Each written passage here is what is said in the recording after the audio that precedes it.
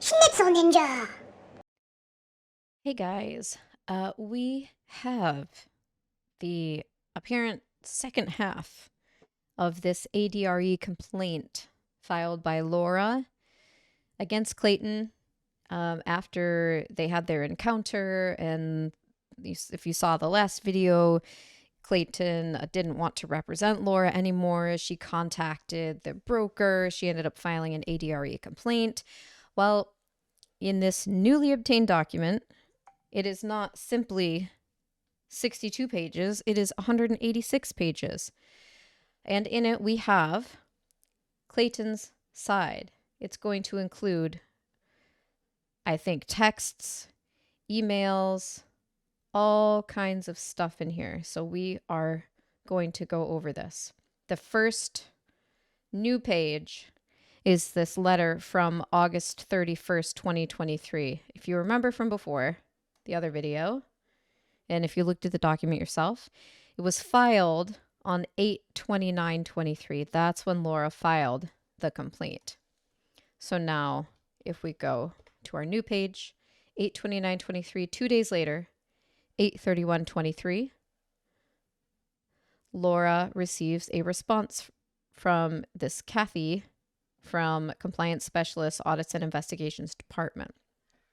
She says, response to C230000391, your complaint against Clayton Echard. She says, Dear Miss Owens, the Department of Real Estate has received your complaint concerning the above licensee. This case was assigned to number C230000391. Please refer to that number in any future correspondence with the department. The department has opened a complaint file and will conduct an investigation into your allegations. If it appears there is a reasonable belief that the statutes over which the department has jurisdiction have been violated, we will initiate corrective action. Please note that in an administrative action brought by a regulatory agency, the state becomes the complainant. Your role at that time is as a witness rather than a party to the action. You should also be aware that the department has limited jurisdiction and that there may be other legal remedies available to you as well. The department has no authority to order restitution or other payments to order restitution or other payments to any party in a complaint. Please understand that this department retains sole discretion and deciding that in closing the investigation and taking no disciplinary action may be appropriate. In that possible event that you will be notified and given an explanation. If you have any additional information or documentation to provide concerning the complaint filed, please contact the department via the investigation section in the department's message center at www.azre.gov. Documents may be submitted electronically in either Word or PDF format or via U.S. mail. Sincerely, Kathy. So now we have the response to the complaint. So this is Clayton's response to Laura's complaint that she filed because he received a copy. Recounting the facts, please reference the document titled Laura Owens Transcript for a complete overview of the messages that were sent between Laura and I via text. Laura Owens initially reached out to me on LinkedIn back in March of this year and stated she wanted to buy investment properties. Knowing that I was a real estate agent, she asked if I would be willing to help her out, which I said that I would be happy to do so. On March 10th, Laura and I engaged in a series of text messages that eventually led to her coming over to my house and us hooking up. We did not have sexual intercourse, which is important to note for a later point that I will bring up. However, she did perform oral sex on me. The next day, Laura and I went to look at properties. At the end of the viewing a home, I asked Laura to sit with me in my car and talk about the night before. I told her that I had made a mistake by inviting her over to my house and that I felt it was unprofessional of me to do so. I told her that if she wanted to find a new real estate agent to work with, I understood and didn't want things to be weird between us. She told me that things would not be weird, but then asked me if I was willing to give her a chance to date her, since she really enjoyed the night. I told her that I was not interested in doing so and that I wanted to proceed forward as friends. She began to cry and say that it was upsetting that I wasn't willing to give her a chance, but eventually said that she understood and we could proceed forward with working together. Over the course of a few days, we looked at multiple properties, and eventually Laura settled on 2 properties that piqued her interest. One property was 19777 North 76th Street, apartment 2228, and the second was 7609 North Lynn Oaks Drive. We ended up writing up offers for both properties. However, Laura would not keep things professional between us. She kept asking to go on a date and for me to give her a chance with dating, to which I said that I had no interest. This led to her becoming upset again and stating that she didn't feel that she would be able to work with me if I wasn't willing to give her a chance. God. I told her that I respected her feelings, and if this was the case, we should not work together like a normal fucking person would do. But once again, she said that she did not want to work with anyone else. I began to question if Laura actually wanted to buy real estate or if she was really just trying to spend more time around me, as any normal person would question. No matter how many times I asked to keep things professional, she would not do so and continued to say that it would be hard to work together if I weren't willing to give her a chance and date her. Oh, sorry, guys. Eventually, my gut told me that I needed to back out of representing her and refer her to someone else. So I told her I was no longer going to be representing her. She panicked and asked, "What about the current deals we sent over?" To which I replied by telling her to find another agent and tell him or her the terms of the deal that she wanted to make. She said she wouldn't do that because she only wanted to work with me. I wonder why. Oh. But I once again confirmed that I would no longer be representing her. I sent her a list of names via Google of other agents and told her to reach out to them, and also mentioned that I could put her into a contact with someone from my real estate team. Then she sent an email to my broker, Kathy Swan, and said that I had violated my responsibilities as an agent and that she either wanted me to be punished for my behavior or I could continue to work with her and she wouldn't ask for punishment to be divvied out to me. I told Kathy that I was not willing to work with her, so Kathy relayed to Laura that I would not be interacting with her further. Kathy also said that she would be happy to put her in contact with another agent to close on the two deals that we had written offers for. Laura declined and then sent me a message stating that she was pregnant. God, I can't even imagine experiencing this in real time like Clayton had to go through. As I stated before, Laura and I never had sexual intercourse, so her claim is ridiculous in nature. For the last half year, Laura has harassed me via email and text messaging about me being the father to her unborn children. I told Laura that I would take a prenatal paternity test. However, she placed a stipulation on it that she would only take the test if I were to date her with intention for a couple of weeks. She would not take the test under any other circumstances. And here she is saying, "Oh, Clayton never filed his appointment scheduled his appointment when he actually did, and it's allegedly she who called and canceled the appointment, so it looked like he hadn't made it." And she's saying the only way she'll take the DNA test. So I know we already know this, but again, it's still all crazy to me when I revisit it. The only way she will take the test is if he dates her with intention for a couple of weeks. And we've all seen the dating contract, which is apparently allegedly version 4. So what did the other 3 look like? And we haven't even seen the full version 4 dating contract, guys. We haven't even seen it all yet. I declined, and this is where we stand today. Laura continues to harass me with messages now and now this filing of a complaint. She will not provide me with visitation documentation of the ultrasounds that she claims she has done, nor will she let me speak to any of the medical providers that have seen her and administer the ultrasounds. The only proof she has given me is a positive pregnancy test, but there's no telling if she got pregnant by somebody else, which we know now she hooked up with someone else twice, and that's the only person we know of. There could have been other people too. Who knows? Or if she's even pregnant to begin with. As I have said, she will not allow me to speak to any of the doctors that have seen her. Why am I telling you all of this? Simply because Laura Owens has an obsession with me, and the emails and text messages prove that. I spent time on reality TV as the former lead of season 26 of ABC's The Bachelor, and unfortunately am subjected to obsessive individuals and false claims constantly. It is just the nature of being a celebrity, which I don't consider myself, but I am by some people's standards. Laura is doing whatever she can to keep communication between her and me going. Since I have blocked her on all social media, email, and text, and no longer am reading or responding to her messages, she has now resorted to reaching out to you all. She, as she knows the pregnancy stint has run its course, and she now needs to focus on a new tactic. I am sure that Laura mentioned to you all that I have violated my duties and cost her millions in dollars of real estate transactions. So it looks like, I guess, Clayton didn't receive a copy of her complaint. However, they told him that there was a complaint and would he like to respond. I haven't spoken personally with Clayton about this, but right here, it seems like he didn't actually receive a full copy or a copy at all. However, she never had any real intention of actually following through with those deals, and attached below is proof of this. See below. Our offer on 7609 North Lynn Oaks was accepted by the seller and the seller's agent, John Izzo. I told John via a phone call that I was no longer representing Laura and also informed him that she said she would not allow any other agents to represent her. He said that he would be willing to represent her and stated he would give her a phone call. Upon us ending the phone call, I then texted him to confirm transfer and responsibility of representation. He texted me the next day stating that she bailed on the deal. This confirmed that what I had known all along, which was that Laura never had any intention of buying real estate. The ball was in her, as we remember from the initial document that we got. When she's contacted by John Izzo, she's just like, "Oh yeah, let me run the numbers again. I'm not quite sure, blah, blah, blah." Obviously, like, gonna back out because Clayton wasn't involved anymore. That's my opinion anyway.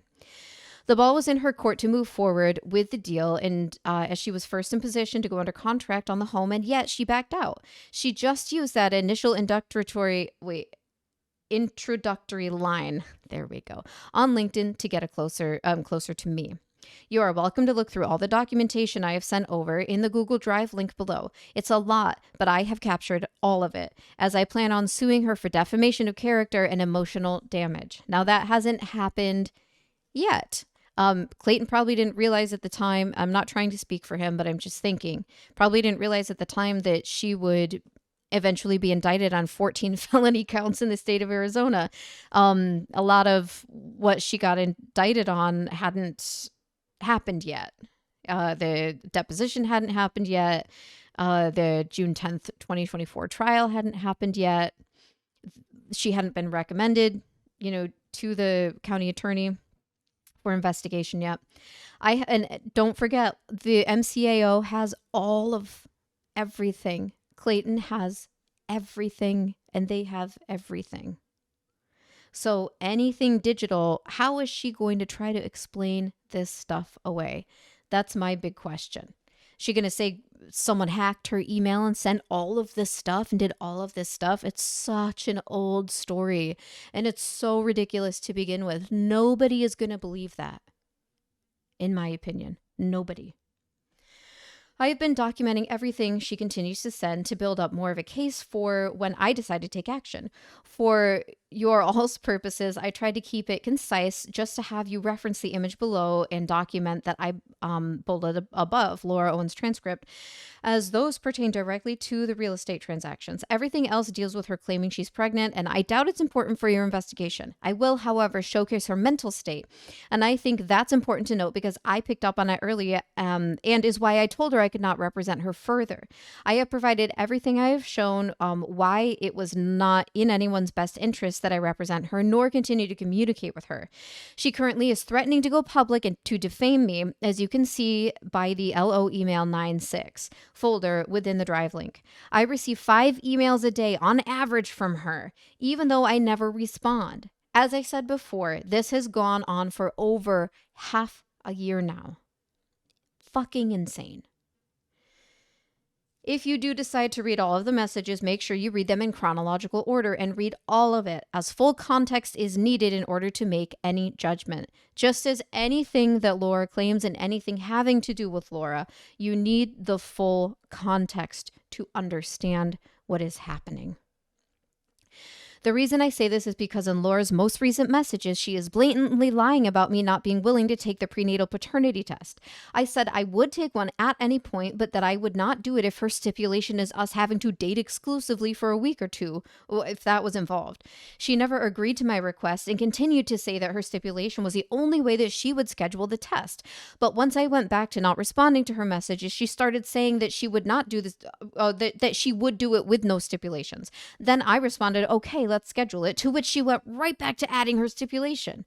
I highlight this so that you can see how she is gaslighting me and those that she reaches out to. To reiterate, I do not believe I am the father, but have been trying to take the prenatal paternity test, as that will effectively end this all.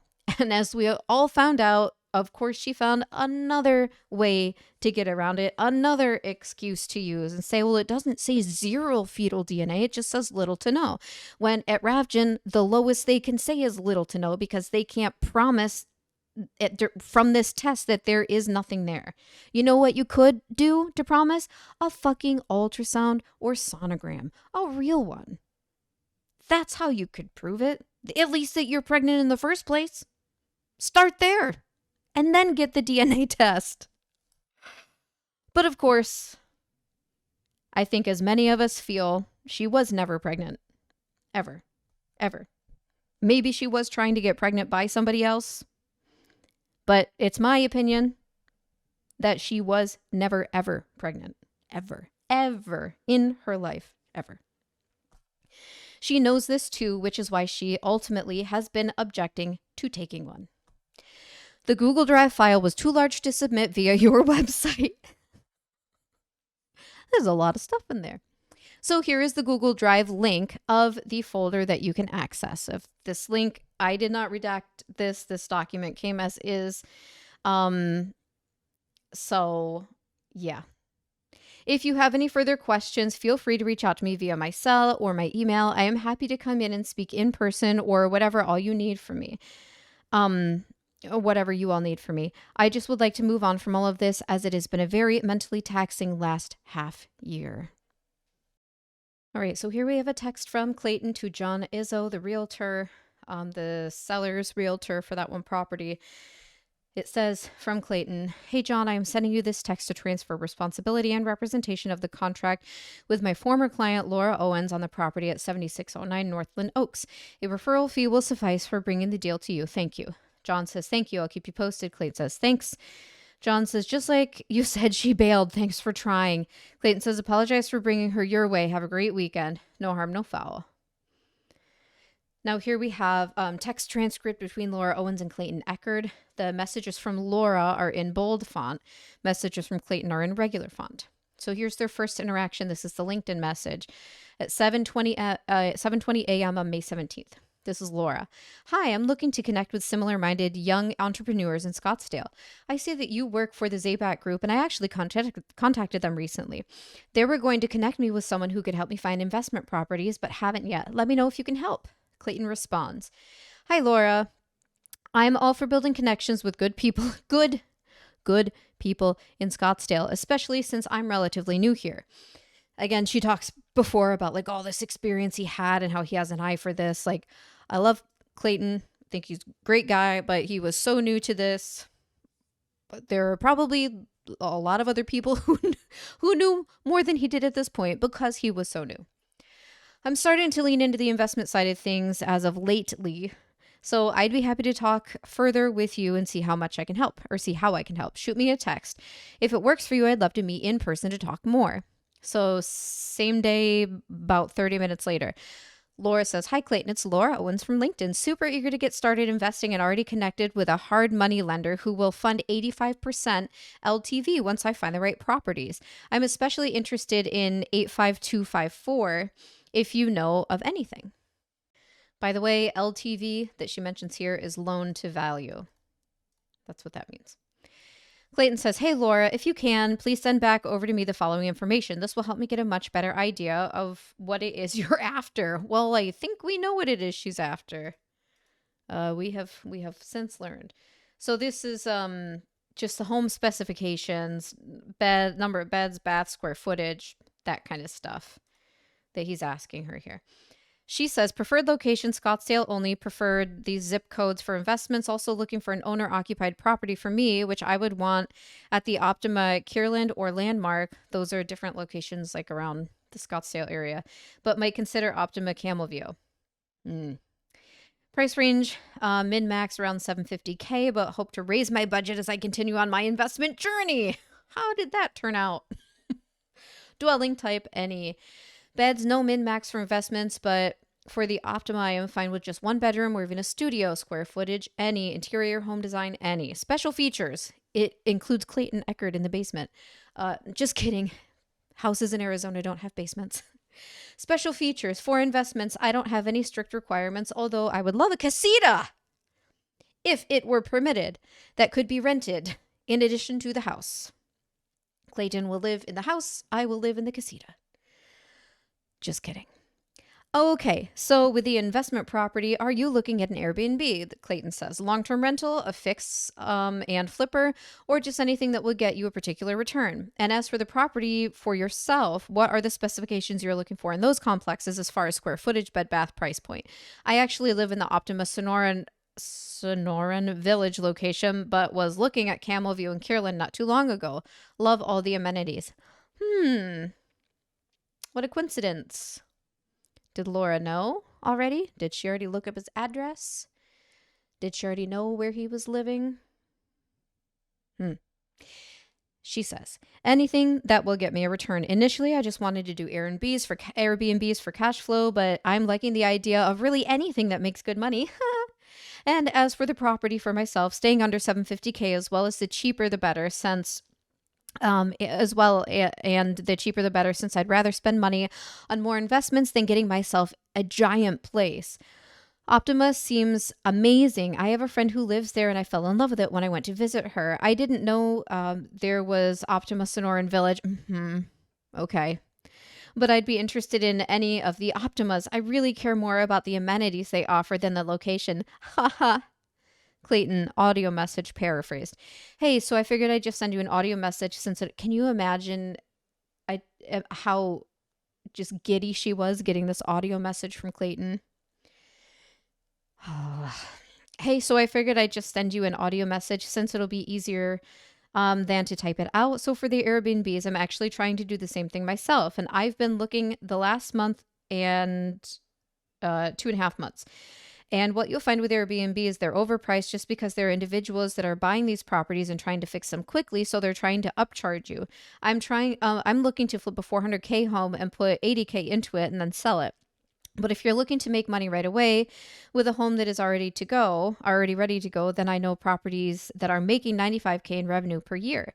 The Optima at Sonoran Village is rent only. So just so I can make sure, are you saying you have 750K for your personal property and 750K for an investment property? Or are you saying that you have 750K total for both a personal and investment property? Laura says, it would be amazing to stay under 750K for 2 spots, but I was thinking I would have to spend that on an investment for a SFR. So an SFR is a single family rental. Okay. Here. I saw some Optima spots in the 500 to 600K range that I am interested in seeing. Also saw 1 or 2 that did seller financing, which could be interesting. I'm super interested in Pace Morby / creative finance and would love to check out any possible sub deals. And Laura mentions Pace Morby. If we look at this AI overview, Pace Morby, he's a real estate investor, educator, etc. This person.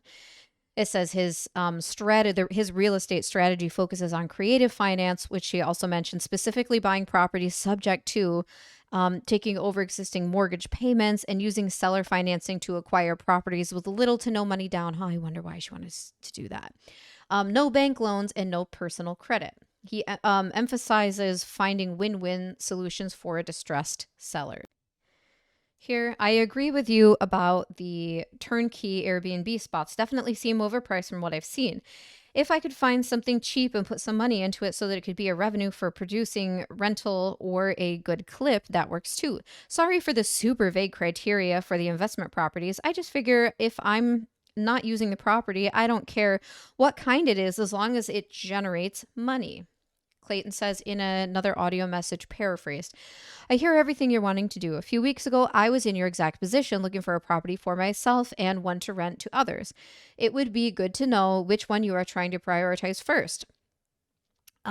Which one are you trying to prioritize first? I would be happy to help you out. I can get you in the Optima, into the Optima units to look at them if that's priority number one, or we can look at investment properties. I think that's a good place to start instead of doing both at once. Once you get under contract with me, then you'll be able to see what type of financing you're doing. From there, you can see how much money you have left over. Let me know which one you are prioritizing. Once you make that first deal, that sets the tone for what you can do for the second property. You could potentially pull out a HELOC. I think she's familiar with HELOC loans already by this point. I'm not fully certain on creative deals at this and the specifics, but if we start with one, I can begin to look into that further. She says it's hard to pick which is the biggest priority since I want and have been searching for both. I have to think about that, I guess. Haha. Clayton says, well, I won't make you pick now then. Laughing, crying face. What we could do is check out one of the units you mentioned at the Optima that you're looking at and then grab lunch. So excited, I am sure. And then grab lunch before or after and talk further. It would be good just for us to meet in general. She says, you had me at Optima, laughing, crying face, laughing, crying face. Agreed. Perfect, Clayton says. Do you have a specific unit you are wanting to look at or multiple? If not, I can send over every unit available under 750K right now and you can choose what one you want to see. She says, none in particular, just whatever seems like a good deal. There have been one at Camel View that was 499K a few days ago that needed drywall and flooring that I thought could be interesting to fix up, but I can't find it. It actually looks like there are several at that Optima under 650K, so maybe those. And I saw one at 709K at Kierland that I would like to see if that works. Clayton says, okay, I'll look into it. What's a good email to send over the results to? He also says, okay, you're cool with HOAs at the Optima. They're fairly high, 700 a month range. Laura says, yep, it seems like you got a lot of good with that. If you could send them to this email address, I would really appreciate it. Clayton says, yeah, I think so, but I like to mention it because it deters some individuals. Sending over properties now. Let me know if any pique your interest. It's sent from my iCloud email, so check all inboxes if you don't see it in your primary folder. She says, okay, perfect, checking now. The 3 and the 700Ks at Kierland look fairly similar. Would love to check out 309 and 416 if possible. I'd also love to see this East Rancho Vista at that address.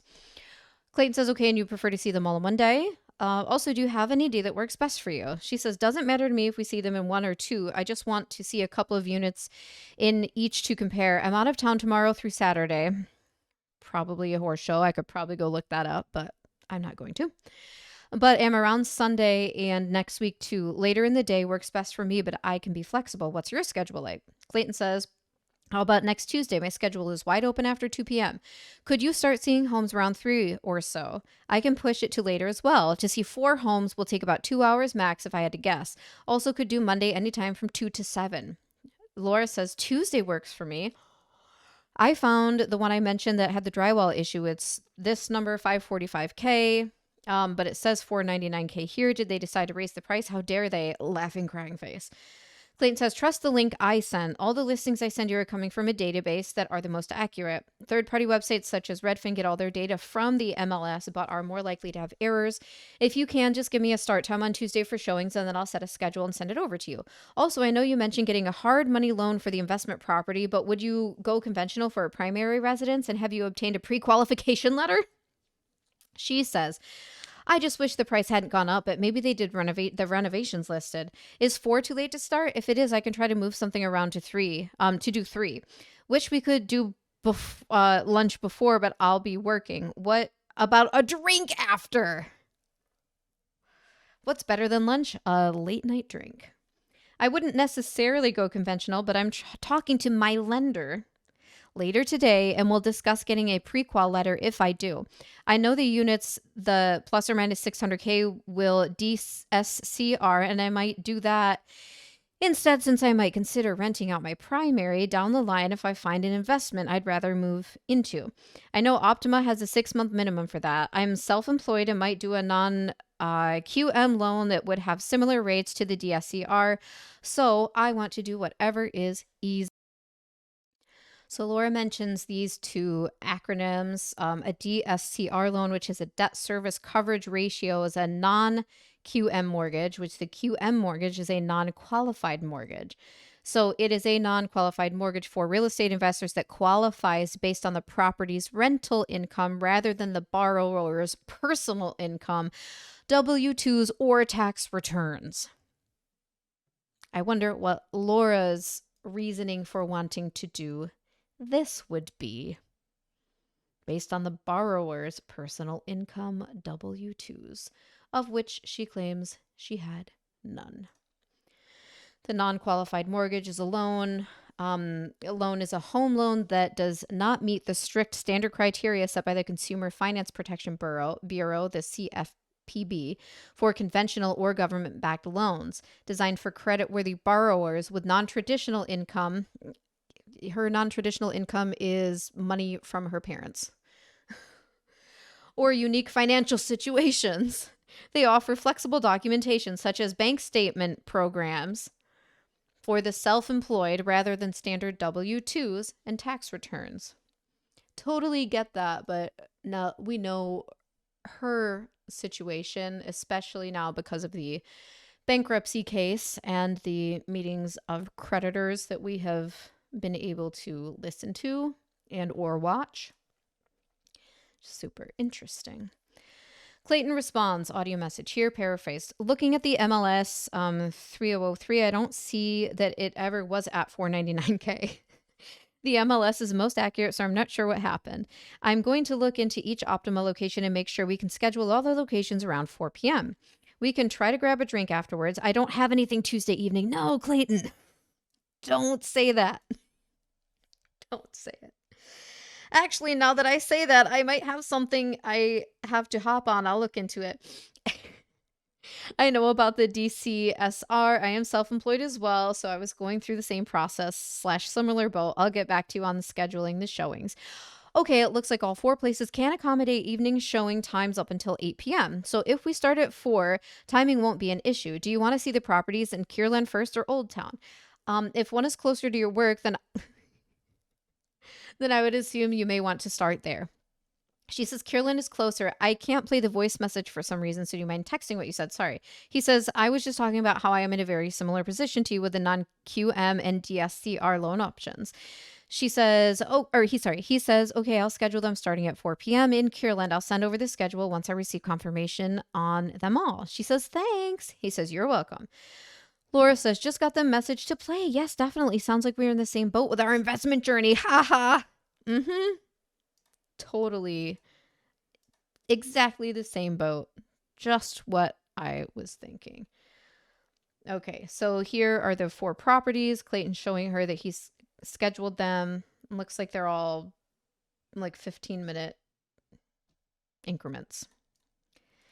Okay. All showings are confirmed for Tuesday. I'll meet you at the Kierland Optima in the visitor parking section. Laura says, thank you so much. Is it possible to also see this other one? Seller may carry at 3% and looks like it could be an awesome investment. I could jump on that immediately. It looks like a no-brainer. Could you please ask them what they would want down? And then here's a screenshot of texting. This says it's a seller carry. This was Clayton asking the people and showing Laura the screenshot.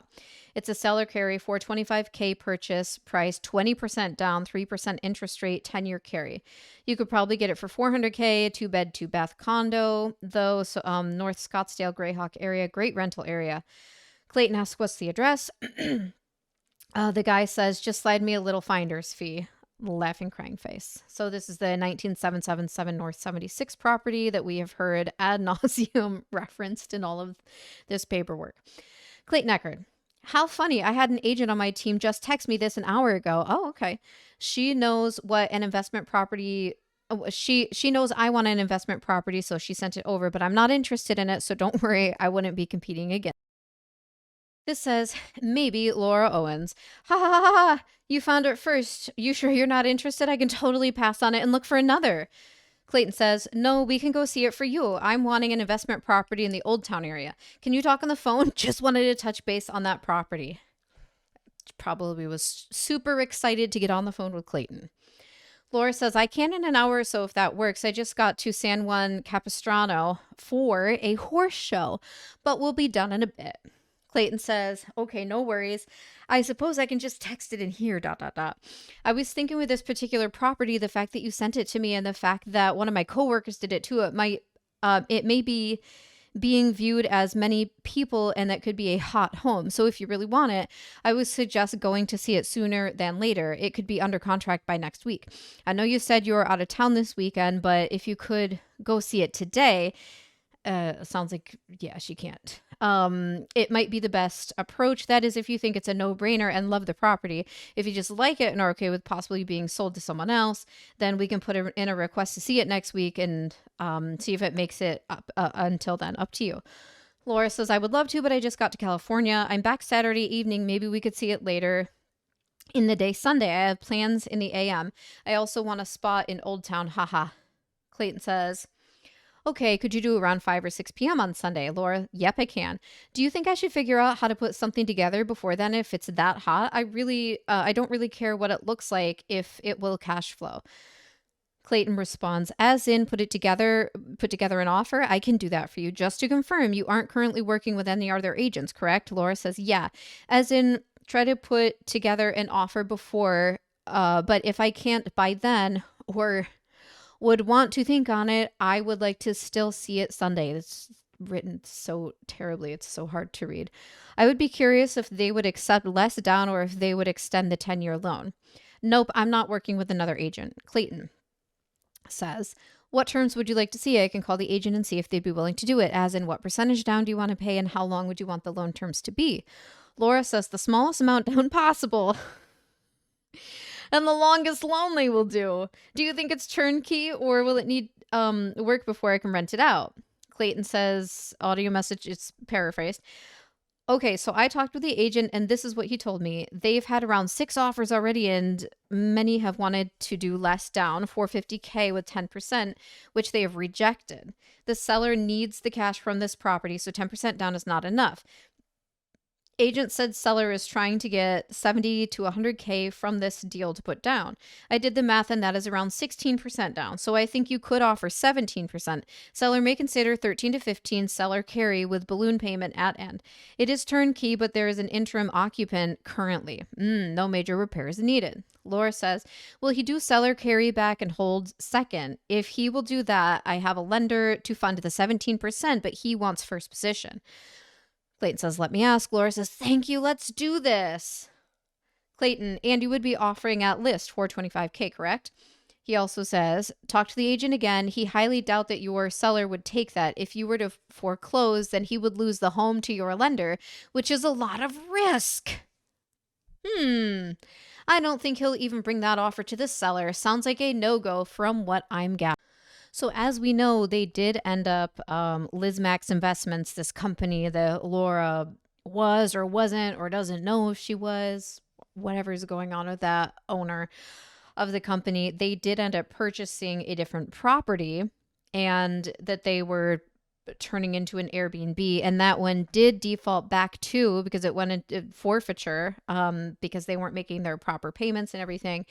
It went back to Field Home Properties LLC, which was the seller and the lender.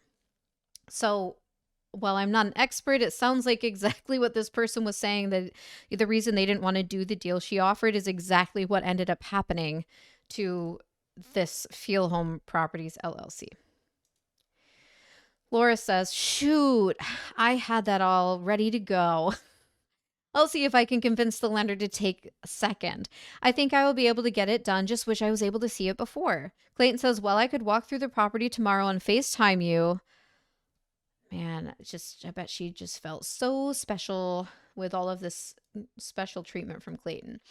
FaceTime call with you as I walk through it, but I would see if your lender will take second, because truthfully, I don't see the seller taking second no matter what else we offer. Laura says, we could do that, or I could possibly see it later on Saturday when I get back. I just don't want to lose the deal. Clayton says, no open house for this week on it. Plus, with an occupant in the home, that limits showings. All that plays in your favor for reducing the possibility of another offer. Clayton also sends an audio message that says, paraphrased, Well, so right now, apparently, there's no deal that is pending. There are 6 offers that came in. There will probably be more to come in. They've all been rejected so far, but 2 are cooperating and may come to 20%, approaching the 19 DOM. There's 6 offers, and with the weekend, there may be an open house, which would bring more potential buyers and potential offers. If you can do Saturday, let me know what time you get back. I can do Saturday if you... Clayton says DOM here. It says it's days on market, so approaching 19 days on market. How long the property's been listed for actively. Laura says, been talking to several lenders and I think I will be able to pull something together. Would the tenant want to stay in place? Sorry for so many questions and being all over the map. I really appreciate your patience and hard work. I sent all the data, comps, and projections to the lenders. So it was lender and now it's lenders. So we know about this Matt guy. Is she talking about her mom? Is she talking about Liz Max? Who is lenders? And they think it's a great deal, so I hope it works out. Clayton says it's a family friend that is currently staying in the unit and they are paying very low rent, so not sure you'd want them in. Laura says, oh, okay, that's going to be a no-go. Thanks for checking. That would have been too easy. Haha. Clayton says, right? We can't get that lucky. Laura says, I'm trying to secure a second for the 17% LTV with the seller carrying 83%, correct? And if we offer asking, maybe we can have an edge. Clayton says, potentially, he wants 20% down from the buyer. And the agent and 20% is typical for a down payment. The agent just slipped in the comment that he wants at least $70K from the deal to put on the other property he's buying. So the closer we are to 20%, the more enticing it is. But offering at asking will give us an edge as of now with that percentage. So then Laura says, thinking I can get something done today. I am talking to 2 of the private lenders I know if they could come up to 20% or as close as possible so we could offer that, and then also his asking. But maybe see if we could negotiate on the length of his seller finance, even beyond the 13 to 15 years you mentioned he might do. Clayton says, I think he would consider a longer carry. He wants the money up front now, is what I'm gathering. More than anything, keep me updated. Laura says, are you 100% sure the seller won't carry in second position if I structured it like this and put him on my LLC as security? My LLC. I know she's going to try to explain this away like she does everything else. Can't really see this. If he will take second, I can get the deal done today at asking, and he would be able to get 70 to 80K or whatever he needs. Been talking to several lenders, and I think I will be able to pull something together. Would the tenant want to stay in place? So apparently she was talking to multiple lenders, not just this Matt guy. Sorry. Okay, so Brian something here. I'm sure people will look into that. Okay. Laura says, or he could just get a lender's title insurance policy. Clayton says, can you send me your lender's contact info? Just have a few questions I'd like to ask. Absolutely, Laura says. I have a few that I am talking to, but I was referred to this guy by a wholesaler a few weeks ago and was told he is fast and great to work with. He's been really nice so far. Francisco V. Laura says, see ADRE DNA data. Would love to be able to somehow have you guys finance that small down if you held first position. And then it's some kind of statement here. The guy says, look at 107 unread texts. Sure, if seller would like to carry it back, that is no problem. And yes, we would need to be in first position. She says, what rate would that be at? He says 10.99%. This is what he said yesterday. Clayton says, thank you. I'm going to make a couple calls and we'll get back to you. Laura says, thanks. Clayton says, just spoke with a private lender. Are you aware that they only do 6 months to 1 year long contracts? So they could provide you with 20% down at 80K and 10.89% interest, but at a year, they would expect you to pay that 80K back or refinance. Do you have a plan in place after that year? This is all good info for me to know so I can inform the seller's agent of the plan. Laura says, yep, I knew that. There's also a why, because she's planning on getting money from Clayton for the paternity stuff with the unborn Unreal twins? Or where is that 80K coming from? Or maybe she thought there would be the lawsuit with Greg Gillespie that she was going to get money from. Who knows? There's also a lady named Corey Dutton who said she could do it, but would want to make sure the seller's terms would be a good fit. Clayton said, would she finance for the full 10 years or just a year as well? Laura says, not sure, but I presume it would be a bridge since it's hard money. My long-term plan would be to refinance that ASAP. I just want a bridge so I can get in. Clayton, okay, could you hop on the phone today? I want to confirm the game plan and make sure we're all on the same page so I can present a good, clean, creative offer to the seller's agent. Laura says, for sure. I'm competing at the horse show for the next couple of hours, but but the other time with the horse show this past October, she's only riding for 4 minutes. But in this one, she's doing it a couple of hours. But can later this afternoon if that works. I'm going to forward you what Corey said too. I've asked if you could call her and haven't heard back, but I'm sure you can. It will be coming from my work email. She provides that. Clayton says, yes, call me when you're able to. He told me he would let me know if a deal comes in and they're seriously considering. He's calling the tenant now to see if we can, when we can come and see it Sunday, and said he'd be willing to meet us.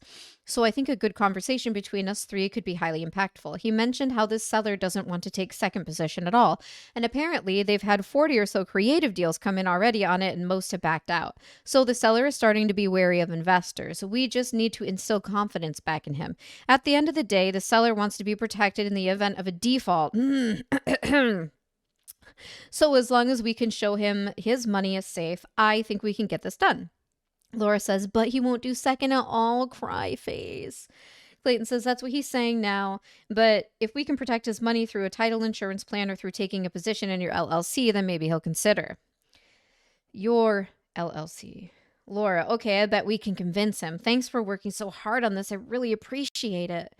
Clayton says, I think we may be able to as well with the right wording, and maybe we just need to take him down to Casa Amigos. What is Casa Amigos, you ask?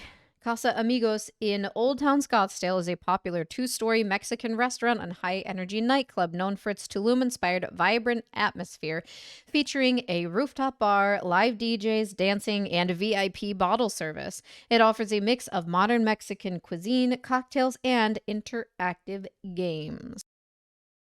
Laura says, and drink enough to get him to like us, but not so much that we puke on him. Puke, laughing, crying. In all honesty, I though I had a great time talking to you and would actually love to get a drink with you next week if you want to. Clayton says we need him to puke so that then we have blackmail over him. Joking. Someone else in this conversation does not joke about blackmailing people, as she did it to this exact person, Clayton Echard, just before their trial on June 10th. Yeah, we can do that. I won't be able to Tuesday after showing because it's my brother's birthday, so I'm taking him out to dinner that night, but we could find another day in the week. Laura says, ha, both of us need to go. Just give us 4 drinks and we're good to go. Puke, laughing, crying face. OMG, let's move the showing. Spend time with your brother. We can do it another day. Clayton says, well, as long as we help limit one another, we'll be good. No, it's all good. I was going to spend the day with him. We'll have plenty of time to get dinner after the showings. Plus, we got all 4 showings to approve around the same time, so we should definitely take advantage of that. So I wonder what Laura thinks about him saying that he's not available for dinner that night. She probably wanted to, if I were, my conjecture would be she probably wanted to hook up that night or whatever amount of hooking up she wanted to do. And she's probably disappointed that he's saying he has dinner plans afterwards. She probably wants to have all of her stuff done in like one session. Would be my guess. Laura says, ha, you would need to limit me to 3. So she's saying that she can handle 3 drinks. What else did she say? Oh yeah, to drink enough. She guess they don't say what kind of alcohol, but she's saying 3 drinks and she'll be good. But if she has more, she'll puke. Okay, we'll look fast. I also found another potential investment seller finance deal that I like, and it would be awesome to do multiple. I want a portfolio. A portfolio just like she has a portfolio of victims, in my opinion. Also, I know you were the Bachelor. Oh, how does she know? but I don't watch the show. Sorry. Well, her social media accounts say otherwise. Lots of screenshots. Granted, they say The Bachelorette, but I don't know anyone who watches The Bachelorette and hasn't seen The Bachelor. So I'm not buying this. I know lots of us don't buy this. We think that Clayton was targeted. Truly know nothing about you, so I truly, Jack Fox, what do you think? I truly know nothing about you, so I genuinely like to organically get to know you since we seem to have a ton in common. What do they have in common? That neither of them have W-2s? What do they have in common? I've gone on one date in 1 year and have never been bold enough to ask a guy out, but I would love to go on a date with you. So let me know when works. Okay, is she saying a romantic date? So she's turning this from just getting drinks with her realtor to a romantic date that she's only been on one in 1 year? Next week is wide open for me. I would love to know what Clayton thought after receiving this message. Clayton says, I can't promise anything. Love that you're wanting to go full steam ahead, have to move quickly in this market and in the real estate game in general these days. I am all for getting a drink. I will say I'm happy with being single. She knows already. Before they hook up, he doesn't want a girlfriend. And I'm not technically looking to settle down, but I'll never pass up good conversation. I suppose you never know what can happen with one combo. So slightly kind of flirty here, but makes it very clear he is single and happy being single. Laura says, yep, I have a list going of spots I want to check out. Found a SFR that I think is interesting in this zip code and would like to know what the terms are on it, and I really apologize for being so forward. I'm super embarrassed and obviously didn't want to make you uncomfortable. I didn't want you to feel obligated, so don't feel like you have to do it. Yup, I have a list going of spots I want to check. Oh, it's the same message. Twice. Clayton says, don't be embarrassed at all. It didn't bother me one bit. I respect you being forward. I like people like that. Just wanted to let you know where I'm at because I don't want to waste anyone's time. How did he gaslight her? How could he have been more clear? I am happy being single. I'm happy with being single. Not looking to settle down. I just wanted you to know where I'm at because I don't want to waste anyone's time. Does she understand English? My God. Let's check them out when you're able to. Happy to help however I can. Laura, I've had my eyes on it for a while. 7609 North Lynn Oaks Drive, and we've again heard ad nauseum about this address. Price cut and seller will carry back, so it seems like they would allow a lender to come in into first. I would really appreciate it if you could get or find out the seller financing terms they are offering. Oh, wow. Okay. I'm not looking to jump into anything seriously or quickly either. Okay. Okay. And always let things develop organically. I was just saying I would be open to grabbing a drink and seeing if there's anything there beyond business since we seem to have a lot in common. Again, what do you have in common? Almost nothing. With that being said, if you're up for getting a drink this week, great. If not, I'm feel embarrassed and wouldn't be offended if you wanted another agent at your firm to help me with deals beyond the one we are working on. Okay, beyond. Deals beyond the one we're working on. So she's giving him permission if he feels uncomfortable and doesn't want to work with her anymore because she was hitting on him, then she's fine if he refers her to someone else after they work on these deals. Why not right away? If you felt so embarrassed and you wanted to make him not feel uncomfortable, why wouldn't you just say, I totally understand if you want to pass me off to someone else if this made you feel uncomfortable. But no, she's trying to lock him in here, in my opinion, by saying beyond the one we're working on. She's still trying to latch onto him and not let him go. He says, okay, I'll take a look at it today when I'm at my open house showing. I'm totally up for grabbing a drink. Seriously, I'm not bothered at all. Laura says, I would really appreciate it if you would ask about seller finance terms and feel out where the owners are at with price since they just dropped it. Is it in a good area for rentals? Also, did you find out when the owner agent wants to talk with us tomorrow about the seller finance stuff? Everyone's favorite response when they ask someone out. I'm not bothered at all. Laughing, crying face, but good. I look forward to it. Clayton audio message.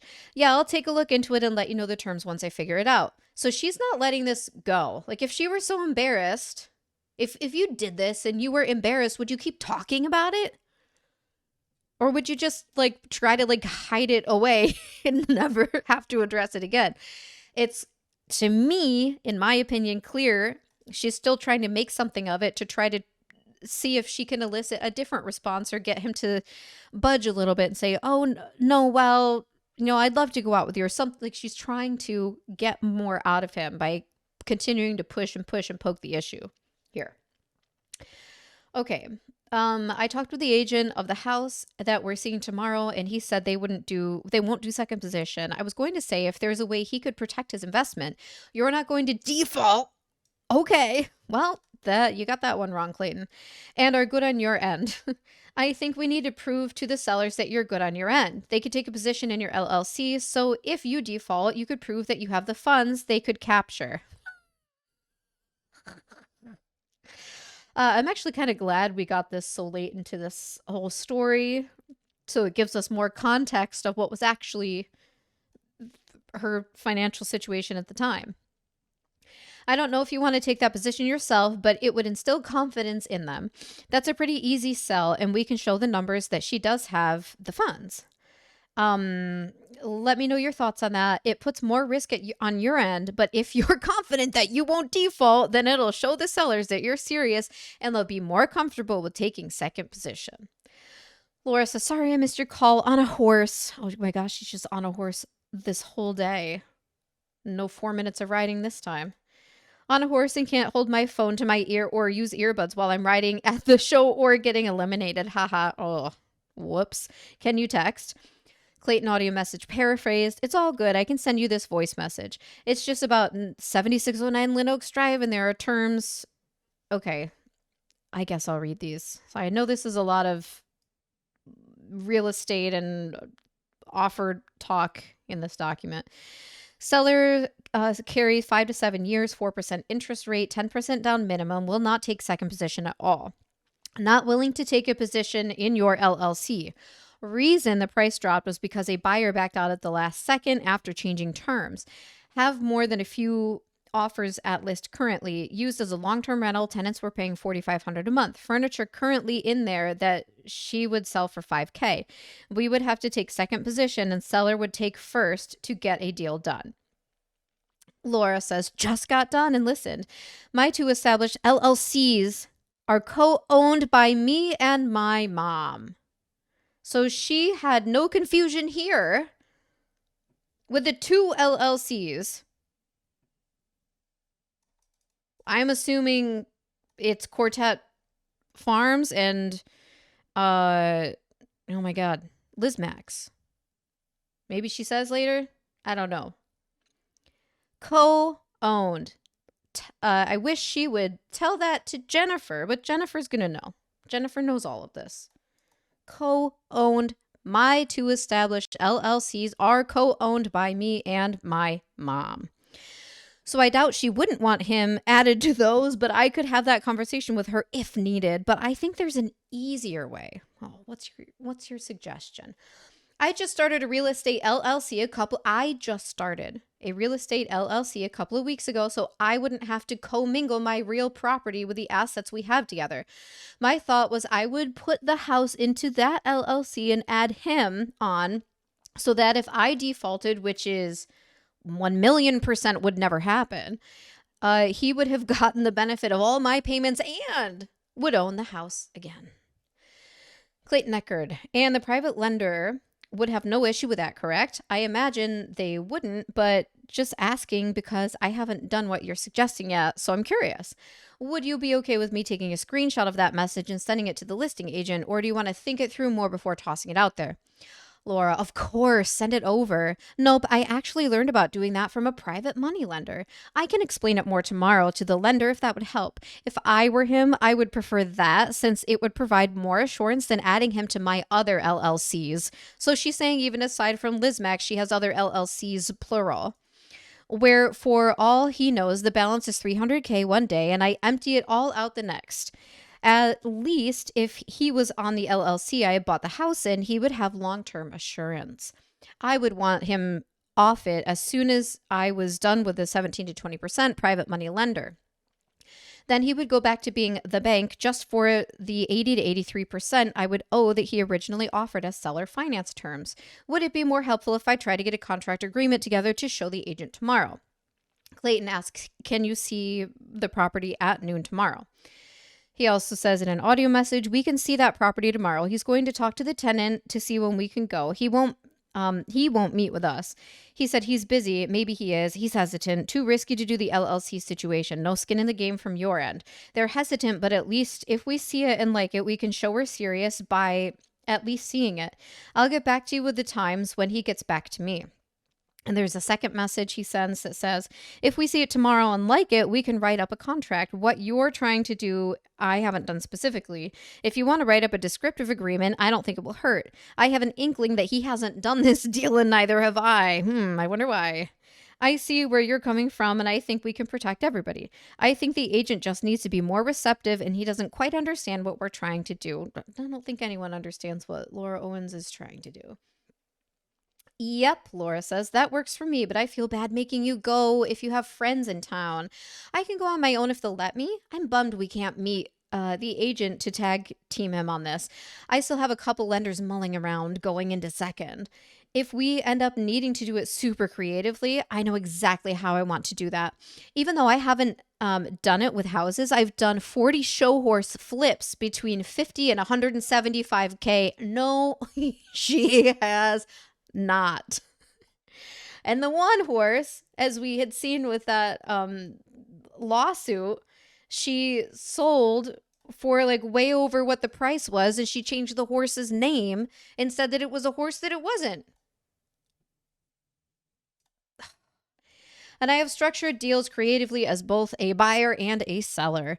Creatively as in she doesn't ever have to pay her fair share and she takes advantage of everyone else, if that's what she means by creative.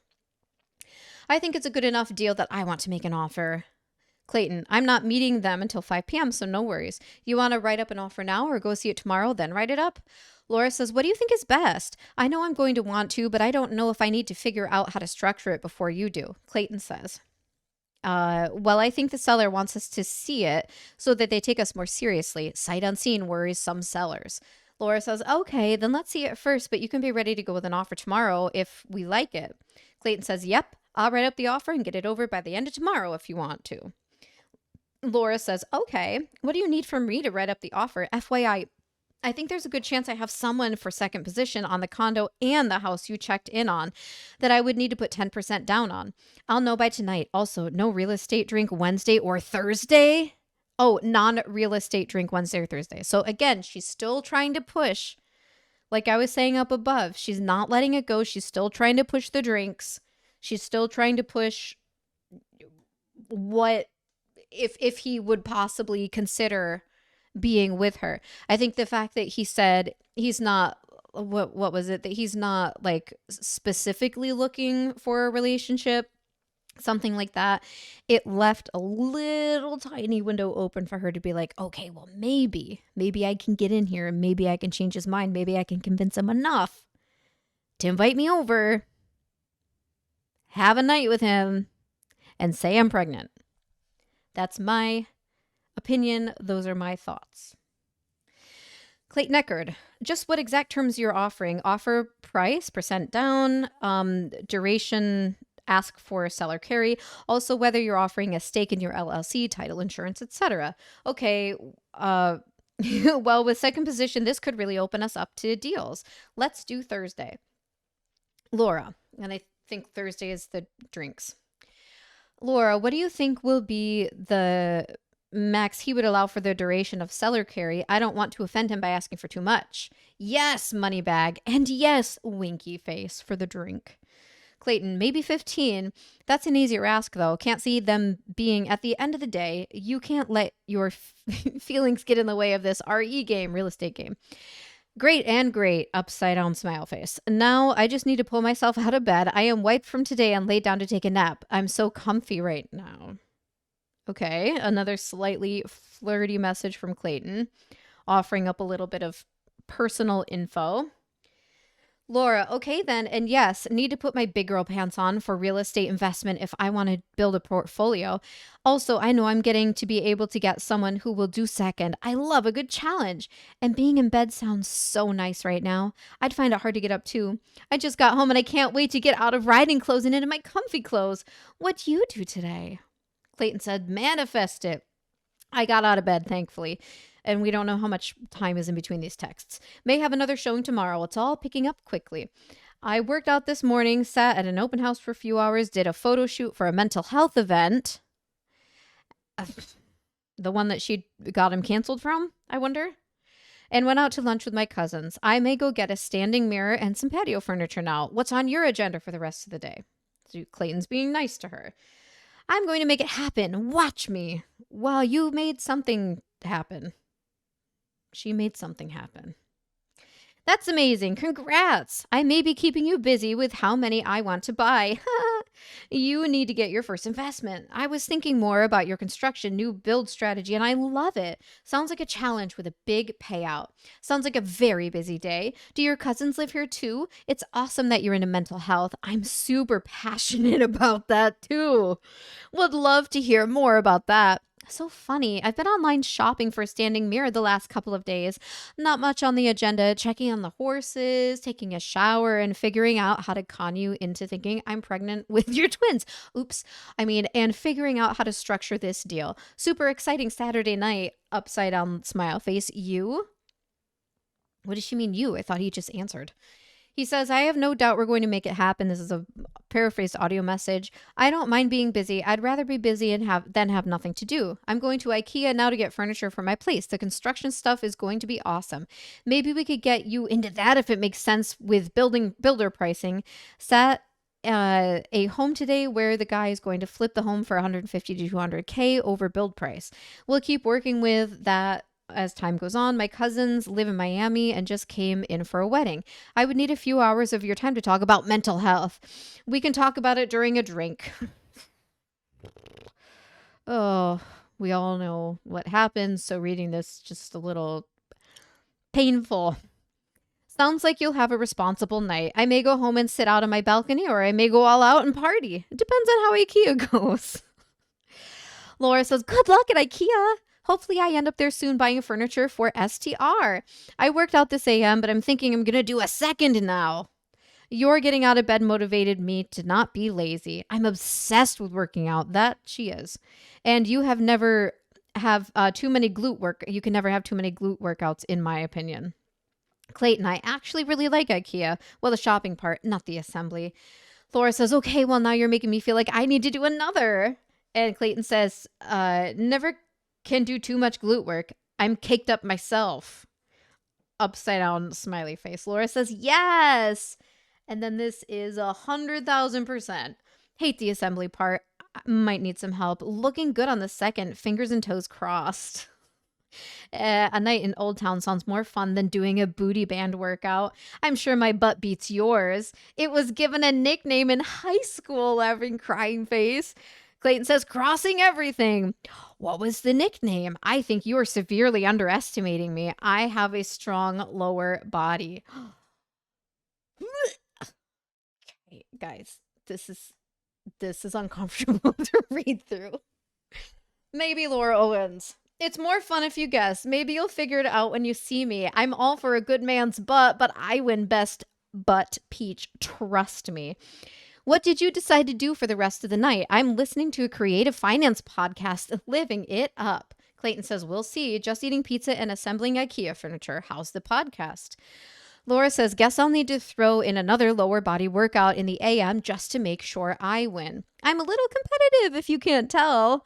I had Domino's pizza and their brownie cookie combo. Not to toot my own horn, but I didn't hold didn't hold a candle to my desserts. I bake the best cookies ever. The podcast is ridiculously motivating. Loving it. Also going back and forth with a few lenders. What'd you end up buying? Not getting wild in Old Town tonight? Clayton says, hey, everyone benefits with another lower body workout. What's your best kind of cookie? Any look on the lenders? I bought 2 outdoor balcony chairs and a standing mirror. Done with assembly, so now I can just eat pizza and enjoy the edible I took. So Laura knew he was high before she went over there. And look at Clayton, just trying to be like a responsible guy, get his place set up, enjoying a pizza, just like trying to do life right. And in comes Laura Owens. He says, good luck at IKEA. Oh, I guess this is Laura. It's not bolded though. Good luck at IKEA. Hopefully I end up there soon buying furniture for an STR. And then we have the infamous live photo video, whatever she sends. And as we all know, and I'm not judging her body at all. I don't care what Laura Owens' body does or does not look like. But the reason I bring this up is this is not what she looked like in May of 2023. It is not. So my question is this an old photo? It had to, this due to the background, has to have been from within a couple years of when she's texting Clayton here in May of 2023. So, you know, my thought is that, and this is just my opinion, is that Laura gained weight before meeting Clayton, that she targeted Clayton and started gaining the weight so that she could then say months or however much longer ever after that she was pregnant. So here she's quite, I mean, she looks great, and but is probably photoshopped. I mean, I don't know. I don't know if you can Photoshop like a live photo. Well, I know you can. I know you can Photoshop a video. I can definitely edit a video. Anyway, yeah, I think that she gained the weight to make it look like she was pregnant. And then she could spend time over the next several months, which is, I guess, probably until like December, say from July to December, maybe August to December, lose the weight to make it look like she was having a miscarriage or that she had a miscarriage, even though she was still trying to say that she was pregnant, but then trying to say she miscarried in July or August or September or October or November. I don't know when did she say? What was the final verdict on the miscarriage? But we know from other people's accounts of Laura that she was always on the thinner side, which again, I don't care. I don't care. But her typical was a smaller size. And then when she meets Clayton, she's at a larger size. And again, I just want to make it very clear. I don't care if she's bigger or smaller or anything in between. But I think she was using her weight as a manipulation tactic. Anyway, so here's our photo. Let me zoom out. Okay. Where was I? Right at the picture. Clayton says, this is cruel to send at this time of night. Now, again, we don't have timestamps on here, so I don't know what time this was sent. Laura, oh, is it? Laughing, crying face. And I think my best is my specialty, which is chocolate chip with mint chips. Although I make some mean M&M cookies, hard to say. Accomplishing an IKEA build plus being outdoors in AZ equals perfect night, and I'm still going back and forth with a few. It looks good, but I don't want to jinx it. As a backup, I found a contract online for the same kind of deal I want to structure and wanted to tweak it a bit. I was thinking he might be more comfortable if I had a real estate attorney draft something, and I'm happy to do that. I will get this done. And and whoopie pies. I forgot about those. So these are the cookies Laura has made that are the best cookies in the world. Clayton says, yes, especially when I'm trying to focus, and now you're making me hungry for sweets too. An attorney might help because the correct verbiage is everything, especially when it comes to creative terms. Laura says, yeah, and the way you describe your lower body is a big turn off for me too, ... not tongue out, winky face. The edible sounds pretty fun too. Yes, plan A should be secondly, and so we don't involve the owner in this at all. If that doesn't work, then I will have an attorney draft something Monday morning to present to him. I'm worried that that will be too late, but I know I can't get a lawyer beforehand, and I honestly think I can do this without going through all that hassle. Clayton, just what you wanted to know, the truth. Oh, just wanted you to know the truth. Yeah, I like these head highs I get. Everything feels more sensitive. Ugh. I think if we establish tomorrow that we are serious with our interests, we can have a further convo with the seller's agent about how we'll be able to remove the seller's risk from it all. Laura says, now you have me wanting an edible. It's been a while since I've had one. Okay, but just to confirm, we are definitely not going to be meeting the seller's agent. I feel like we could tag team him and give him a lot of confidence right off the bat. Clayton said, I got one for you whenever you want it, an edible. So, indirectly inviting her over. Yeah, I don't think the agent is taking this seriously because it doesn't think the deal will work at all. He could meet. I just got the impression that he didn't want to. If we can lock in a private lender taking second position, we'd be golden. Laura says, yes, please. Also not sure if you're a cuddler, but all I can think about right now is snuggling and being a little spoon with my butt against your... Sorry if that's TMI. Guys, I don't think I can finish reading this document. Oh. She says, and that agent is ignorant but doesn't understand creative financing. He will after I'm done with him. But yes, a second would be better for sure, and I'm just trying to work on rates. Clayton said, I am, just come cuddle now. Teach everyone a lesson. You clearly know what you're talking about. Laura says, cuddle plus edible plus a new investment. That gives Tony Robbins plus anal vibes. Clayton says, done deal. Laura says, I'm craving all of that ASAP. Clayton says, well, just come now then. I'll be up for a while. Should I? Laura says, yeah. And then I think Clayton gives his address. Laura says, fine. Clayton says, let me know what your ETA is. Laura says, I ordered a Lyft, not Uber. She didn't order an Uber. Why didn't she order an Uber? I ordered a Lyft and he's 10 minutes away. I'm sure you'll still be up are you sure you'll still be up when I get there? He said, yep, you'll be here in 10 minutes or gets to your place in 10 minutes. Oh, he's here in 5 and then you are 10 away apparently. I'm sure you can get any girl to come sleep with you. So let me be clear that I am not most girls. And like I said, never watched The Bachelor.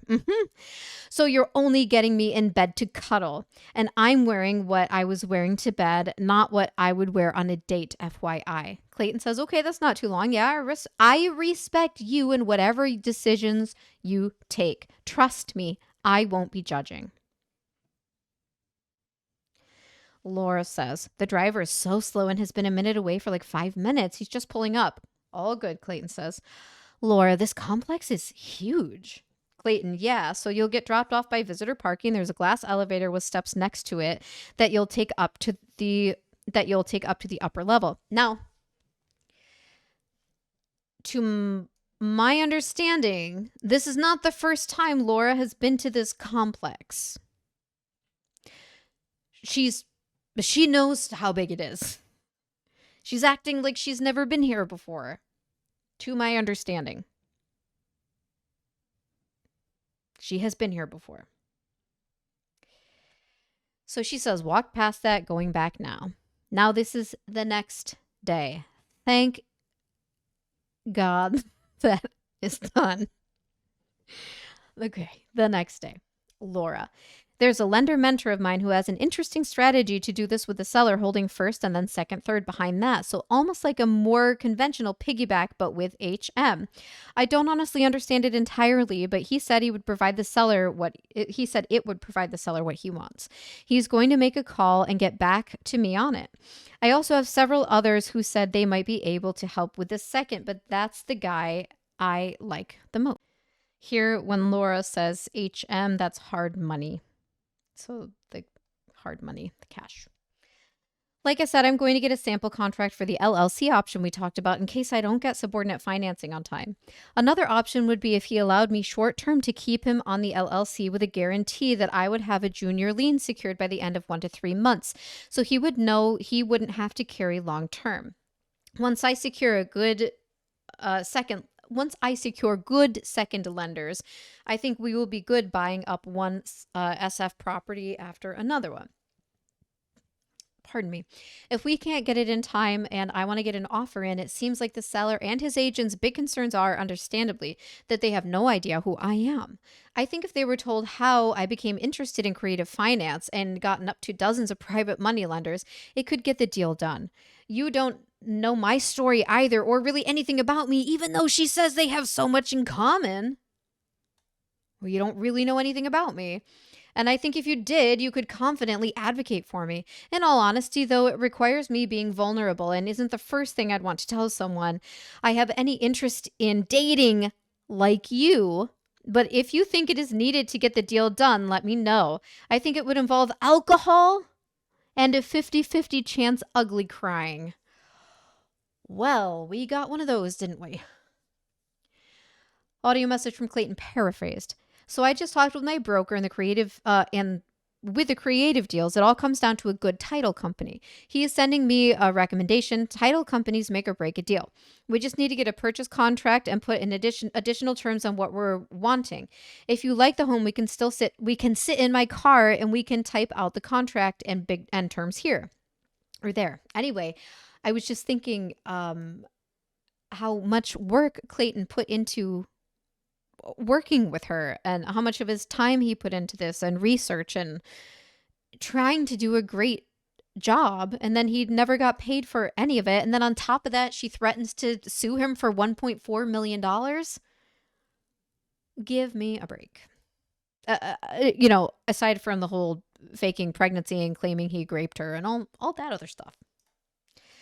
We can make a phone call to the agent and talk with him. The biggest thing is if we can find a lender to take second position.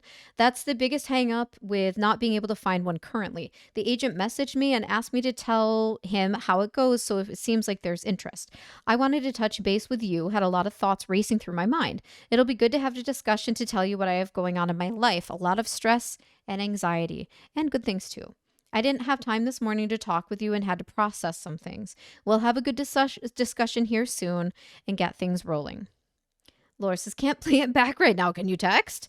He says it was a long message, but we can talk here soon at the house. Laura says, okay. And then they're talking about getting in the house here. Let me know if you have any trouble finding it. I'm in the parking lot. I think I turned too soon because I'm at building 40. Now she's at building 15. And Clayton's meeting up with her. Clayton states, conversation was had in my car with Laura. So he added this in red to give context to what happened next.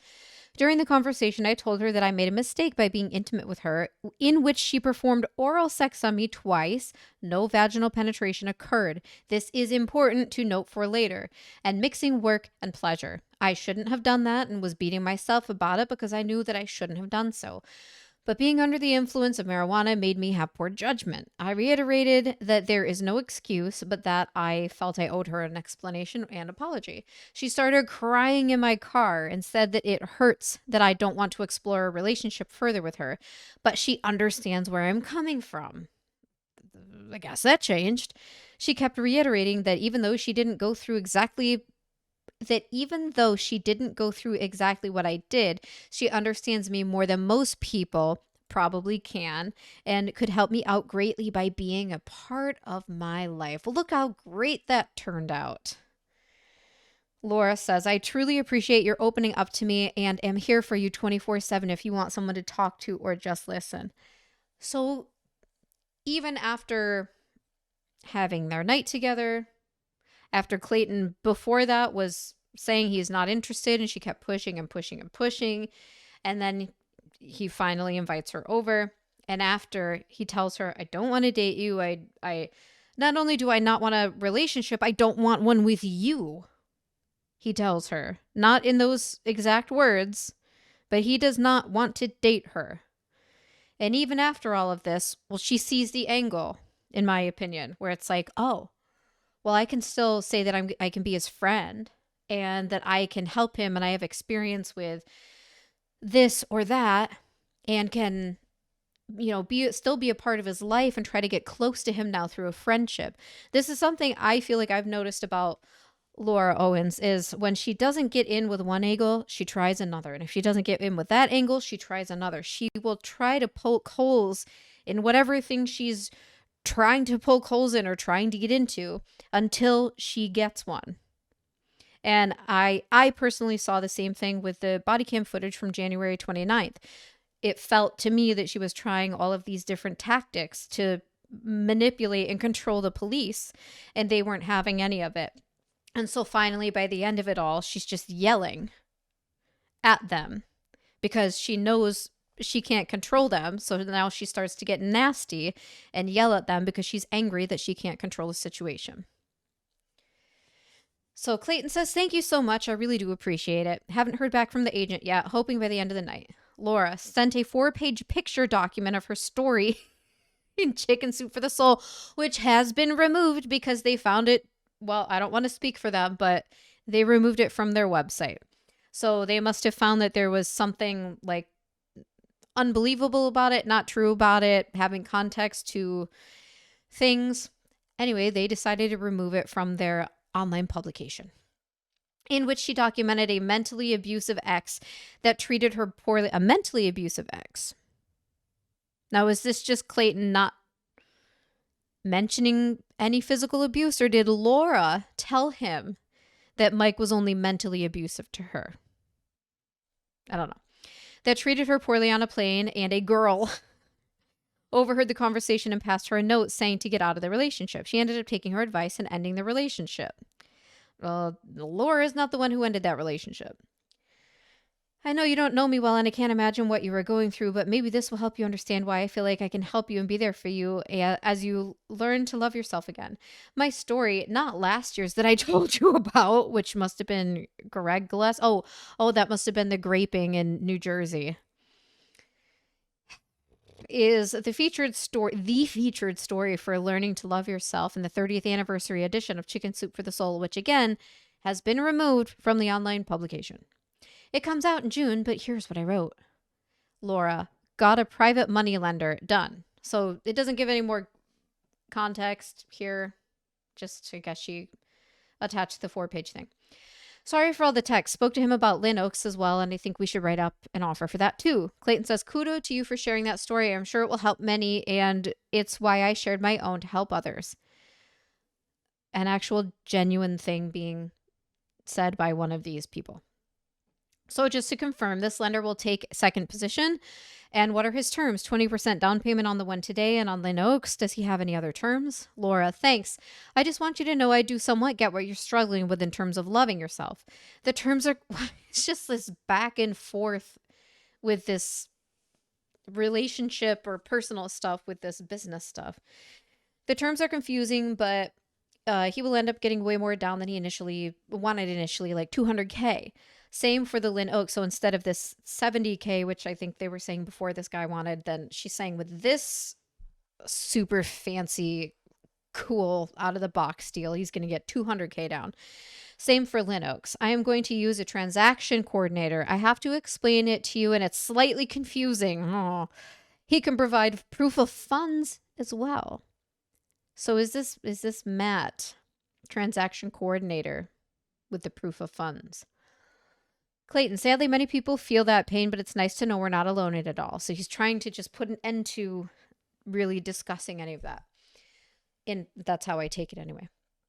Do you want to send a voice message here to explain it? Me too. Oh, do you want to send a voice message here to explain it to me? Or just hop on a call? I can then talk with the agent and explain to him before we write up the contract. I have a TC on my team that keeps everything in order, so if you want, we can just use them. Unless you are planning to use them for something very specific. Okay, so Clayton's saying he has a transaction coordinator. Laura, it's pretty specific, but maybe your TC can handle it. I can see if the lender can talk to them about how to structure it. I want both, though, and I know that Lynn Oaks will go faster if I don't jump on it. The photos and location are enough to make me want it. We can connect after you're done with your dinner. Don't want to interrupt. So she's a little shorter here with him, I feel. Just don't want to interrupt. Whereas she wasn't like that before. She was all smiley and laughing, crying faces and all that kind of stuff. Clayton says, okay, let's hop on a call here soon. I am home now. Laura, I didn't think I was that upset during today, even though she cried. I didn't think I was that upset during today's conversation, but I have been really down ever since I got home. The real estate stuff is super exciting and a dream come true. I honestly didn't expect to like you as much as I did, and I'm very sad that you pretty much closed the door on anything without allowing me the opportunity to try to help you through this, since I definitely understand the general feeling of not loving yourself. What makes her think it was pretty much and not like a fucking slammed door in her face? This is done. I don't want to date you. If we're doing anything, it's going to be me as your real estate agent. And I'm fine if I'm not too. Like, what is confusing here? I mean, I know it's not. I think she's just trying to get her way in somehow. And by her stating that it's pretty much closed, she's changing the narrative. She's changing the reality where he did 100% close the door. She is now stating, well, you pretty much closed the door. So she's lessening the, percentage at which he closed the door on her for a relationship or anything further, which was 100%. She's trying to make it seem like it was less than that. Clayton says, I understand how you're feeling, but I am sorry. And I am sorry I put you in the position that I did. That is completely my fault. So he's taking accountability. He's the only person in this conversation who knows how to take accountability. But I do stand by my wanting to keep it friends between us. I need my space and singleness to find myself. I'm still open to having good conversations with people, but not romantically at this moment. It's what I need at this time to heal. Hopefully you can understand. So nothing here.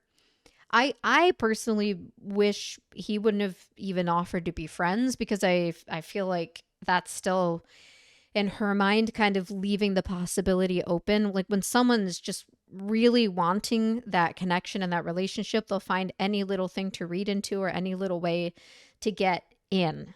But anyway, he says he just wants to be friends. He wants to be single. He's trying to find himself. They just had this conversation about mental health and him loving himself.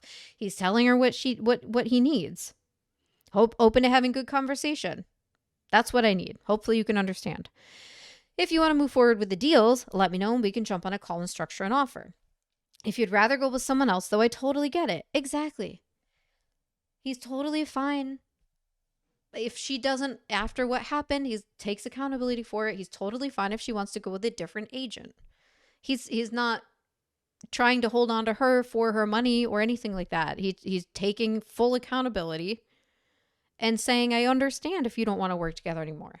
I totally get it, and just want to reiterate that I wouldn't hold it against you. Laura, I spent an hour on the phone with the lender, and it's an exciting, high emotion thing that I obviously want to do with your help. Why? Why would it matter who it is if what you're really looking for is just a deal for these properties for you to make money? It's obvious to me those aren't the intentions here. I understand you need time to heal. I just don't know why you wouldn't consider working towards something with no expectations whatsoever. Because he fucking said he needs time for himself to heal. That's why. It's not even about her. He doesn't want to date anybody. Well, definitely doesn't want to date her, but he doesn't want to date anybody. And she's turning this into being something about her because she's trying to, in my opinion, get him back into bed and try to actually get pregnant with his twins, or being able to say that she's dating the former bachelor and being able to manipulate another guy in another relationship. I don't want to do the deals with someone else, and I wouldn't have funding without your encouragement. What the fuck? Yes, you would. If you actually, yes, she would. If she actually even had funding, if she even actually had it, and they had the person's consent who those bank statements belong to, if they even had the consent from that person whose name is removed from the documents, you don't need, she doesn't need Clayton to have that funding. She doesn't need encouragement from him to have that funding. Clayton, it is all very exciting. That's why I love helping people buy and sell homes. It's so fun to see the pure joy when they acquire a property. I just don't want to put the work in toward anything right now, as in a relationship.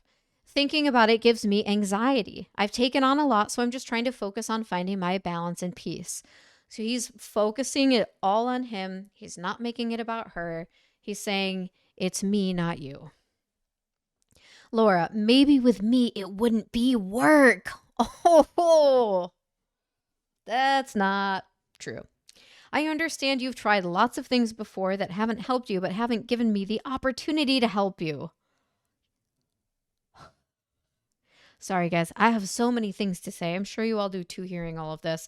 I really do want this to be like a read through so you can just hear it. It's hard not to comment sometimes. I may not get what it's like to be the Bachelor, but I know PTSD, anxiety, shame, etc. I found out about a month after I was raped, assaulted, left for dead, that the entire incident was live streamed on the dark web. Healing for... Okay, I'm not laughing if that actually happened. That's obviously terrible. I personally don't believe any of that happened. And I think it's ridiculous and crazy that the claims are even being made. But of course, if that happened, that's absolutely horrible.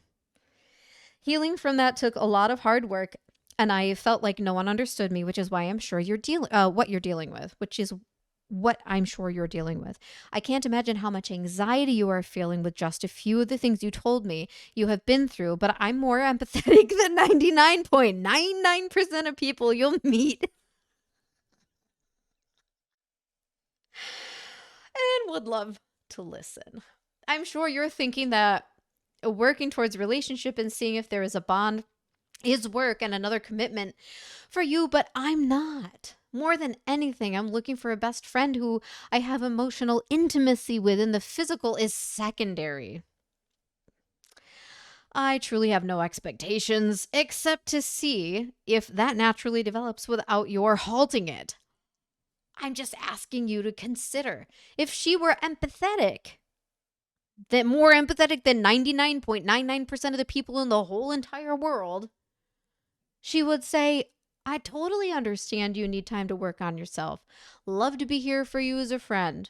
And if you ever want to consider a relationship in the future, just let me know. No, she's pushing her agenda and what she wants onto him, which equals she's not being empathetic. She's being selfish. Clayton, it pains me that you had to experience that. That's terrible that someone could be so cold and inhumane towards another person. I hope they live with that guilt for a whole lifetime. Yes, people who are so terrible to other people and manipulate and control and lie to and fabricate and impersonate, they should live with that guilt for their whole lifetime. I agree. I do hear you, but I just like to keep it friendly between us. I get for like the third or fourth time he's having to clarify this. I trust my gut and it's telling me to follow this path I'm keeping myself on. I've been doing really well mentally when I stay the course. Shutting it down again. There's no little crack or opening or kind of shut the door or any of that. It's shut. It's been shut for a while. Laura, thank you. I appreciate that. I do too. It pains me that you won't even consider, oh my God, that you won't even consider giving me a chance. Seems like you always have been happier. Seems like you always could have been happier and maybe you just had the wrong people around. All I asked for was openness with no expectations from me. He says, maybe I could have, but I know I was supposed to live the exact life that I did. Everything in my life has a purpose these days. So if I feel a certain way, I trust it. I've never been able to fully trust in myself, so I'm very grateful I'm at this point. But now, in such a new and fragile position, I have to do what is best to protect myself from going backward. I'm making progress, so I don't want to jeopardize it now. I have to continue the course, and that has been set out for me. Do you want to hop on a call to discuss lender terms to write up a contract? If not, we can do tomorrow. At this point in the night, very few agents are making deals, checking their inboxes. So again, we don't know what time this is, but it's after business hours, I'm assuming. Laura, yeah, and you've tried a lot of things, but you haven't tried me, who actually empathizes and has been in dark spots like you've been in and gotten through them. You won't even consider getting to see if there's anything there with no expectations or pressure from me. This is expectations and this is pressure.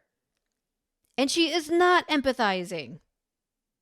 I would never suggest it if I thought I couldn't genuinely help you or that you could help me become better people. And I don't care, whatever. I've been happy that I found a lender for literally anything as of 10 minutes ago. I have 2 and should be really excited, but I'm not. I thought last night that it could be really fun to work towards maybe seeing each other and buy tons of properties, but now you're shutting a door and it's really hard for me to be excited. Putting all the blame, all the pressure on him when she's out of the other side of her mouth saying that she doesn't want to do any of that to him. And that is exactly what she is doing. But now at least she acknowledges, but now you're shutting a door. So she acknowledges he's actually shutting the door after he had to say it like 7 fucking times for her to understand. What if you just honestly and openly gave it a week to be open to something maybe eventually happening with absolutely no expectations, literally a week of your life? If you feel the same after a week, fine, be done. But I really want to experience the excitement of getting houses with you since you made it happen and get together with no pressure. But if something happens, it happens. And if after a week you want to continue, well, we see for another week. Oh, you cannot tell after 1 week in most situations if you just really want to date that person.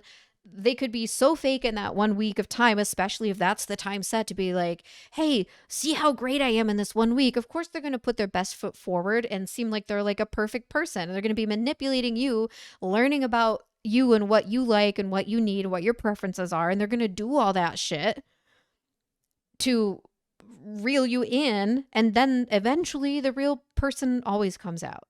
This is just like, I know it's so crazy anyway, like the dating contract and stuff, but just for her to think that a week is just gonna be like, oh yeah, I want to be with you.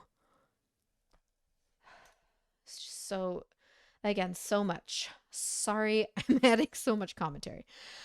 I also have 2 options for the sellers. I can give much bigger down payments like $200K for the property we saw today versus the $80K he wants. And he can hold 30 to 40% of the remainder in second. Or he can just get the $70K he wants and have the PML in second. His call, same ideas for the second property. Clayton, I'm sorry, Laura, but I just want to be friends. Can he be more clear than that? Please understand that I'm doing what I feel is best for me. It wouldn't make sense to force something against how I feel.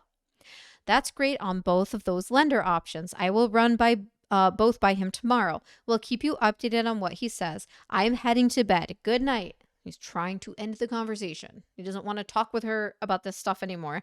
And it's probably pretty clear to him that her motivation isn't just this lender stuff. This is probably, well, even before this, when he's getting the feeling that she might not be so serious about these offers. And honestly, like $200K down, all of a sudden she's found someone who can put $200K down. I'm not an expert in this, but it seems like a little fishy. Laura, I'm wanting to buy and be on the hook. I am wanting to buy and be on the hook for more than $1.1 million in real estate because I trusted you and you don't believe in me enough to give me 1 week of your time and effort. That's not what it's about. Again, she's making it about her. He's making it about himself and saying what he needs as a person to even show up for a relationship with anybody. He's not there yet. Why force that?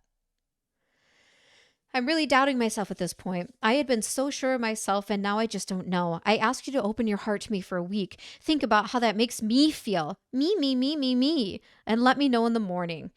That's about $70K in commissions to someone who believes in me enough to not even think I'm worth a week of their time. I don't know why that's so hard for you, but it's making me feel awful and really making me question my ability and worthiness. Clayton, Laura, if anything, this should show you that I can't provide what it is you're looking for. Exactly. See me for who I am, not who you think I can be. We often project the best versions of what we think someone can be onto them when the reality of what they've shown us does not match our projections, right? It's about dating potential. But this is a fallacy many fall victim to. Truth is, we just met and you don't know enough about me to know my character. But I'm telling you, I have commitment issues. I'm telling you, I don't have time for someone else. And I'm telling you, I am not mentally stable enough to bring someone into my life. Now, this is all very vulnerable for Clayton to share, and it's all the truth. He's being honest. He's like admitting, like, he's probably not his, the best self he could be, but he's working on it. It's a process, and this is where he's at right now. So sorry, I can't have a relationship. Please see the reality of the picture that I'm painting. Prior to last night, we spoke about working together to get your properties, and there was no expectation beyond that. I would like to go back to that place. Please. If we cannot, I understand and will accept my actions and ramifications for what they are. Maybe it is best you go find another agent, because the more we talk about it, the more I'm stressing out, and I really can't subject myself to any more stress. This has nothing to do with you not being worth a week of my time. This has everything to do with me protecting my mental health. That's it. I don't care about the money. I make enough money and I'm happy with my finances. I know God has my back and will provide the life that is meant for me. And he'll also teach me lessons along the way. Well, boy, was he in to learn some lessons after this. I trust in him, and whether it's my gut or him, I feel that strongly about my feelings towards this all, and I'm asking that you please respect them. You are worthy. You are enough. This is not about you. Exactly. It's fully about me and who I am in this present moment. Laura, you're right that I don't know what you are going through and feeling. Like you, I have strongly relied on my faith base to get me through my trauma and issues. And the last thing that I want to do is get in the way of your healing process. It's interesting because I don't really remember her talking about in the Dasasmi interview and others that she's done. And I could be wrong, but I just don't remember her talking about how God got her through all of this stuff or how she relied on her faith.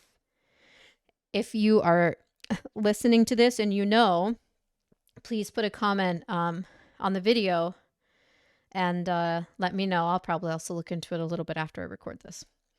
I've struggled a lot with self-confidence and believing in myself. I believe that. And despite wanting to do investing for a long time, I haven't felt like I actually could do it until we started talking. Don't believe that. I don't want to work with another realtor because I know they wouldn't understand creative finance or trust that I had what it takes to get it done like you have, probably because they would sniff out the bullshit and say, hey, this creative financing seems too good to be true, or it seems there's something fishy about this. And she's trying to manipulate and take advantage of Clayton in multiple ways here, in my opinion. I think a big issue with communication in general is that we often talk to each other as if the other person has had the same set of experiences that makes us who we are. He's not doing that, so why is she bringing this up right now?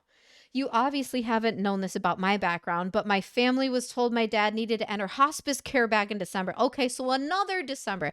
Back in December 2016, which is 7 years prior to this, she's telling Mike Maricini that her dad is on his deathbed and basically like, keep dating me because I'm about to lose my dad. 7 years later, now her dad is going to enter hospice care back in December of 2022. So 6 or 7 years later, and now it's 2026? He's still alive and he's not in hospice care? He's had cancer 4 times. He has, what is the disease he has? I can't even remember now. They say it all the time. He has all of this stuff and he's still alive. I mean, maybe he does. I have no idea. I'm not a doctor. I haven't seen his medical records, real or fake.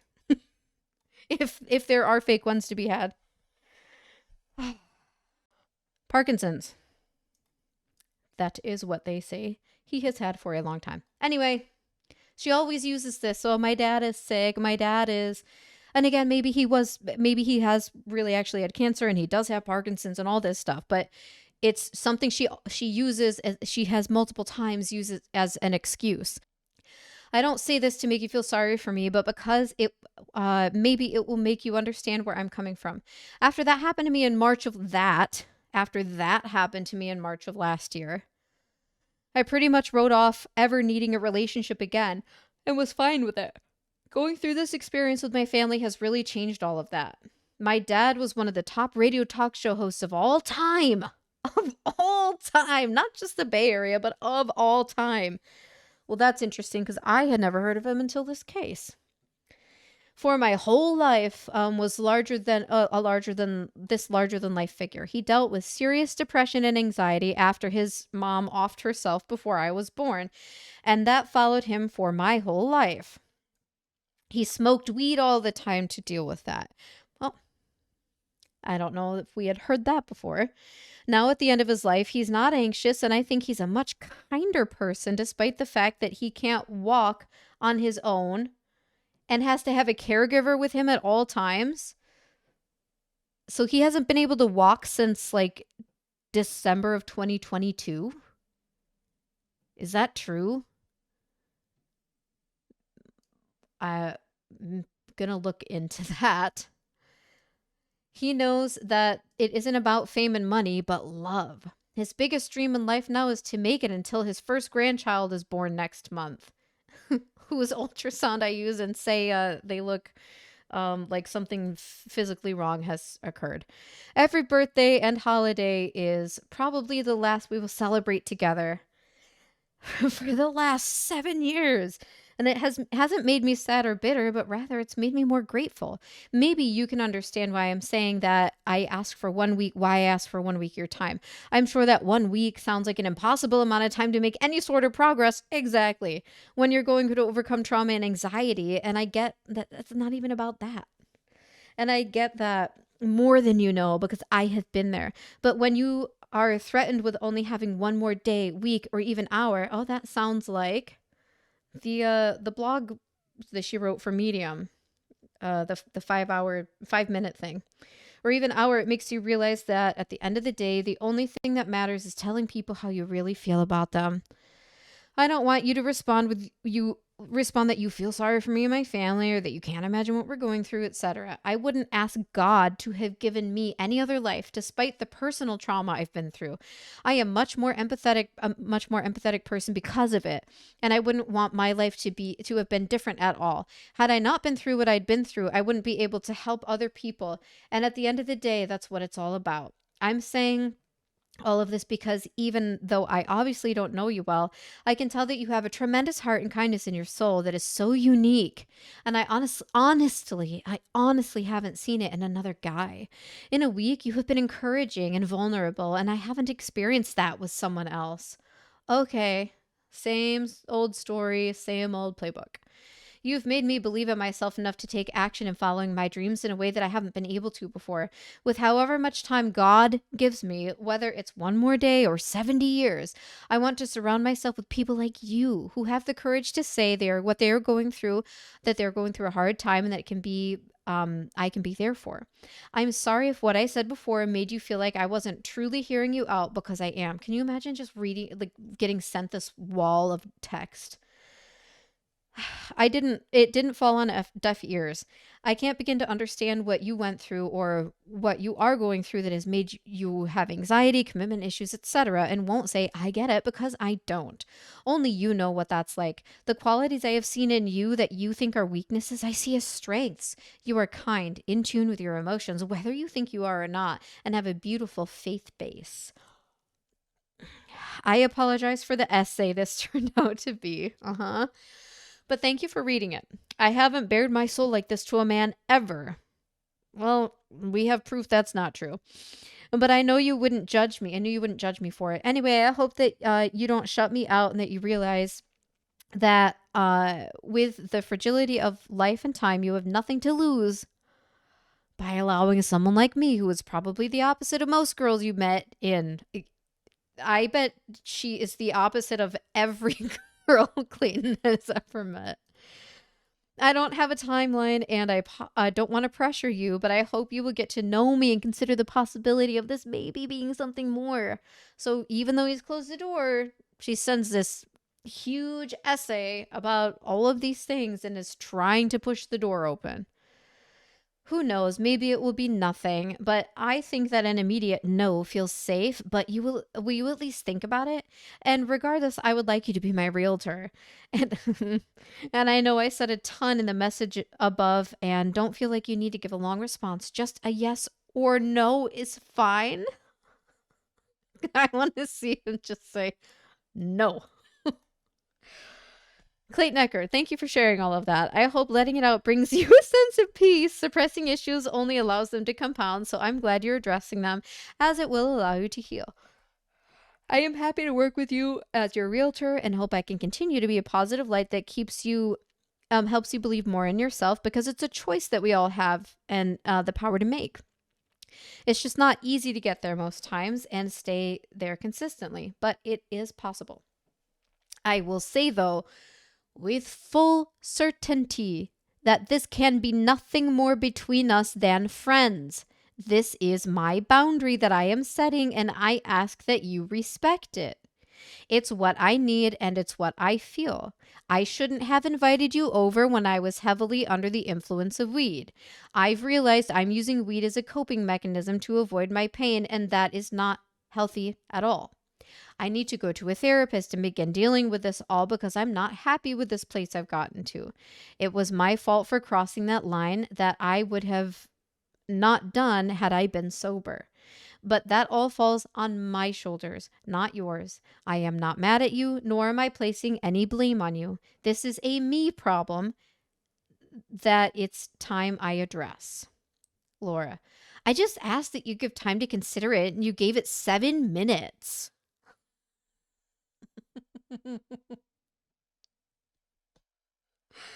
Clayton, Laura, please, I've made up my mind.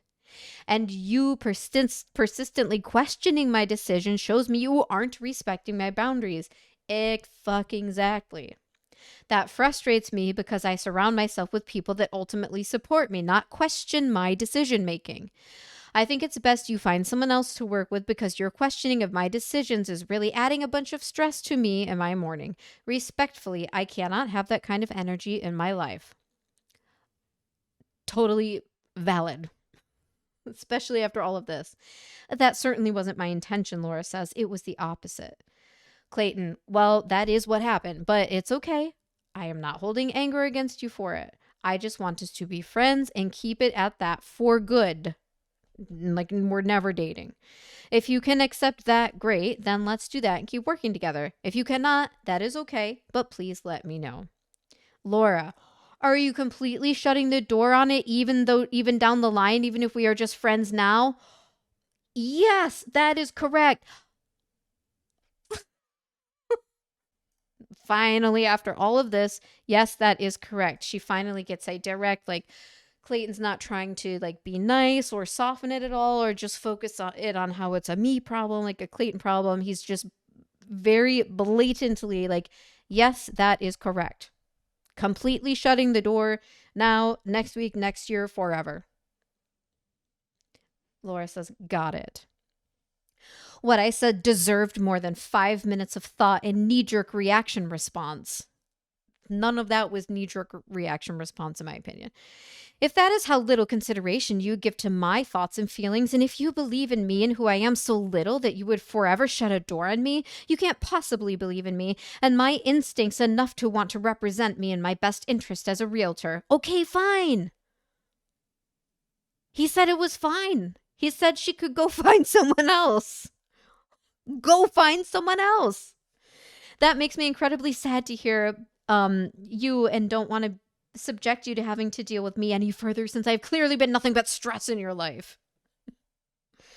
Clayton, I understand your feelings and respect them. And I took the last 2 days thinking about it. It wasn't just 5 minutes. When I make a decision, I stand by it, and I am proud of my ability to stick with my decisions.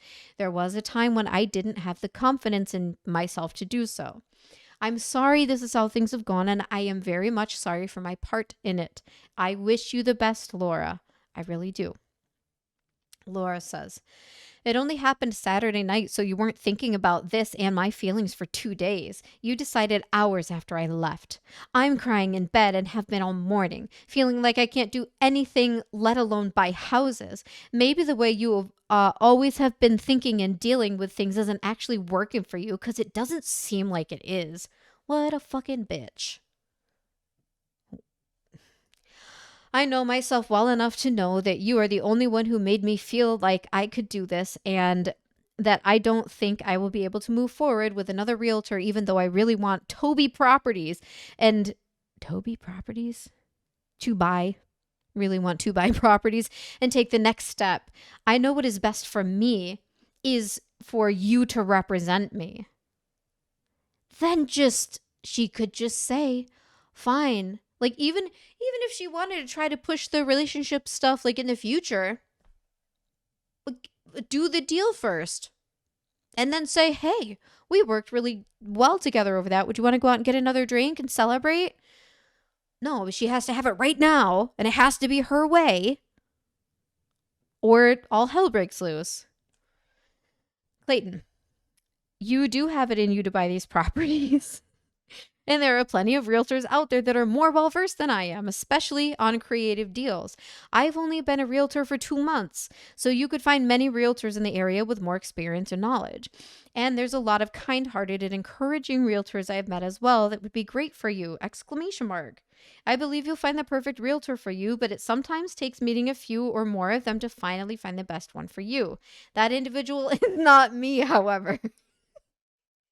Laura, I want to be the friend that you need right now and not pressure you, and I want you to be my realtor.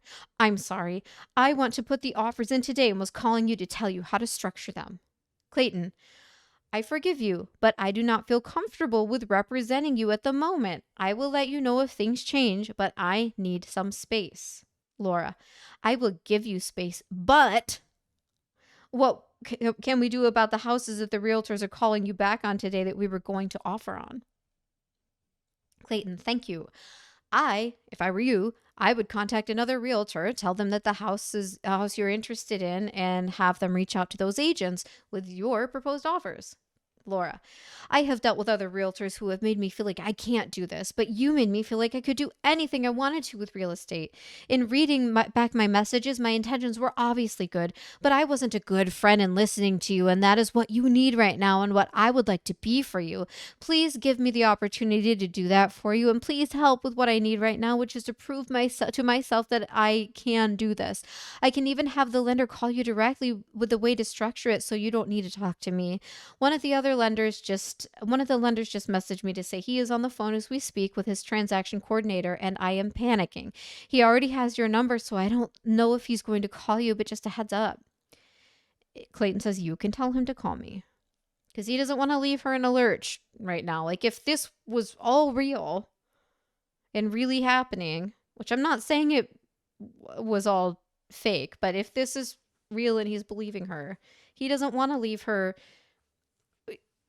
without being able to make the offers on these properties and stuff. Like, he is probably figuring, all right, have him call me, I'll get this stuff set up, and then we'll transfer it over to someone else. Laura, I let him know his name is Matt Bentley. He has the less complicated offer. He is the straight 20%. The more complicated deal will give the sellers way more money down, and if I understand the strategy correctly, it will end up being more beneficial for me in the long run.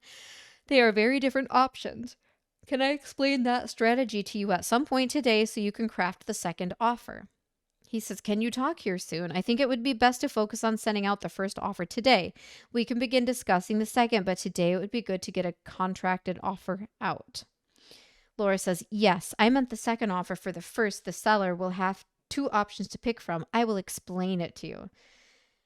Again, I think this is why I think she is first of all, not going to take a plea deal. And second of all, I do think she's going to take the stand in her criminal trial. I think that she feels like if she can just explain it enough, that she will be able to manipulate and convince people of what she wants them to believe. I don't think it's going to work because, Christ, I mean, you see thousands of people online had all separately looked at all of this stuff and looked at the evidence that was presented and come to the same conclusion, which is that it's full of lies. Everything she has said and done is full of lies. The Maricopa County Attorney's Office, professional investigators, criminal investigators, have found that she has lied multiple times, indicted on 14 felony charges. You ask anyone who looks at this story, they come to the same conclusion, which is that what she says doesn't make sense, doesn't seem real, isn't rooted in reality. 1% for closing costs, and can you confirm your agent commission percentage? Because the lender will give that to me too. Aaron Kim is the second lender. The offer is a Morby method deal and is kind of complex to explain, but I think he can tell you how to write it. He can talk until noon, and I gave him your number as well. Obviously, neither lender knows about the other one. Clayton, buyer's agent commission is 2.5% for 19777 North 76th Street, according to the MLS database. Call me when you can talk anytime until 12:30. Laura sends a YouTube video. I don't entirely understand it either, but Pace Morby explains it in this video. Got approved for the 6%. For the second for any and all deals, I can obviously hook you up with them too for yours. No thanks, I'm good. Clayton paraphrased in an audio message, so I'm waiting for the agent to get on a call with me. He thinks it's a waste of his time. Worst case scenario, we'll just write up an offer and send it his way. He says he's done many of these deals, and the buyers are never serious. He's hesitant. I sent him a message 40 minutes ago to try to get on the phone with him. I'll let you know if I hear anything from him. Laura, thank you. Do I need to sign a representation agreement, though? I know you mentioned that, and we can see Lynn Oaks ASAP, please. Did they sign this? I don't think they signed this. I really hope he didn't sign this. I don't think he did. Yes, I can send that over to you when I get back home. I'm filming some real estate videos right now for a project, so hopefully I'll be back in a couple of hours. We can see Lynn Oaks tomorrow if you'd like. I did cancel the Optima viewings before we cleared things up, so I can try to get those back on the schedule for tomorrow, or we can just do Lynn Oaks and a couple of them. Laura, good luck on the filming. So her tune has changed a little bit here. I think she's kind of trying to figure out exactly what angle to go at now. As we see now and here, we got a whole nother, I guess only a couple of paragraphs this time. Good luck on the filming. I definitely would like to see Lynn Oaks. Okay, and Rancho Vista, please. I am deeply appreciative of what you've done for me because I haven't been able to believe in myself. Oh my God, I'm so sick of hearing her not believing in herself. To pull the trigger and have been sitting on the sidelines watching other people do what I really want to do. When I thought about doing this with another realtor, I went back to feeling like I couldn't do it because I know other agents would be skeptical. Again, probably for good reason. Your confidence in me has made all the difference and will change my life, so I can't thank you enough. I'm sorry again and want to be there for you however I can because I'm sure how you were feeling is very lonely. She's trying to be the friend right now. If he said they'd just be friends, she's trying to be the friend. I haven't been in your shoes, but the underlying theme of what you said is very familiar, and I hate to think of anyone being in that place. Stress and anxiety are horrible things to deal with, and some of the best medicine is just talking to people who have experienced it. I know it takes a lot of courage to open up and be vulnerable, and I am grateful that you did that with me. Feel free to vent to me anytime, and I promise I won't be judgmental. I'll just use it against you in future legal proceedings, and we'll just listen if that's what you need. I hear you and I am here for you. Clayton says, Okay, yeah, I'm going home now and we'll try to get on my computer and set up the showings. The agent is not responding back to my message, so I think we should just submit an offer. It's up to you what you want to offer. You can give him a list. You can give him list. List price. I think it's worth 400K? Yeah, you can always do the inspection appraisal, and if it doesn't meet the requirements, you can ask for buyer's credit. We'll put in the terms that's what we wanted. We can shoot for 15 to 20 year seller carry, 30-year amortization. Let me know. I can't get through to him. I appreciate you saying you're willing to listen to me. We can schedule the two in the place of the Optima homes and get them on the books. Laura, let me know when you email the representation agreement so I can sign it. Clayton, so she's still pushing, she's trying to get it in writing. I think get his signature in writing that he is representing her. She's going to use it as more leverage down the line. It's my opinion. I'll send it with a purchase contract and when we put it together. That way you can sign all at once. There's no rush to sign the representation agreement on my end of things. Oh, Laura. I can't do it for Optima until we get terms, but I just finished the purchase and rental analysis, short, mid, long, for Northland Oaks and emailed it to you. I feel like I have done enough due diligence and the numbers really make sense to me, but I wanted to make sure they did to you. Even though this is what I want to do more than anything, I have the down payment financing for everything, and I know it's the right move. The first purchase on my own is a really big deal for me. I've dealt with crippling self-doubt and indecisiveness for my whole life, and in a situation like this, it's hard to trust myself.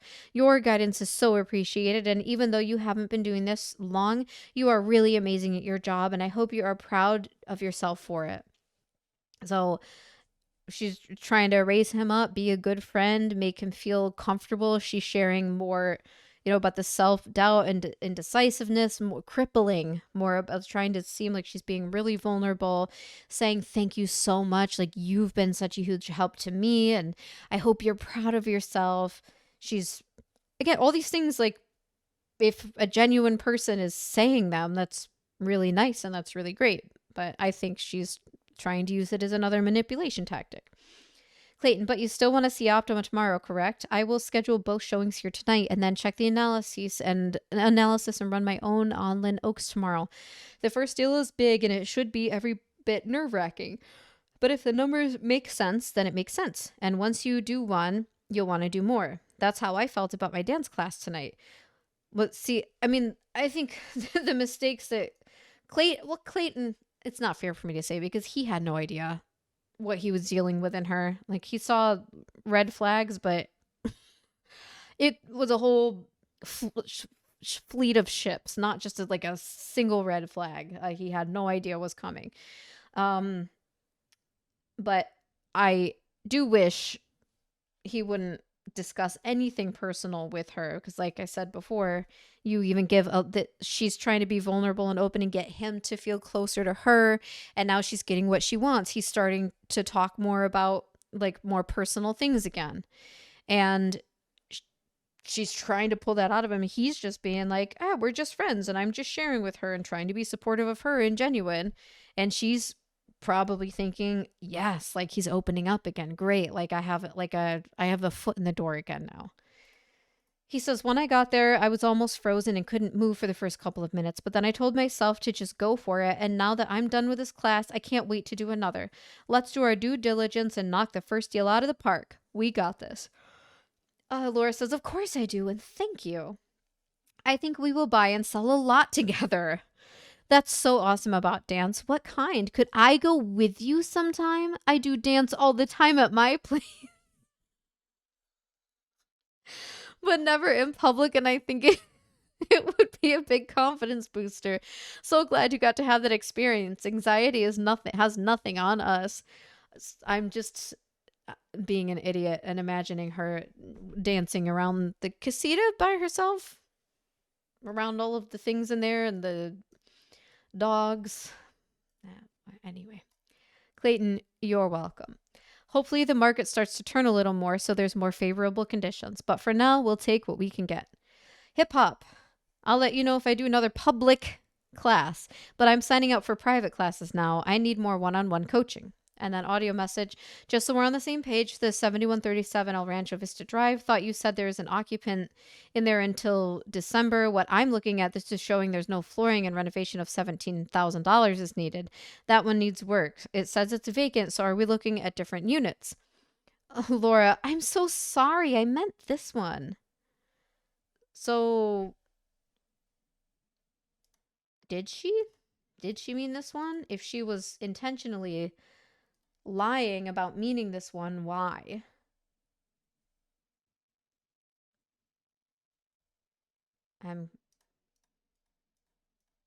Yeah, what do you guys think? However, I had wanted to see the one that needed repairs before and would love to see it if we could. Great job on hip hop, by the way. That's what that's what I do at home. Okay, so she's doing hip hop in the casita. So no one can watch me. I used to be stiff as a board, but I have gotten a lot better and love it. Thrilled but not surprised you had a similar experience. Okay. Have you guys ever met these people who they try to relate to you or to other people by pretending to have the same interests or the same experiences, or that a family member did or something. They're trying to find common ground, and they'll just straight up make shit up. I know someone like that, and it's interesting to see their brain, and it's not me, to see their brain working in those moments to think of what they're going to say, and how what kind of story they're going to make up, or what person they're going to say did it. And that's how I feel she is here. I don't give a shit if she does hip hop in the casita, but I find it hard to believe that Laura Owens is in her casita doing hip hop alone with her dogs. Okay, I requested showings, Clayton says, starting at 4 p.m. And ending at 5:30 p.m. Lynn Oaks was just confirmed at 4 p.m., waiting on the other two. Laura, I really appreciate that. Could we just write the offer at your place? She's trying to get over to his place again. She's going to try to manipulate him into being physically intimate, in my opinion. Right after, since it's basically right at Optima Camel View, provided I decide to make one. Clayton, yeah, we could just find a spot at Camel View, honestly. They have a ton of great spots to sit and Wi-Fi is available. So he's saying, I don't want you at my home. No, we will meet in public. Laura, I would just prefer somewhere private because the whole thing is so exciting but stressful, and I don't want to get emotional in public. Clayton, I got you. There's some conference rooms that have frosted glass so you can't see in. Again, I don't want you at my apartment. Laura, yeah, we can just figure it out later. So instead of saying okay, she's not giving up on trying to get into his house again. She's just saying, oh yeah, we can figure it out later, even though he already said, like, here are some options. He says there will be a private spot there for sure. Been a few times. Laura, I think I want to do Lynn Oaks and Optima. Prayed on it. Think maybe no 76. Clayton, okay, I'm trying to get the 3009 Optima property to let us see it. They declined the showing but gave no reason why. Laura said maybe because there's a tenant in it. Clayton, yeah, that's what I'm thinking, but should have texted me giving a reason. Laura, but we're good on the other Optima. Clayton, yes. Laura, thanks. Then Laura says, no pressure, but I thought you might want to come ride later this week before it gets too hot. I think it's the best thing in the world for stress and anxiety. The arena is in the backyard in the field. My favorite, huge green grass as far as the eye can see, is a 5-minute walk away. We could ride in either, and I'd love to teach you if you don't know how. I have the best, safest horses ever, and I thought it could be fun to do together. She's trying to, again, get Clayton with her. Get him alone with her, get him on her property in a private place. She wants to be in his private property again. Anyway, so we see these two pictures. I think the top one is probably her riding. I don't have confirmation that's her, but I think that's her. And it looks like it's probably a fairly recent photo. And then this is the apparent green field. Green as far as the eye can see with houses right here. Still looks nice. Clayton, I appreciate the invite. I've been on horses a few times. It was cool to try, but I just don't really have an interest in them. It's awesome that you find them to be therapeutic in a way, though. Laura, yeah. Anyway, I have EMD secured for both. Clayton, great. Laura, I was just talking to one of my riding friends who has 2 units in the Optima Curlin and wants to sell one or both. They are way bigger and more expensive than I would want, so not a match for me. I guess she bought them for a good deal right when it opened, but she lives in CA most of the time and doesn't need both. One has a tenant, I believe, but their lease is up soon. No idea if you'd be interested in listing them or if you're too busy, but I thought I would ask because she doesn't have an agent. Again, no pressure. Don't want to add stress if your plate is full. We could talk about it more when we get a drink. But they're getting a drink again? Who said that? Did he agree to that? What? Clayton, send my contact info to her and tell her to reach out to me. Laura, okay. Clayton, thank you. Laura, they also want to buy a really nice property that they can have horses at top, but do they need a different agent for that? Clayton, I could help with that. A call with the listing agent would provide answers if the property can have a horse or not, horses or not. Laura, okay, her name is blank, and she said that she will reach out this week or next. Awesome. I really appreciate it, Clayton. Laura, you're welcome. Just didn't want to give them your info without asking you since you have so much on your plate. Still on for Thursday? Clayton, that was nice of you to check with me. I cannot do Thursday now. Bummer. That's when I'm taking my private dance classes now, and then I have a friend that invited me out after, forgot that we made plans last week. Oh, how fuming was she? Laura, okay, is there any other day that works? Maybe tonight after we see the properties and make offers, LOL. Clayton, I can't do tonight. I'm taking my brother out for dinner for his birthday today. This week is a little too busy for me, so we can try and get something on the board for next week. Laura, forgot you said that. I had an interview get moved, so I could do earlier today if that's easier. Also, out of town the later part of next week, so Monday or Tuesday. And finally, I have one more family friend who is coming to town next week and wants to get a condo as a second place. He lives in the Bay Area, but comes here a lot. I wonder if this is... well, I won't speculate. Mind if I give him your number? No worries if not. Seems like you are busy. Clayton, potentially Tuesday. I may be out on a boat on Monday for Memorial Day. You can pass along my info to him as well. Happy to help him in his condo search. Laura, I forgot. Oh, forgot it was Memorial Day weekend. Will do. His name is Brian Copeland. Well, there we go. Yeah, big boating holiday. At least it has been for my family. Okay, thank you. Laura, sounds fun. Let's plan on Tuesday then. Maybe we'll also have a purchase or two to celebrate. My lender wants to know when we need the EMDs. Clayton, sorry, drove down to Mesa. Once the contract is accepted, EMD is placed in escrow within 3 days. Laura, so early next week for EMDs and Tuesday for drinks? She will not let this drink thing go. Trying to get with him again. Thinking that probably, this is my conjecture, that she could convince him to at least want to have another night with her. Sorry, drove down to Mesa. Once the contract is accepted, EMD is placed in escrow within 3 days. Laura says, so early next week for EMDs and Tuesday for drinks? She will not let the drink thing go. She is still trying to get him alone, trying to hook up. I think the whole time she was trying to get pregnant, but I also wonder if she can even get pregnant, if she has issues getting pregnant, maybe, especially if she has PCOS. That would make it extra difficult. So yeah, I think she wants to get pregnant by Clayton, or at least do something that could actually get her pregnant, because she knows what they did couldn't actually get her pregnant. So they'd probably try to collect EMD by Friday if a contract was accepted within 24 hours. I'll have to get back to you on that. Might be easier for me to meet for coffee or lunch. I don't want to do drinks. I don't want to drink alcohol with you. Laura, sounds good. And we can do another day if that doesn't work, because I work during the day. Would you mind getting the seller financing terms on the 189 East San Salvador Drive and 6612 East Pershing Avenue, please? Sorry to ask you about so many.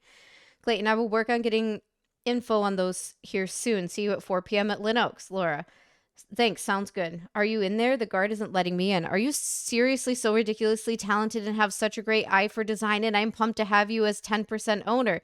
Your guidance is literally invaluable, and there's no time commitment, obviously. I just really believe in and trust you. What?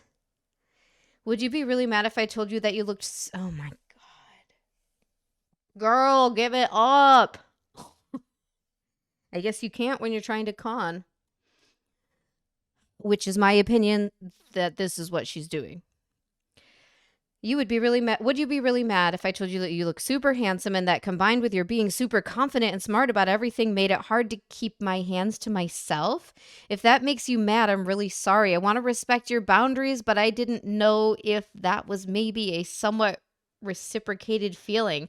And I can't stop thinking about how much I want to do to you what I did the other night. Okay, I'm done now. Hope you're having a good dinner. If he graped her, why would she want to get together again?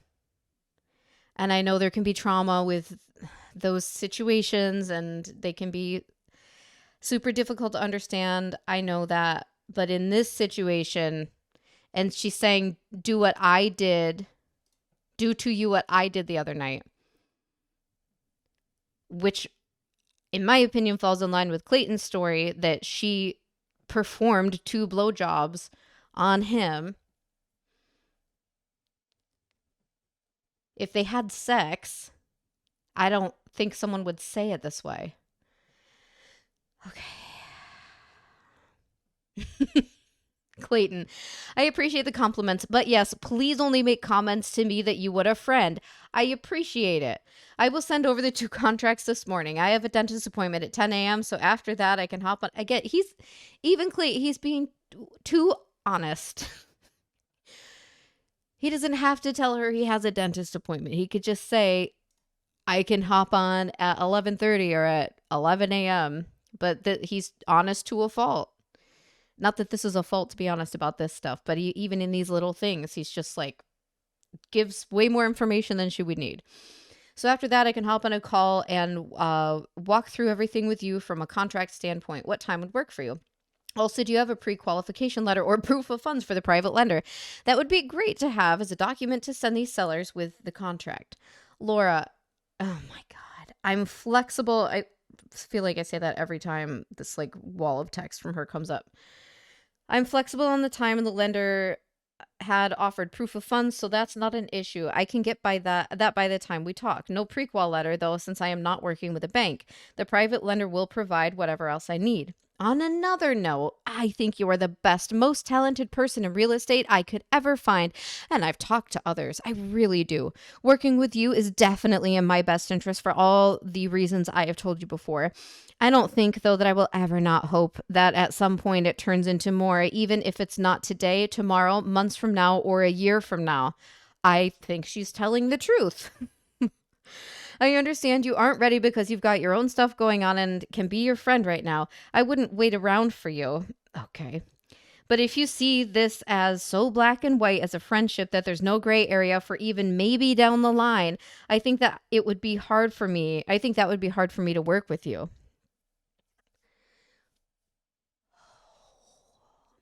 Clayton. It will always be a friendship, Laura, so please let me know if you would like to proceed today or not. I cannot go back and forth with you, especially when I'm talking with other agents about submitting offers.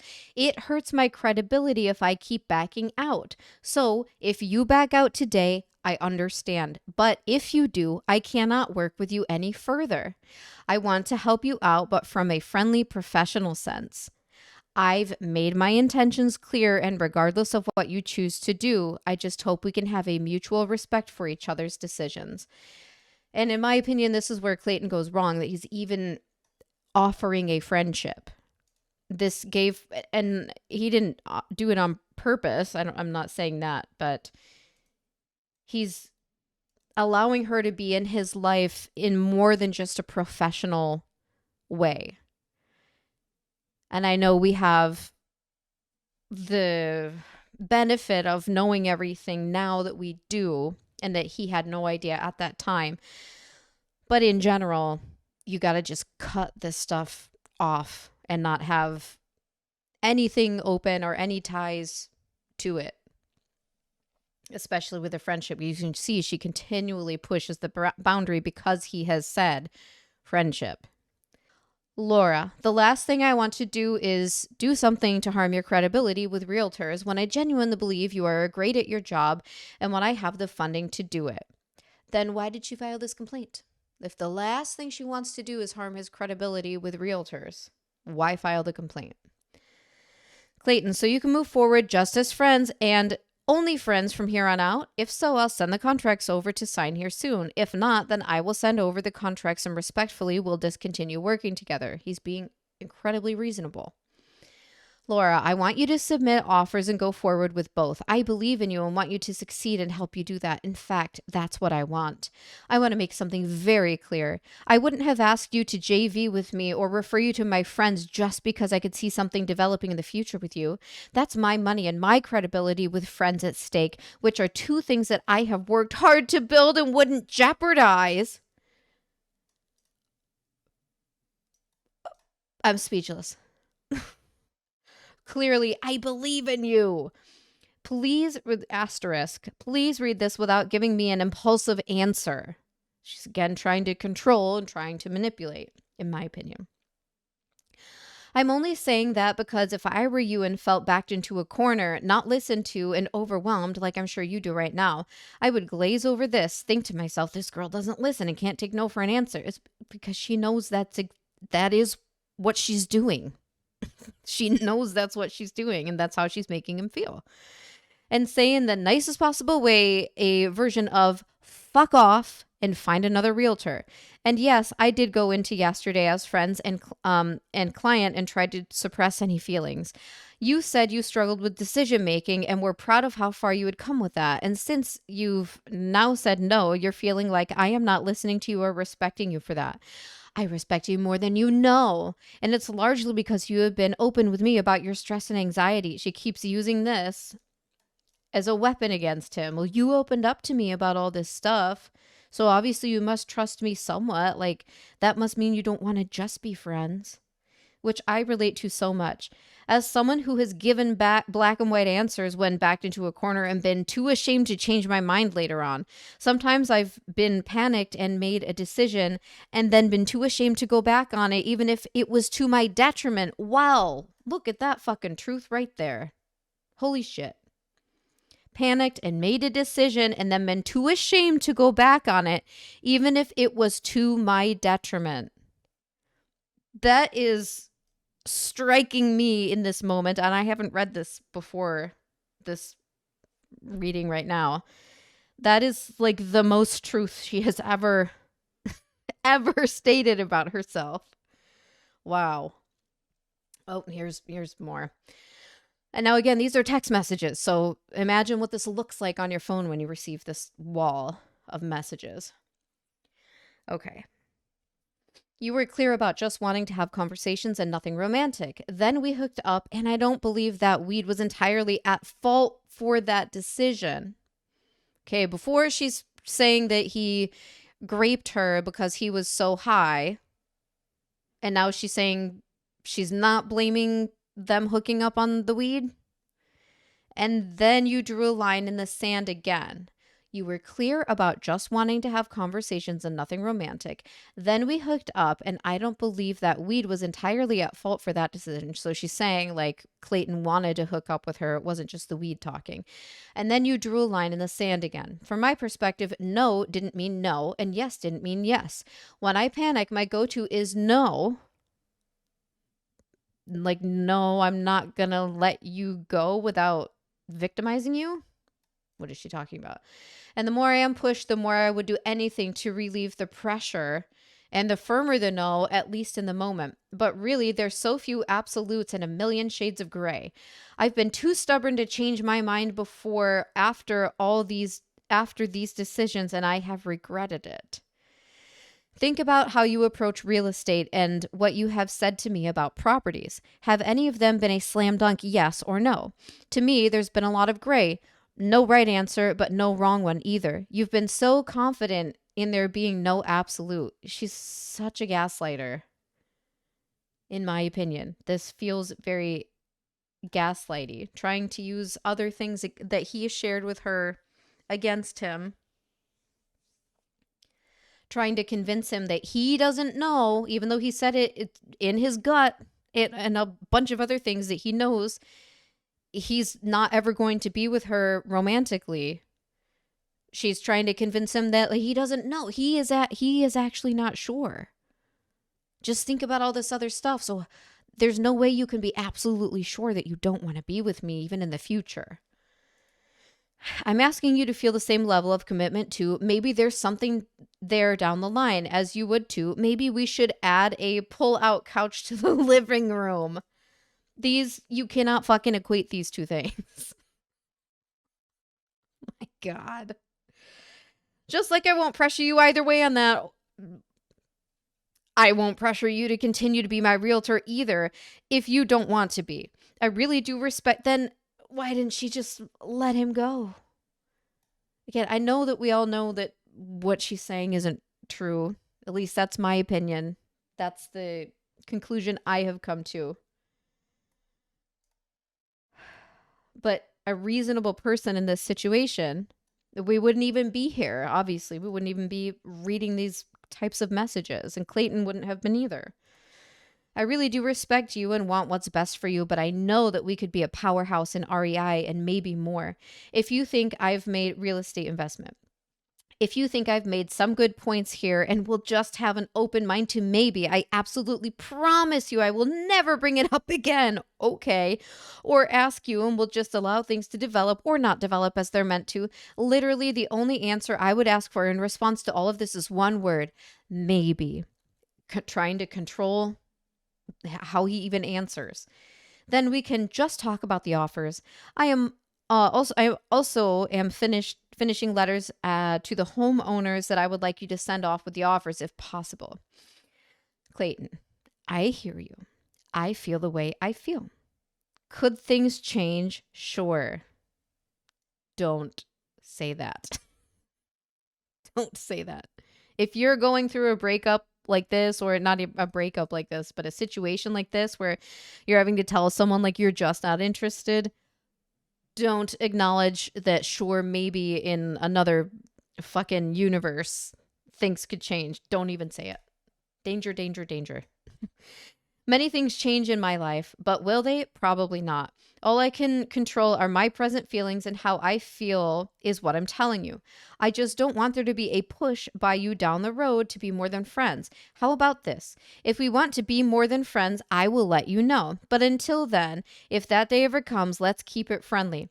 Every interaction we have falls in line with what occurs between friends, both our words and actions. I would like to respect that and not cross those boundaries. Does that work for you? If so, great. Then we'll proceed.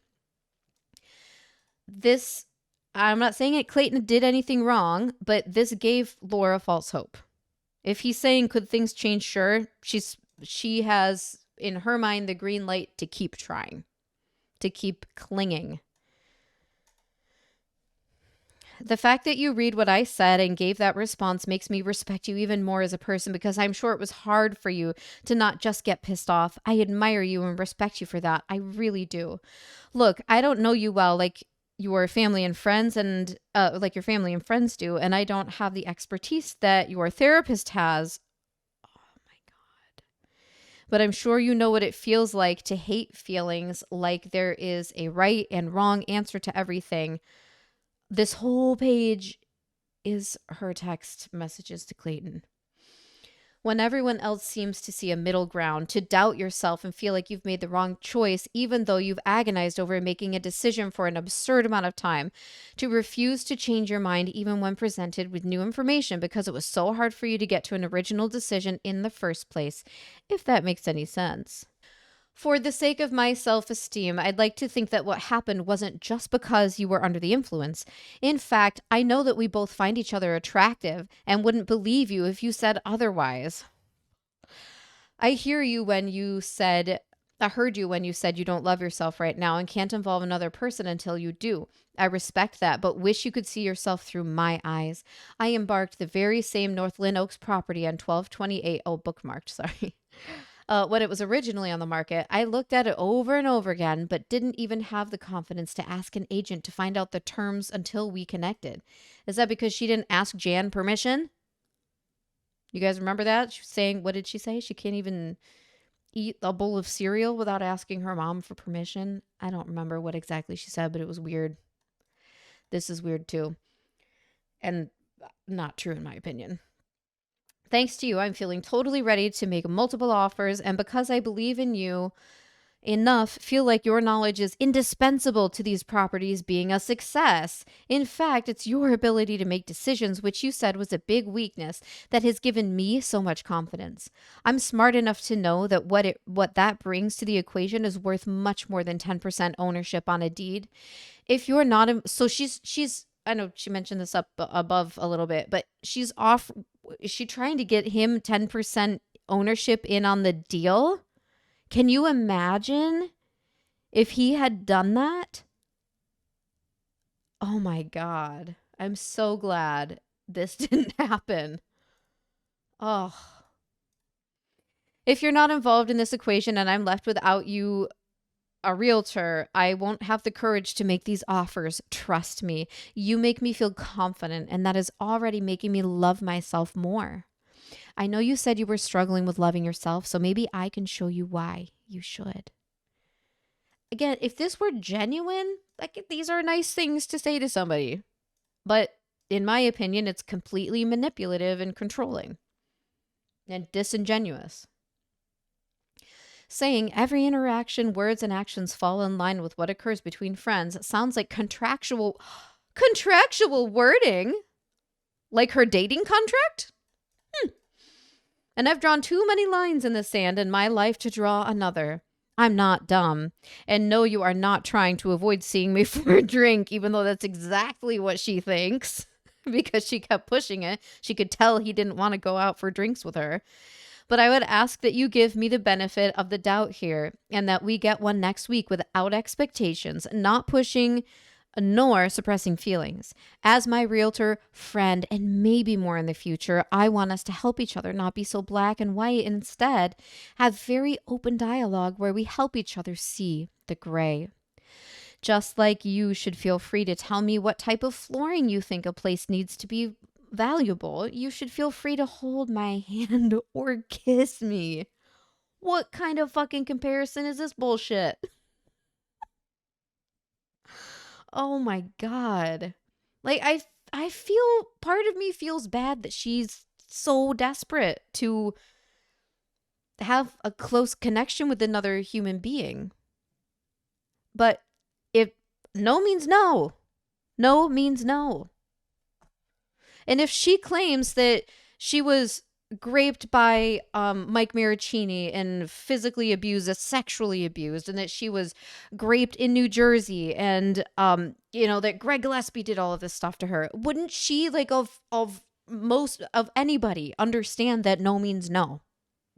If you actually went through all of those things, you would not be so fucking pushy the way she is here, like, at all. It's redonkulous. I want to be able to feel like I can tell you I disagree with a color of paint just as easily as I can tell you that you look good without panicking that you'll be mad. We don't need to have a formal conversation before we express ourselves. So from one uptight, self-doubting overthinker to another, does that sound reasonable? The lender just told me they sent money for these transactions from his wife's mother's personal account to his LLC, so I sure hope so. So here we have confirmation that, unlike in her signed affidavit that apparently her lawyer signed without her having read it, where she claims that it is her money market account, we now hear, and I am not assuming I know that this person she's talking about is Matt, that it's his wife's mother's personal account. So she did, as she is now trying to claim, when she's under the microscope, that she did tell Clayton who the account belonged to. Okay, oh, here we have a Logix screenshot. I'll try to zoom in as much as I can here. Okay. Here is, her name is Gail. Here is her name on this Logix screenshot. So this is the mother-in-law of Matt, her investor, with a $445,000. So Laura did text this to Clayton. This is where the funds are coming from. The lender, now, did he have his mother-in-law's permission? No idea. No idea. No idea what his situation is. I can't really make comments on that at this time with any certainty. But there still remains the question, does Gail even know that this money is being offered up for some deal in Arizona? The lender, Matt, will send us the one through May, but he is just waiting on that. He has a contract getting drawn up that I will sign today and will list account numbers, etc., but wanted to send that over before since I said we needed to show, we needed to show enough for both places. Clayton, I just ask that you allow me to be the one to make any moves should I decide to. I do not want you doing so in the meantime, and I just want you to talk to me like you would a friend. If anything you text or say would be something you wouldn't say to a friend, then I ask you don't say it to me. That's all I'm asking. I am going, and this leaves it way open to, Laura might say to her friend, you looked really handsome, or I loved watching you do blah, blah, blah. Like, she could justify anything that she will find it justified, a way to justify anything she's saying. Clayton just, and maybe this wouldn't have even changed things if he had been like more direct about, even saying, like, not even offering up a friendship. It's very possible we could have had like the same type of outcome. But this type of friend thing, again, just leaves the door open in a way that I don't think he realized. I am going back home now and will send over the contracts in the next couple of hours. Then let me know when you can review and sign them, and we'll hop on a call and talk through them. This is an audio message from him paraphrased. Okay, so just FYI, on the Lynn Oaks property, they treat it monthly for termites. At least they're doing it monthly. During the inspection, you would want to get a termite inspection done and make sure the wood is structurally sound before you buy. I'll start writing up contracts now. Laura, I will absolutely allow you to be the one to make moves and will suppress myself until the time comes, which in my heart, I believe it will. If you're like me, when faced with a decision, you'd rather say no and have an escape route than say yes and feel pressured to do something. And I know it's hard to give an ambiguous answer, so I really appreciate you stepping out of your comfort zone there. Like you, I have a very strong faith base and believe that if God wants something to happen, He will make it happen. So I trust in that. You have my absolute promise that I won't put any pressure on you to do so and that I will let you take the lead, but just so I don't feel nuts. Don't you think there may be something here at some point, whether it's in weeks or months or whatever?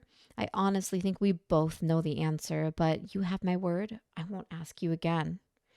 That sounds good. Is the letter to the homeowner a bad call? I sent what I wrote to my mom and she said she thinks it's weird to do it for an investment home. Basically tell someone you want their home to rent it to someone else. Agreed. I also think that would be weird. Whatever you think is right. I just want these agents and owners to see us as professionals and take us seriously. I wonder what was in this letter, or maybe she sent the same letter to, like, she was going to send it to all the properties. Was she saying something about her and Clayton and how he was investing and they have a future together? Or maybe it would be their future home. I mean, I don't know. Would love to see those. 100% getting termite and pest inspections. Clayton says in an audio message, paraphrased, Okay, also too, I just texted the agent because I was looking at the SPDS report. That's where I saw the termite presence has building code issues. The agent said that he has accepted a contract, but the deal has fallen through before, so we should offer at list price and give them their terms. We'll be back. We'll be on backup if it's and if it's meant to be, we'll get the house. Linux has accepted a contract, so just so you're aware. And just to confirm, you want to offer list price $699K, 15% down, 7-year seller carry back with an amortization schedule of 30 years, 4% interest rate, and $6,990 in earnest money. That's what I'm going to write up and send your way. So if you want to change anything, let me know. Laura says, I thought it was 10% down that they were asking and wanted to make sure you read my other message too. Don't just talk business here, Clayton. Address the fact that I want to have your babies. Clayton, 10% minimum. You can certainly do that. With it being under contract, giving a higher down may be more enticing. Not that they can just back out of the contract and accept ours, but they may be more willing to let the other contract fall through if they know they have a better offer on backup. But it may not make a difference. So if you want to do 10, we can. Laura, 10% and asking, please. And to the other part of the message, won't let it go. I don't think so, but if anything changes, I will let you know.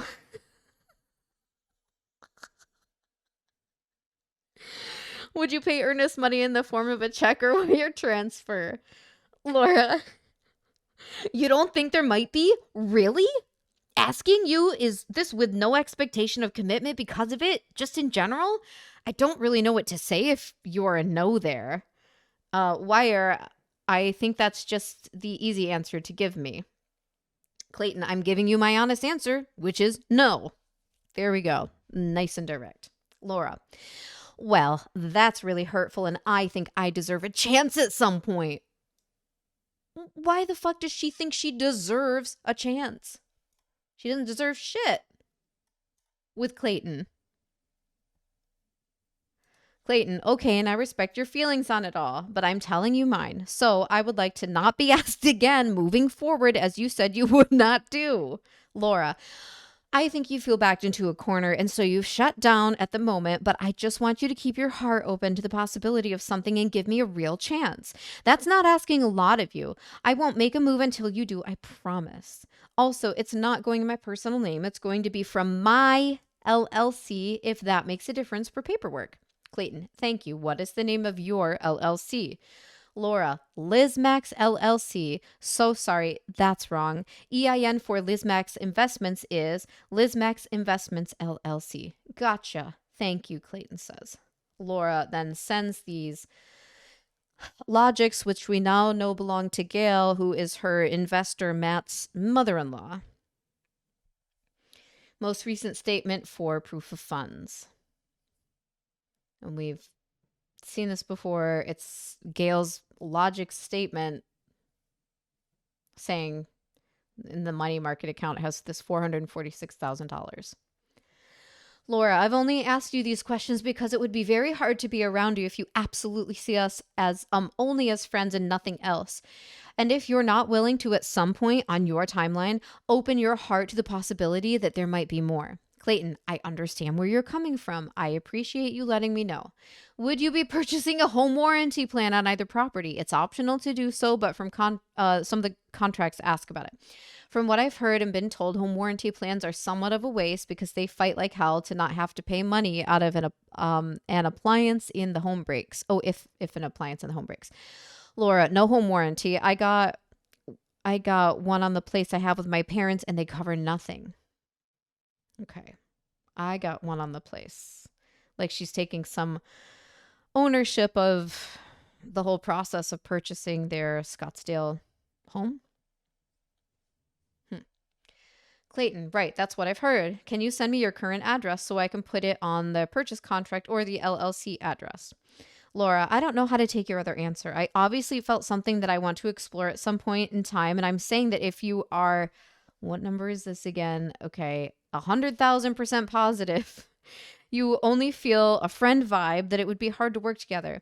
I can be patient, but if you don't see a maybe or willing to open your heart to me and the possibility of something beyond a platonic friendship in the future, it'd be very hard to be around you. So basically, she's saying, as we already know, if you don't date me or say you see potential to date me, I'm going to drop you as my realtor, which he's already said it's fine.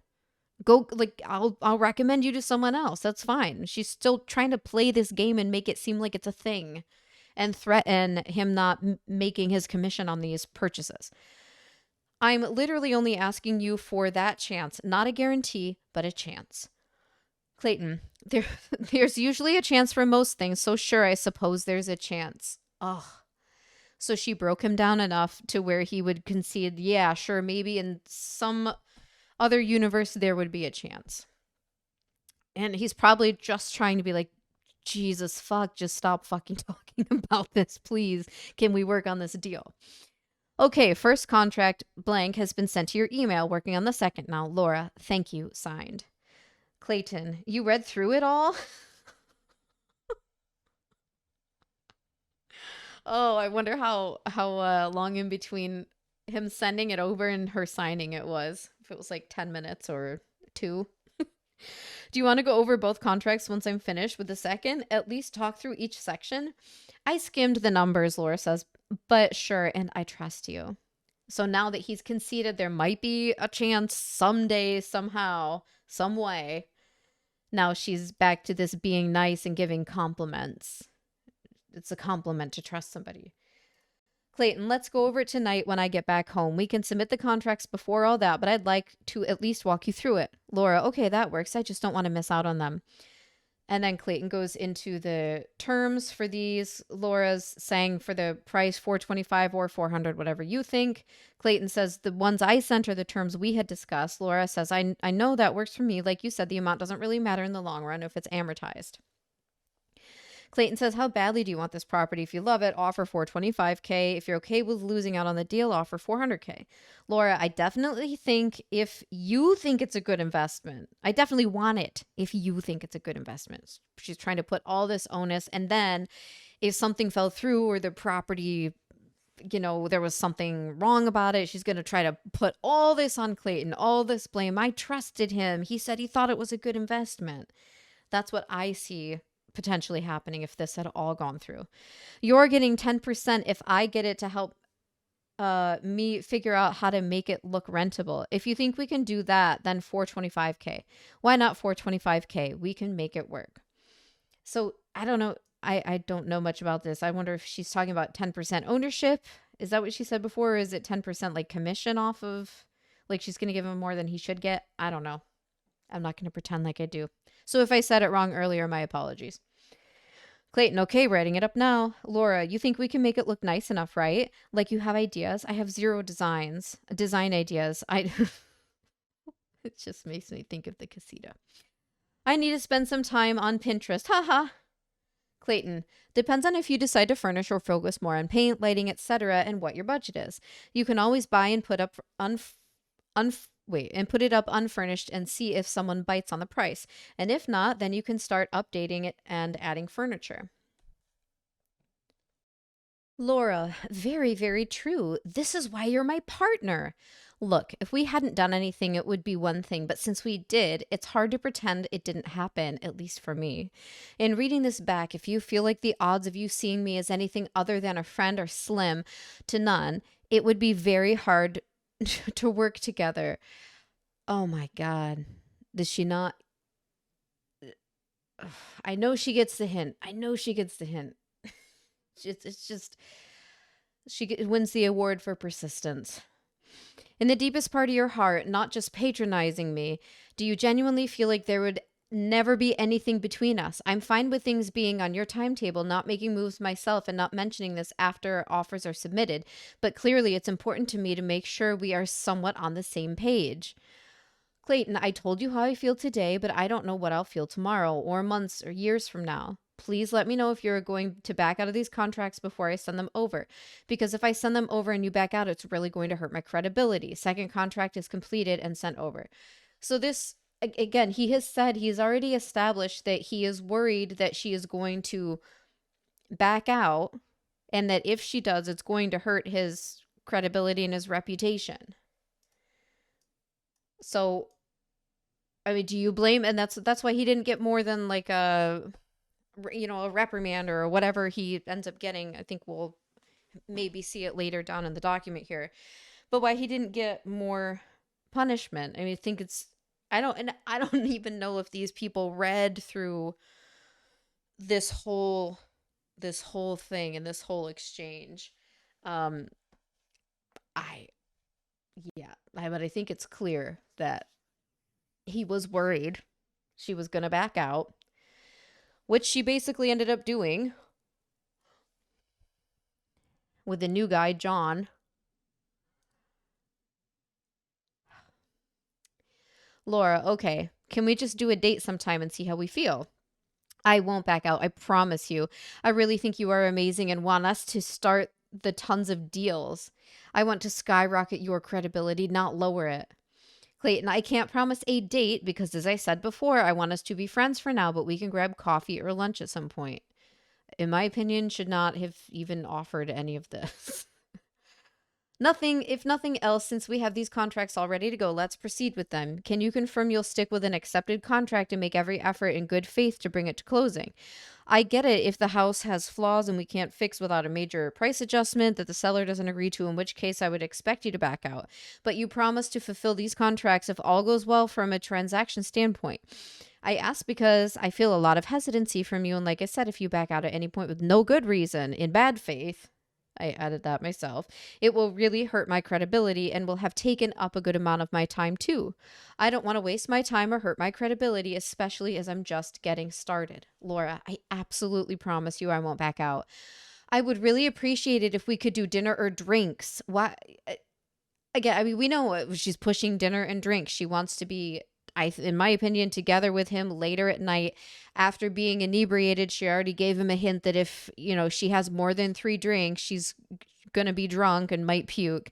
She just wants to get him in a room alone again at night so they can actually have sex this time and she can actually have a real plausible reason as to why she is fake pregnant. And just see what happens because, as I said, it would be hard for me to work with you if you know we will be nothing more than friends or if you won't even try. Signed. If we get a closed deal, I'll take you out for dinner. He's like, just fucking stop, please. Laura, I have zero hesitancy on buying properties because of your confidence in me, and I have the funding, which you can see. So if you sense hesitancy, it's because I know it will be hard to do something together if you never allow us the opportunity to be more than friends. I'll keep an open mind, as I always try to do, Clayton says. Again, she pushed him past, and he just gave in. He just gave in and was like, please just stop. Okay, fine. I'll keep an open mind. Just stop. Again, no means no. And in my opinion, Laura Owens does not know how to take no for an answer. She does not know emotionally how to handle that. Laura, we will get 2 closed deals and then 3, etc. I want to build a huge portfolio with your help. Dinner date with a closed deal. Deal? God. Clayton, whatever you want to call it is fine by me. We close some deals and I'll gladly get dinner to celebrate. Also, do you want to go over the contracts now? So it's easier to just stop arguing with her and to just say, yeah, okay, fine, whatever you want to call it. Can we please just not talk about that anymore and move on with these contracts? I have 30 minutes or so before I have to leave my house. So I can talk on the phone until then. Laura, when could you talk after this? I actually just became an aunt this morning and was going to talk to my sister in New York, but I can move that. So she's going to move, talking to her, newly minted mother, her sister, move that call to talk to Clayton. Look at those priorities. Clayton, well, I would prefer to go over it now before sending contracts to the agents, but if you want me to send them now and talk later, I can do that too. She says, need 5. Actually, just send them over and let's talk after. I can talk after 4. I'm trying to tell you that if you won't take me seriously as a client and a friend, it would be hard to work together. Oh my God. So just don't patronize me, please. with whatever you want to call. God, he's giving her, in a way, in his way, giving her what she wants. And now she's fucking criticizing him because it's not actually what she wants. What she wants is for him to say, yes, you know what? You're right. I will go on a dinner date with you. I want to call it a date too. I want to see if you can go somewhere other than friendship too. That's what she wants. And she's fucking pushing it until he'll say that. Oh, it's so many. It is so many things. If you don't want to go on a date, you don't need to take me to dinner. Well, that's not the vibe I'm getting. I'm just trying to be honest with you with where I'm at. I think we have a ton in common. Again, ton in common, even though she doesn't really know him very well. For better, for worse, and that there was clearly an attraction. If you don't honestly want to explore that, then we shouldn't work together. I'm telling you, I will not back out of these contracts. I will get these deals done unless the houses are about to collapse. And all I'm asking is just to openly explore what's there. If there's nothing, we can be friends, but I don't want to be your coffee or lunch buddy. It means a lot for you to take me seriously with this. So she's saying, I don't want to be friends, even though like she's been trying to play into this whole friend thing, but she can't play that game for very long because she really wants something more and she can't control herself and her urges. And what Clayton says, and what happens if I give you a fair chance and then feel there isn't chemistry? Will you accept that? No, she will not. Contracts have been sent over. I cannot unsend them, so please see these contracts all the way through no matter what happens.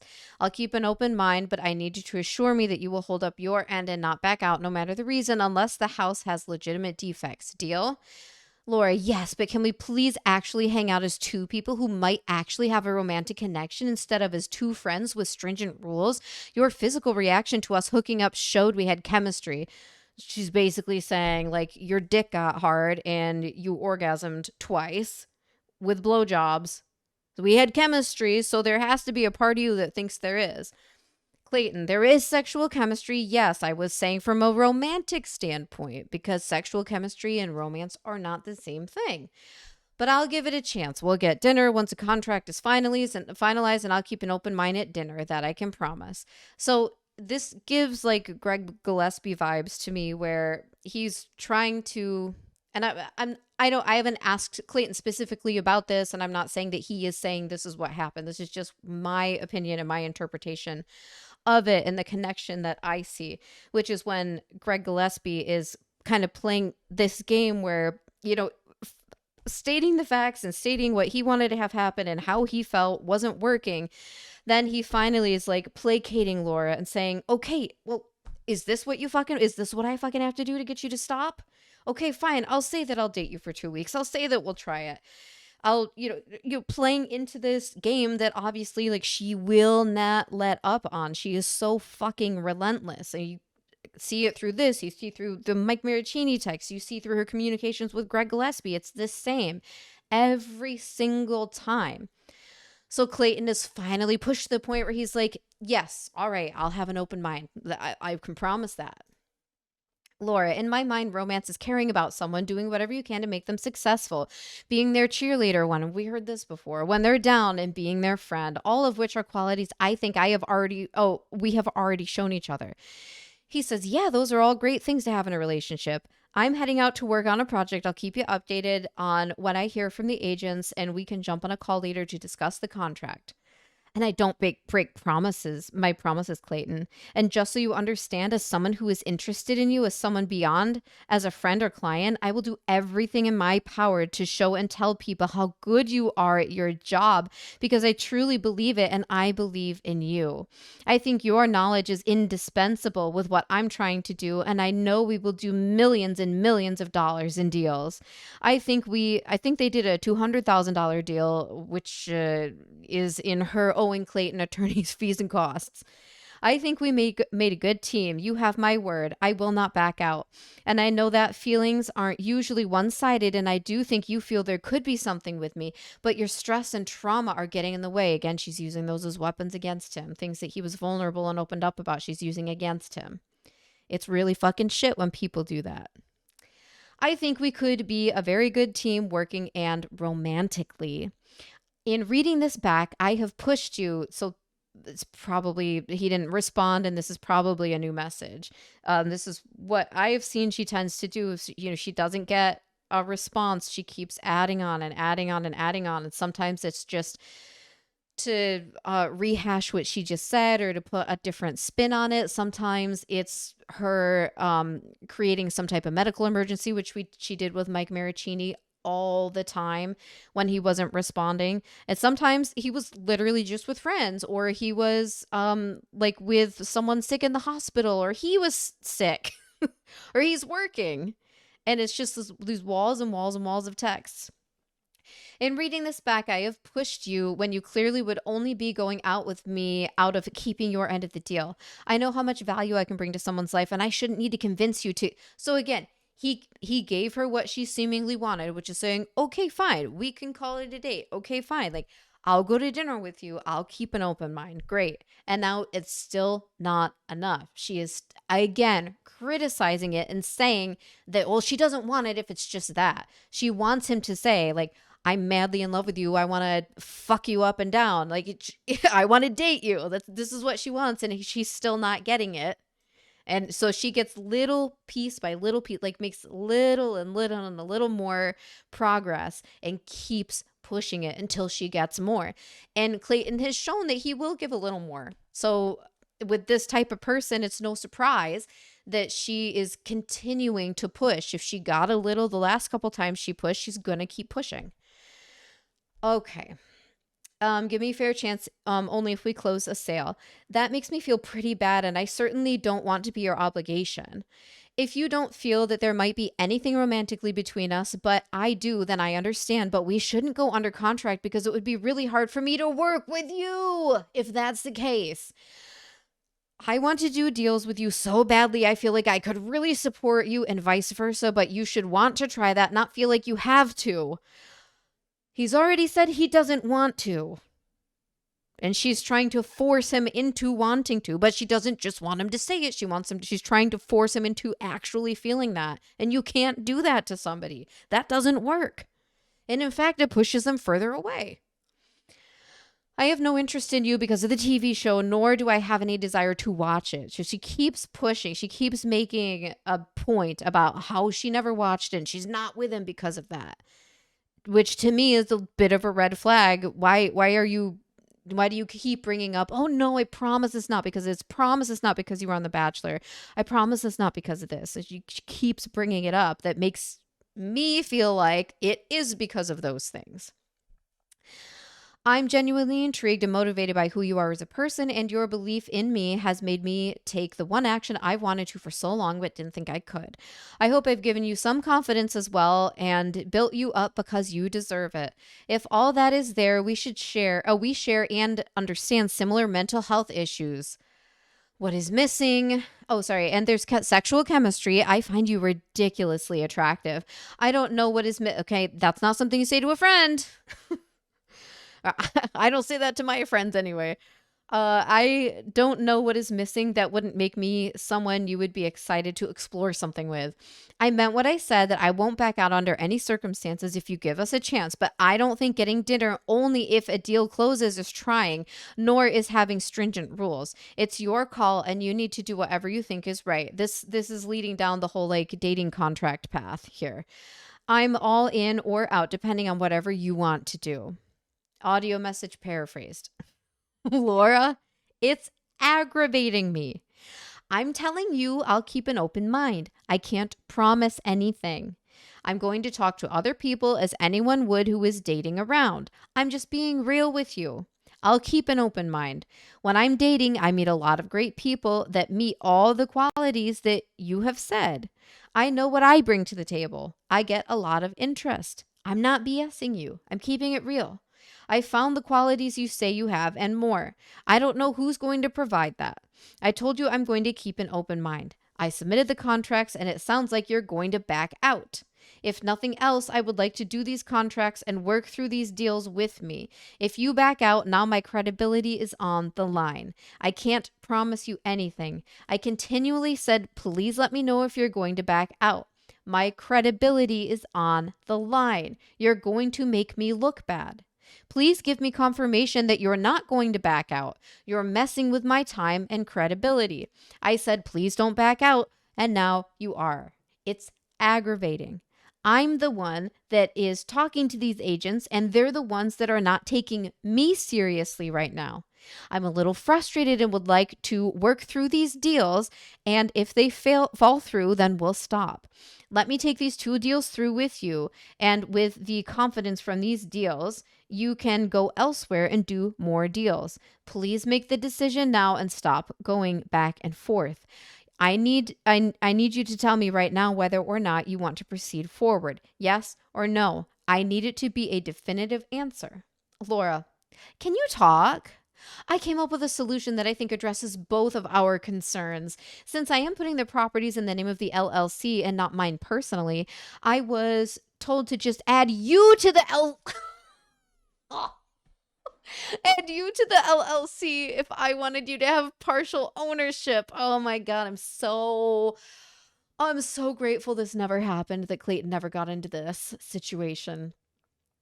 Even though obviously what happened was fucking terrible, just this would have made it so much worse to be like legally, contractually like bound to her in some way. Oh my God. See the amendment number 11. In a quote, in exchange for his real estate consultation services, Clayton Echard is entitled to 10% ownership in Lizmex LLC's properties and shall receive 10% of the profits of all real estate investments. So she's trying to entice him with money here, trying to use that as a tool to manipulate and control. He is not liable for any losses, which shall remain 100% the responsibility of the owner/member, Laura Owens. 30 days written notice must be given to terminate this agreement. End quote. I put the last part in since your reason for wanting to Walt to go out was because you wanted to make sure I wasn't going to back out of the deal. I won't back out. If that gives you the reassurance you need to get drinks or dinner before then with an open mind, then we are good to go, and it will be filed first thing tomorrow morning. Let me know. I just talked to the private lender who told me that he and his partner will let me defer payments on the second completely until I get into a longer term loan, which is amazing. It opens up a couple more million to buy properties. She's got all these millions of dollars in investors to buy all these properties, and now she's fucking indigent. Okay. And I want to do that with you, especially interested in the Pershing Drive one because the returns on it look insane. Here are the, I guess, articles of amendment that she drew up for Lizmex. Entity name. I don't know. I guess it doesn't say anything here. Okay, this is empty. All right. So here, Clayton. Just to confirm, you are not agreeing to proceed forward with the current deals in a friendly and professional manner and wait to go to dinner until after we close on a deal? Huh? Laura says, what's the difference? I'm signing something reflecting that I can obviously wait, that's what that other word was. Wait to go to dinner until we are under contract if that's what you're asking. I'm fine to wait to go to dinner and do anything romantic again until whenever you think is appropriate. And if that's after we close our first deal, that's fine. Deal? And did you hear from the agents? Clayton, so you will keep it professional and friendly on your end 100% of the time until the keys are handed over and contract is closed?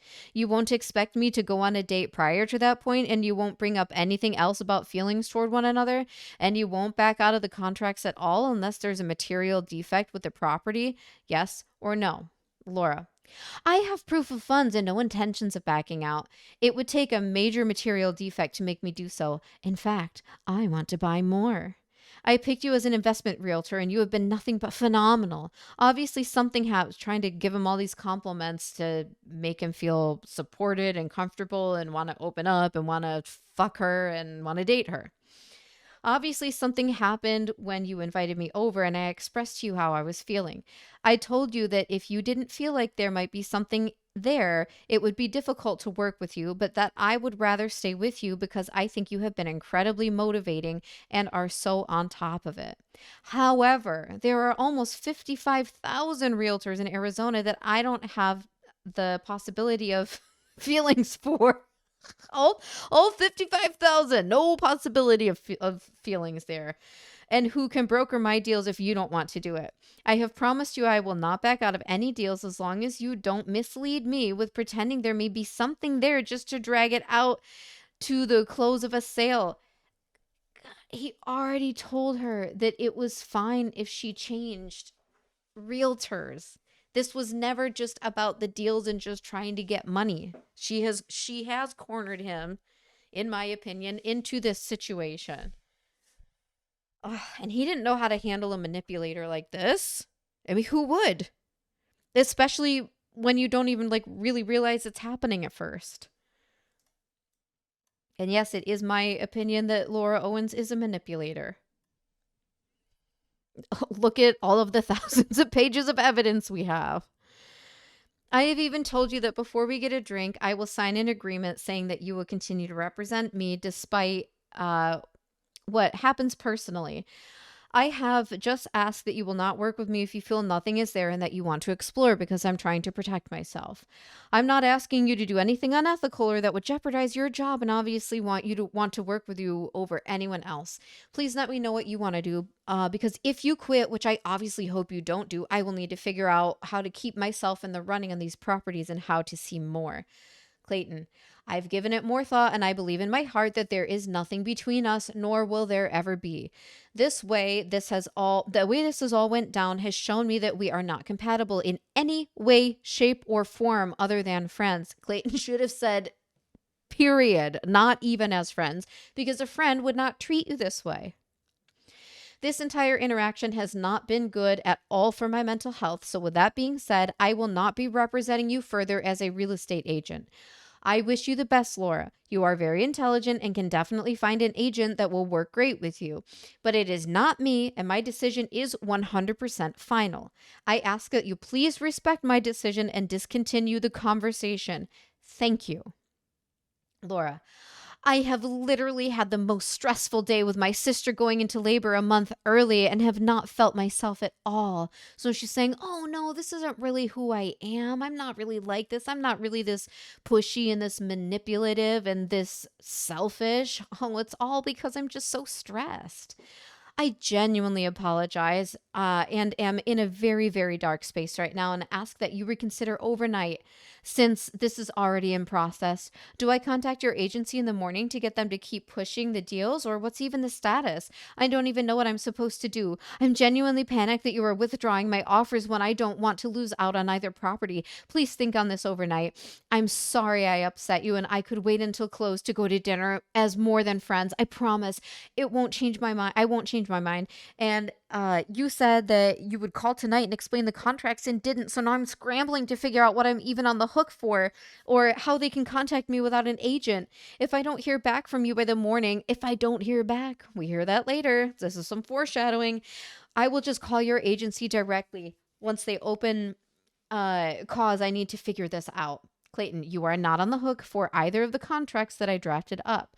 Next steps for you would be to find a new agent. I would ask that you use a different agency because it would be easiest for everyone. You can type in agents in Scottsdale AZ and a full list with Google reviews will populate.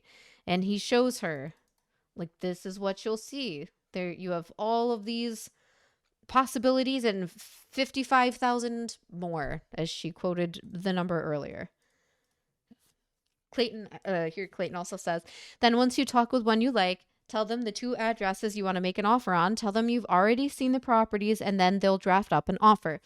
And give them all the terms for each property that you gave me. Laura, I would ask that you please reconsider pulling these offers from me, and I will gladly send you an email and explain more if you'd like me to.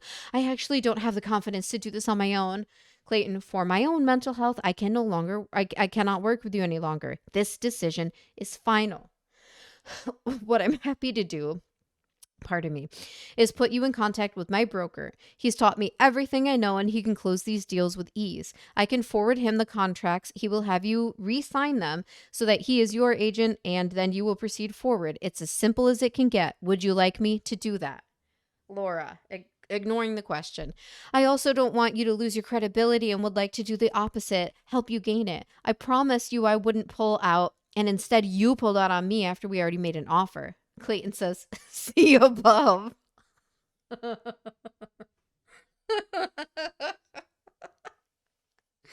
Laura says, I am genuinely sorry. Clayton, I can and will forgive you. I cannot hold anger in my heart, nor do I want to. So your apology is accepted. Let me know if you'd like for me to move forward you to my broker. And Clayton says, can you please simply see if the offers were accepted before you pulled them? Clayton said, they have not been accepted and they expire tonight at 8 p.m. So once that time hits, the contracts are voided. I believe I can send over a contract now, though, to you to sign to cancel our contract together. I'll have to look into that. Laura, no, I don't want you to do that. If you're not representing me, I don't want to. Clayton, okay, if that's your decision, then this is how we will proceed. Then that is how we will proceed. Laura, I want you to see if they get accepted. Clayton, for what reason? If they did, I would have to sign you as an agent transfer, sign you an agent transfer doc regardless.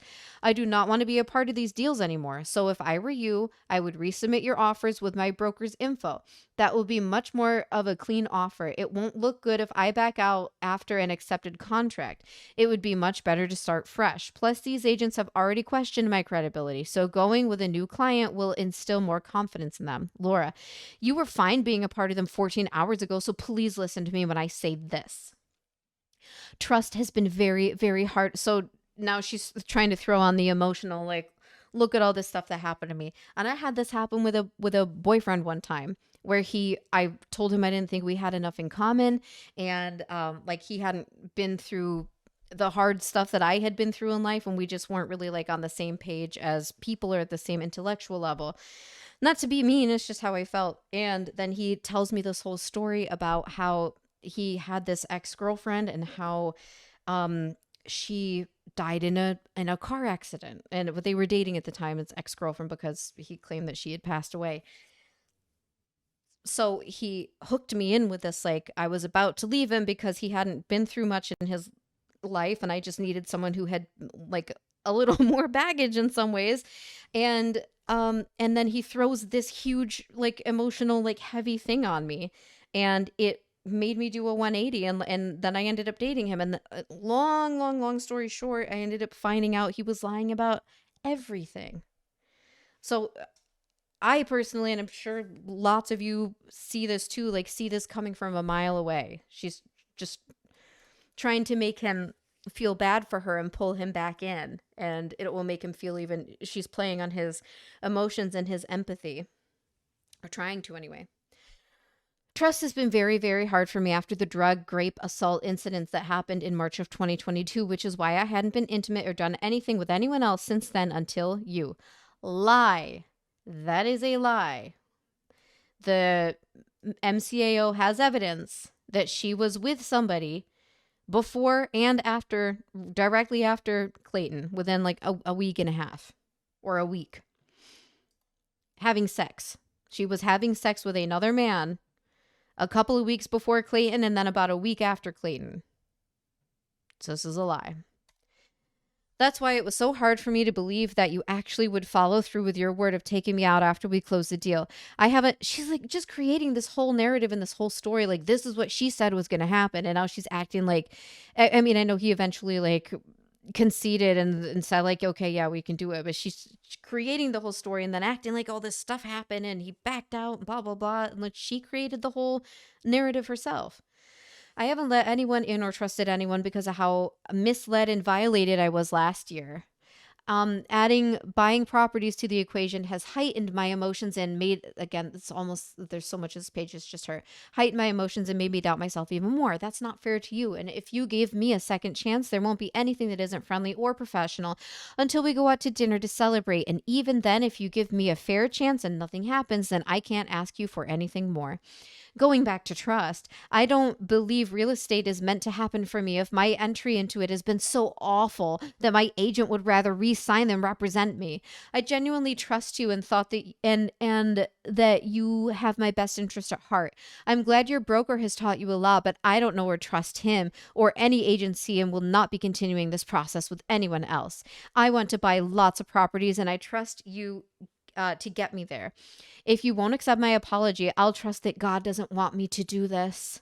Like you said, there's a chance for everything. So there's a chance to change your mind here. This is biting him in the ass that he said that. I have full faith and confidence in you, which should be evidenced by the fact that I won't work with anyone else. Again, I will also agree to your terms, but nothing but friendly and polite until dinner. If you feel I back out on this, fine. Then I'll do whatever you ask and will work with your broker. But as of now, I won't. Please give me one more chance. Clayton.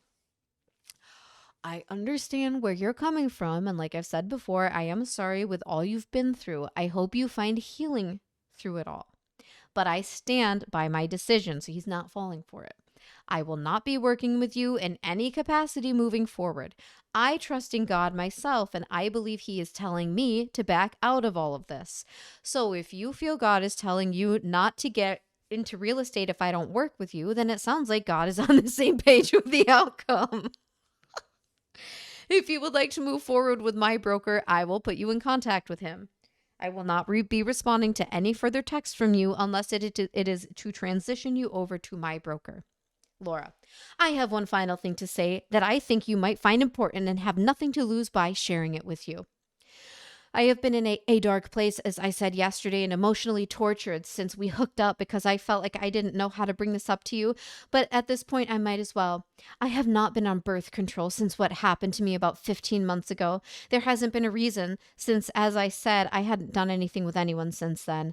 Being sexually responsible was not on my radar after taking the gummy and our clothes coming off. When I went to the bathroom afterwards, some of your fluids were down there. If I don't know. She has never said that if he had a condom on or anything like that. So this is another red flag too. Like if you were having sex and the dude came inside of you, of course you'd have fluids down there. Or did they have sex and then pull out and then he pulled out? Well, it doesn't matter if you find some fluids down there if you have unprotected sex or even with a condom, but obviously more prone to happening if it's unprotected sex. And the guy pulls out, it's not a legit method to avoid pregnancy.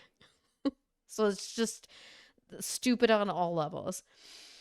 In all honesty, I was planning to take plan B when I got home, but then when you said you were going to church, I realized you had a strong faith base as well and questioned whether or not it was a sign that I should. Then after we talked in the car, I felt even more so like both of us had a deep belief in God and like it was a sign I should just leave it up to Him and not buy it. Obviously, my mind has ping-ponged about this since then, and you were emphatic about me not bringing up anything that wasn't professional or friend-like, of which this situation is neither. Oh, so she's saying this is why I haven't brought this up yet because, she's saying, I promised, like I wouldn't bring up anything that wasn't professional or like that friends would tell each other. But she brought up all the other shit that you would not say to a friend. And wouldn't you also tell your friend, hey, dude, I think I'm pregnant. I just got to let you know that. This is like the one thing you should tell him. Or you should tell if you were in this situation and you're real and genuine and telling the truth. That's the one thing you should tell that person, even if you decide not to date, that there's no romantic connection there. If you're going to tell them anything, you tell them that you think you're pregnant with their child. Say all of this other shit first and then say this. It's very obvious to me what she's doing. And I think I am not the only one to whom it is obvious. I desperately wanted to figure out how to bring it up to you and thought that if we could just get together and talk openly, we could. So, okay, she's saying she's pregnant. She's saying she might be pregnant and it's like God's will. Then why the fuck is she going out to have drinks with him or trying to push him to go out to dinner if she thinks that she might be pregnant and it's up to God? It is not at all responsible to be drinking if you think you might be pregnant. Was God telling her to go out and have a fucking like 3 cocktails and just see if the pregnancy is still fine and hopefully it's still healthy if you're actually pregnant? That doesn't make sense. Okay, but you didn't want that until the deal closed, which would be too late to take it. I wanted to ask you how you felt about me taking it from a religious standpoint, but we didn't get a chance to. So, religious standpoint. She claims to have had 3 surgical abortions, 3 medical abortions with Mike Maricini. She claims to have taken the pill in different up her vagina and down her throat, whatever. And now trying to make it seem like, obviously, like, Clayton didn't know about these other guys yet, and she knows that he doesn't know about them. So to bring up religion and, if she should take it or not, I mean, I guess she could have, like, reflected on it and been like, yeah, like, I don't think God should let me do this, but she'd done a ton of it in the past, and it didn't seem like a problem then. Okay. I wanted to ask how you felt. Okay, from a religious standpoint, clearly it was I was factoring in things that you weren't made that. Oh, sorry. Clearly, I was factoring in things that you weren't that made me panic and led to a total breakdown in communication. My podcast had a fertility test kit as a sponsor, and so yes, I know I am fertile. At this point, my overwhelming research on Plan B since Sunday. Was she acting like she's never taken it before? It's most effective 3 days after, but can still work 5 days out, meaning this is the last day I could take it and have a hope of it working if it needs to be. If you have any thought about this, I'm open to hearing you out, and if and only if you are kind and respectful. Has he not been kind or respectful this whole time? I think he's been pretty fucking kind and respectful. This has been extremely stressful on me. If I don't hear back from you, I'm not going to take the Plan B. You're obviously free to think that I'm full of shit, but I'm not. I'll take it as a sign that you don't care what happens either way and will just allow God's will, whatever that is, to be the determining factor. If I do test positive in a few weeks, though, there is a 0% chance of it being anyone else's but yours. And she forgot to mention she had just slept with a dude twice. Well, I guess I don't know the exact dates of this. At least once. If not yet twice, soon to be twice. I'd take any test to prove it. And at that point, any input from you won't matter. Take the Plan B. I support that. So after all of this, where Laura drops this bomb that's like, oh, hey, man, I might be pregnant, and I didn't take Plan B. And if you don't want to go out to dinner with me, I'm definitely not taking it. And his response is, take the Plan B. I support that. Laura, you have been really dismissive of my thoughts and feelings, and it's a bigger thing for me to think about that now than it was when this originally happened. After all, I do want to have kids. I'm not basing what I'm doing off a 2-sentence response. She shouldn't base it off of any response from him. She shouldn't be doing any of this because of any way he feels. It's her body. She has the ability to make a choice about it. I'll respect you if you actually give a connection a fair shot, which you haven't, understanding that I have been in the process of a panic attack since Saturday night when I went to the bathroom and have not been myself. This has been the most agonizing week I can remember, and that's why I have hammered into you that I am the worst person at making decisions. Again, if someone were really going through this, I wouldn't be laughing. This would be very stressful if you weren't expecting to be pregnant and you actually had trauma of having been raped and beaten, left for dead, and live streamed to the dark web. If all of this had actually happened to somebody and they're saying this, again, that's terrible. I would definitely have empathy for that person. But knowing what we know, this to me is just all ridiculous and like not based in truth or fact. And therefore I laugh. If you don't want to go out and have a fresh start, that's fine, but I'm not willing to take into consideration your feelings for me or to take the plan. Sorry. Oh my gosh, this is a lot to read. But I'm not willing to take into consideration your feelings for me to take the pill over my own morals. It would have been a much easier decision for me to make a few days ago when an egg-sperm connection wouldn't have had the possibility of forming. Since time has passed, I don't feel it's really right of me to undo what God may or may not have done just because of the opinion of someone who doesn't even care for my thoughts and feelings. So I guess she had a come to Jesus moment with her religion, because at least with Mike Maricini, I don't remember her ever talking about this. I honestly don't remember with Greg Gillespie. She talks about God and whatnot. Maybe she does, but it's just all of a sudden this is all about God and God's will and doing what God wants. If I did get pregnant, I am 100% capable of raising a child. Well, but would obviously still expect your involvement. Again, your call. If you genuinely hate me for all of this, then we can just let God decide if anything was supposed to happen. That's totally fine with me, but I won't be taking Plan B today, and I will not be having an abortion should I be pregnant. Okay, just all of a sudden bringing up an abortion. I can't stress enough that there is a 0% chance that it would be anyone's but yours. I can't stress it. Again, this is another thing where she's pushing a fact and saying like, oh, I can't 100%, like absolutely 0% chance. Like when I'm 100% sure it's yours. And she's pushing these quote unquote facts because they're not actually real. So she's going overboard trying to make it seem like they are. Would take a test at the soonest possible opportunity to prove that to you. If you are genuinely a caring, kind, and forgiving man who is worthy of me taking his thoughts into consideration, and most importantly, actually wants to get to know me and isn't just telling me so to get me to take Plan B, which is, what happened with Gillespie's situation, where she took the Plan B and then he ghosted her for good fucking reason. But she knows that that's a possibility and that happened, and she wants to make sure Clayton knows that that's not a possibility here. Then show me and I'll take it with you later. I understand that you've been under a lot of stress too, and what you explained happened last week before we met, so maybe you need a clean slate as well. So what is she talking about here?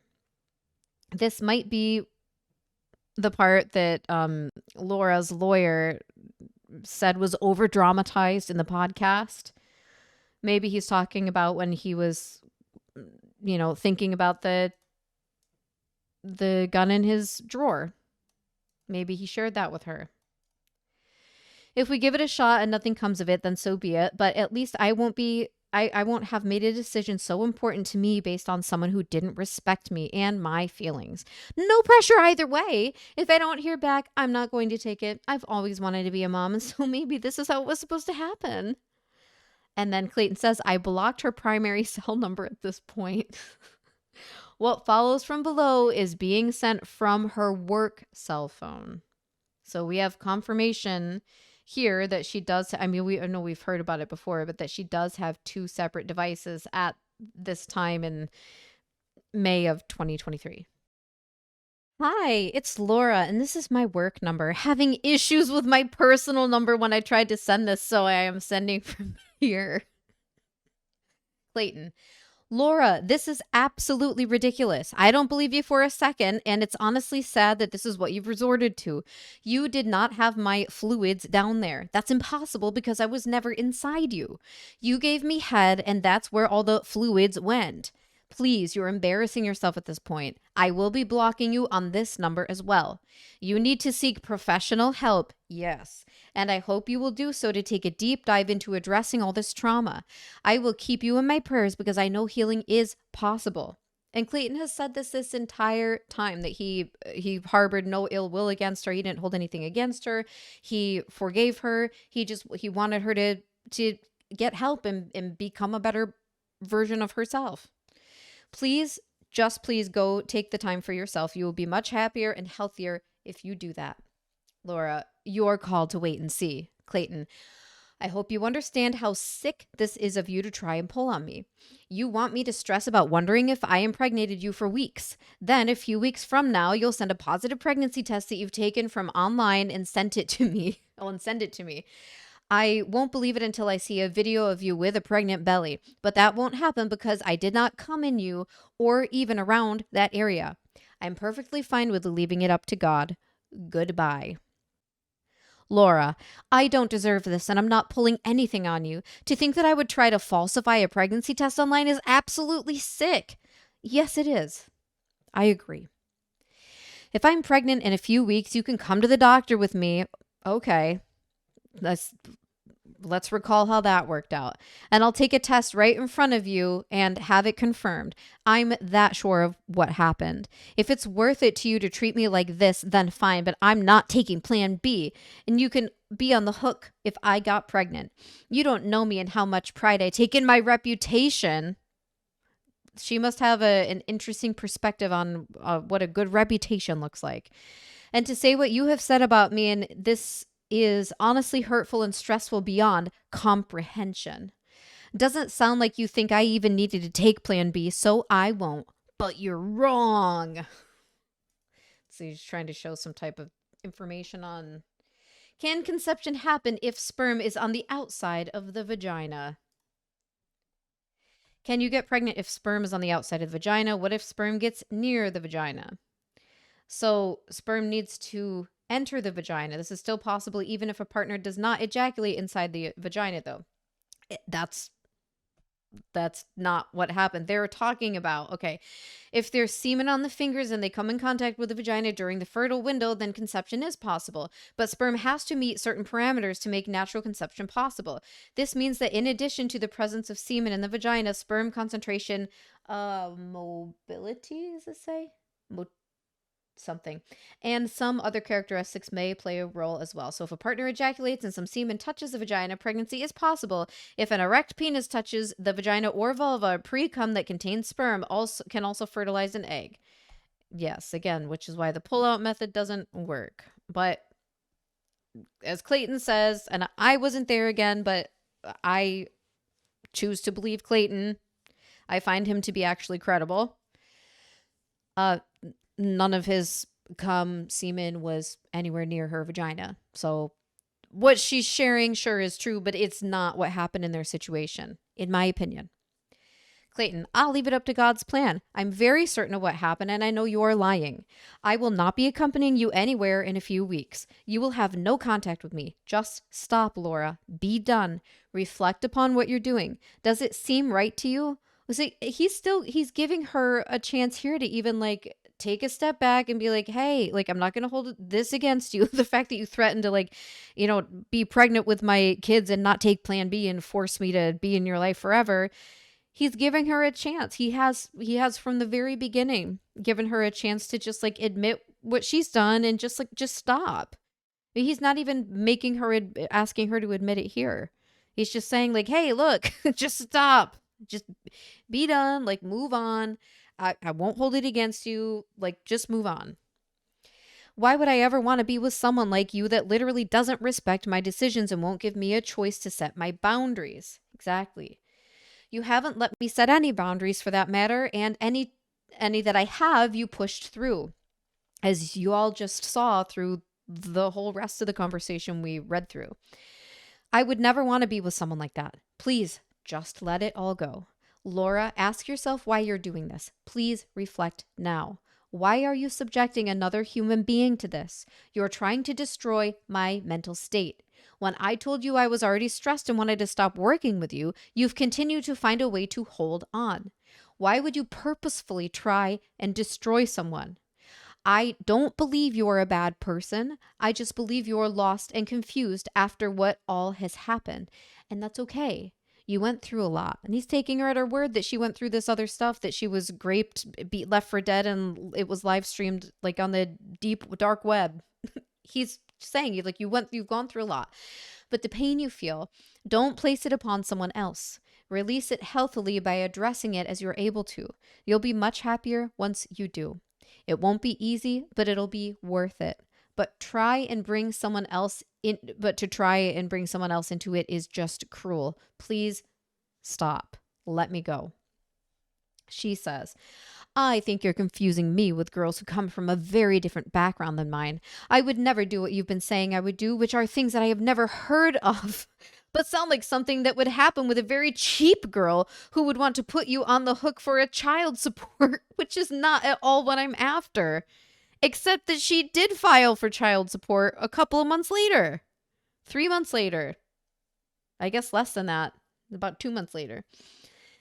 If you think I'm trying to hold on, you need to check your ego. One of my most serious ex-boyfriends is a tech billionaire. Is that Garrett, the billionaire? The other two are very, very well off. None of them would have a bad word to say about me. Well, I know some other exes who would. And if I wanted to hold on to anyone, you think it would be them. And I ended those relationships. I so wish we could hear from Garrett and the country singer guy. I can't remember the names now anymore. It's just been too much other information occupying my brain. I'm not lying. And if you think I haven't been tortured about whether or not to take Plan B, you're crazy. I felt like I've been having a panic attack since Saturday. This is literally the only time in my life I have been intimate, dry humping, rubbing, getting fingered, etc. without being on the pill. Why wouldn't she mention getting fucked or having sex or something that implies that they actually had like penile vaginal sexual intercourse? She doesn't mention that at all. She says been intimate / dry humping / rubbing / getting fingered, etc. You wouldn't say all of if you actually had sex, penis and vagina sex, you wouldn't mention all of these other things and not the penile vaginal sex. Another red flag to me that says they never had sex, which is what Clayton has said the entire time. Without being on the pill.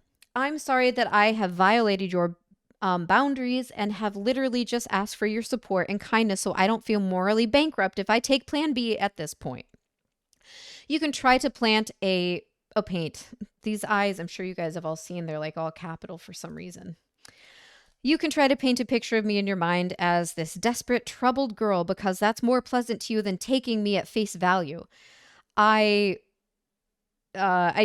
don't do the kind of thing you're describing a girl does, and I wouldn't have contacted you today if it wasn't that I am on a deadline with the pill. Just take it. If you're really pregnant and you just take it. Again, none of this makes sense. None of this is what like a level-headed person would do or say. So it's such a moot point to even like give commentary on it. Oh, but I can't help myself. Clayton, you can't keep your story straight. You were completely fine and happy when we talked on Sunday, that morning, and then at the showing. And when I had the heart to heart in the car, you would have told me then if it was true, like that she was pregnant. You have not been struggling with this and wondering when the right time was to tell me was. I'm going to give you one last chance, like Deandra, to tell me that you are making this all up. If you do, I will have respect for you and be able to swallow for you to be able to swallow your pride and take ownership for the emotional charged and coming up with a story. I am willing to forgive you for all of that. But if you choose to stick with your current story, I will never respect you and will cut off all communication. I know the truth. I know my truth, and I know yours. You have the choice to decide how you want to proceed. I know how I will react, as I have told you. Laura, don't tell me I can't keep my story straight when I don't have one. I have the truth, which isn't changing. I wasn't quite as high as you were and definitely remember what happened and what I felt. We were dry humping without clothes on a lot, and I felt what I'm guessing was pre-cum at the time. You were fingering me. I Googled it because I didn't know if it was possible to get pregnant without intercourse. It is. Here is Laura Owens admitting they never had penile vaginal intercourse. She says we were dry humping without clothes on. You were fingering me. Google it. I didn't know if it was possible to get pregnant without intercourse. It is, implying that they had their physical intimacy without intercourse. I know many, if not all of us, come on, who am I kidding? All of us, even though we weren't there, know that they never had sex. But the first time Laura ever claimed that they did and that it was non-consensual, not just that it happened, but that it was non-consensual, implying that Clayton raped her, but she didn't want to press charges, was in her deposition on March 1st, 2024. And she continued with that story in the June 10th, 2024 trial and has continued with it to today. Yep. when we see all of these things that she probably had no idea were ever going to become public. Thank you, FOIA. Not to expose her, but to see the truth, to expose the truth. I'm not on like a Laura hate train. If this were Clayton who had done this or another woman, I would feel the same exact way. I don't care who Laura Owens is. I don't care that it is Laura Owens. What I care about is what this person has done to all of these other people. And that this could be one day my son having to deal with it. It could have been my brother. It could have been my cousin. It could have been whomever being treated like this and having to go through this. And I find that to be unjust. And so I'm motivated. I'm motivated to uncover the truth. I was trying to hold it together when I was with you because I didn't know how to bring it up. You were insistent on things being only friendly and professional. That didn't stop her from saying other shit. Until this closed, neither of which was the issue. I've basically lost my voice. Oh my God, give me a break. After what happened to me, and you don't understand how difficult it would be to bring this up if you were in my position. I thought you would be able to be mature about this, and in my wildest dreams did not imagine you would accuse me of doing sick, twisted things that someone who is desperate would do. Again, you don't know how I was raised or the people I was raised by or and around. We don't do things like what you described. This has, well, maybe they don't, but she did. She did multiple times, in my opinion. This has nothing to do with you, with who you are. And I would be having the exact same conversation with anyone else this happened to. I have absolutely no need or desire for money. Just a couple years later, she's declared indigent and filing for bankruptcy, claiming she has no money. $7.76 in her bank account or whatever that number was. I have absolutely no need but I would expect kindness and respect. That's what she's gotten. That's obviously not what she wants. Again, I explained that I would, what would convince me to take plan B to prevent it. If you think I'm lying and that you won't be stressing for another second about it for the next few weeks, then that's your prerogative. And it shouldn't bother you that I won't be taking it. Trying to prevent a much longer ordeal by dealing with it now, but I won't do that alone. Like I said, I would get a test done at the doctor's office if I don't get my period on time. Blocking, which she has already admitted that she doesn't get her period on time anyway, that she has irregular periods. So why is she trying to imply here like, oh yeah, if I miss my period, like a typical, woman who doesn't have issues with their cycle, but we know that she does, or at least that's been what's been reported. So she wouldn't even know if she were pregnant because of a missed period. It could have been from her other issues. Blocking me and losing respect for me doesn't change what may have happened and the precaution I wanted to discuss taking with you for both of our sakes. I am in fact pregnant. Blocking my number won't prevent you from knowing about it. It's immature and does absolutely nothing but allow you to be temporarily ignorant about it. Please let me know if you change your mind because I believe today is the day for it to be somewhat effective. The last day. So she's still talking about the plan B. And, if I am in fact pregnant. I read that wrong. Sorry. If I am in fact pregnant. Clayton says, you don't like how I've treated you, so why would you want me to be a part of your life? Look at how I am acting. This should show you we're not compatible. I'm showing you my true colors by expressing how I feel. And if you don't like that, I understand. But it would make sense then to take plan B because why would you want to potentially raise a kid with me? I would grow even more angry and spiteful. It just wouldn't be a good situation for either of us. So I would recommend taking it. I'm happy to pay for it, although I know you don't need my money, but it's the principle. Laura, I think we're both panicked and not in the right mindset. You're not acting great, but neither am I. Clayton, Laura, I legitimately hate you right now. My mindset isn't going to change. I've never had someone put me through so much stress before. You've made my life so stressful since I've known you. And if you decide to not take plan B and in the wild event that you are pregnant, I would hate you even more. I would pay the CS, but I would child support, but I would never interact with you because I would be so mad that that you didn't just take the pill in the first place and instead decided to wreck my life, which is what I would feel like what you did because I was in a vulnerable position, being insanely high, and should have never had you over. I regret all of this and want it to go away. I ask that you just let this all go away and take the pill as a precaution. Please, I promise you, my hatred will only grow if you decide to put me through all of this. I am not the man you want to be with. I am not the man that can be, nor is willing to be the man for you. You do not want to be associated with me. My animosity would last for a lifetime, and that's not something either of us want to subject ourselves to. Laura, I'm not taking the plan B just because it's the easy solution when I have the resources to take accountability for what happened if it did. I would do it for someone I cared about because it wasn't the right time, but I won't do it just out of convenience. That goes against my belief system. I'm not sure I even believe in it at all.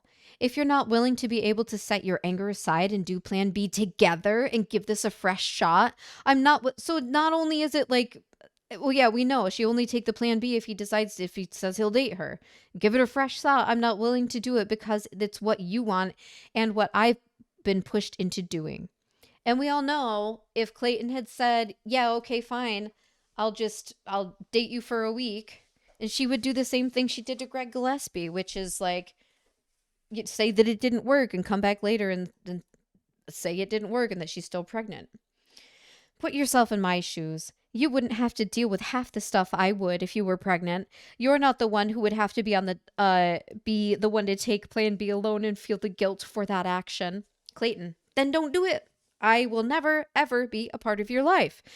Even if a kid was present, I would not say a word to you. I would not acknowledge you. I would be present for him, her, but never present around you. And that's a promise. If that's the life you want to subject yourself to, then be my guest. One thing about me is when I make my mind up for good, especially when it's rooted in anger, I don't sway. Ever. Laura, okay, then I won't do it. Clayton, wave, bye.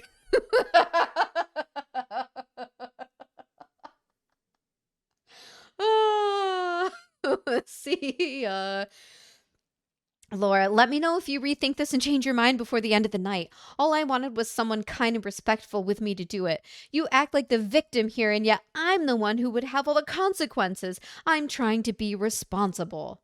Clayton, I am not changing my mind. You are ridiculous. I am the victim. You are acting so irrational that it's scary. You can stop every last one of these consequences, and you're choosing not to because you have lost touch with reality. Laura, I can deal with the consequences of my actions, which is to not take plan B. That's fine. She sounds like a teenager here. Clayton, so once tonight ends, I expect to not hear from you because there's nothing more to talk about past the window of opportunity for plan B. So don't try texting me. I'll hear from you in 3 weeks when you try and convince me you're pregnant with my kid. Laughing, crying face. I mean, it's fucking hysterical how sad this is. And he's just like beside himself, I'm sure. Like it's insane to be faced with a situation like this. I can't imagine. And I'm pissed for allowing myself to even be bothered by it. Laura, I'm not trying to bother you by it. I'm dealing with this just as much as you are, and I'm trying to be responsible and take accountability for what may have happened. I really don't understand why you're not taking me seriously or showing me any level of respect. You're also the one who backed out on deals that 100% would have closed if the offers were accepted, which doesn't help you. Clayton, this conversation is over for today and for all of the days to follow. You can either respect that I'm done talking and not respond, or you can continue to respond back via text, in which I will block you on the next message, your choice. And of course, she responds. Again, blocking me doesn't change what happened, and it's to your detriment to do so. If I am pregnant, trust me, you will find out right away despite that, and I won't be having an abortion under any circumstances. I'm literally stunned. Okay, so just reading down a little bit. Blocked her work phone. And then she resorts to emailing him, but I'm getting ahead of myself. We're back up here. I'm literally stunned that you don't just want to be kind and show some caring for what I'm going through. It's not all about you. I don't deserve your hatred. You are not hearing me when I tell you why I'm struggling with this. I don't believe in abortion. Oh, really? Well, you've had 6 of them. She's had what she has claimed allegedly 6, at least 6. Okay, 6 with Mike and at least 1 with Greg Gillespie. So she's had 7 abortions. 7 abortions. And now she's saying she doesn't believe in abortion. Again, she's trying to take advantage of Clayton because he doesn't know about these prior situations yet.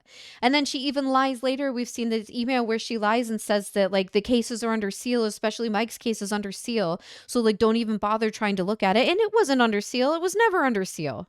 She just didn't want them finding out about it. She didn't want them finding out about Mike. She wanted to scare Greg and Clayton into thinking that Mike was like this big scary guy and don't talk to him because he did all this stuff to me. Don't look at the case. It's under seal. Like, you can't anyway. And it wasn't. It's insane. It's insane.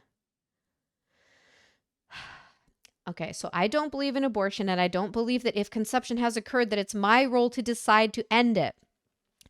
This is a moral decision that I would be making for you. A giant sacrifice for you. And you're acting like an ass to me. How you've portrayed me is completely inaccurate. And if you actually got to know me, you'd realize I'm not like the sort of nut job you described. I won't be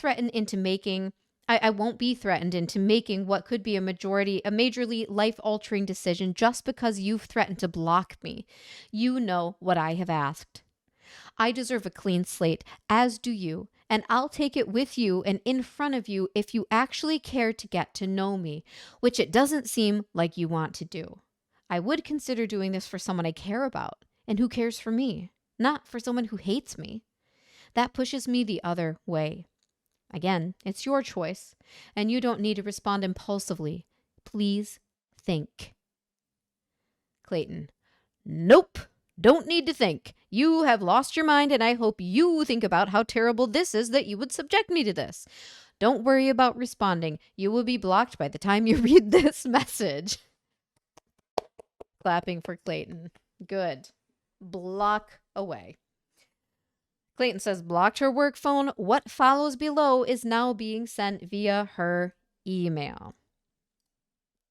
God. Stalker behavior.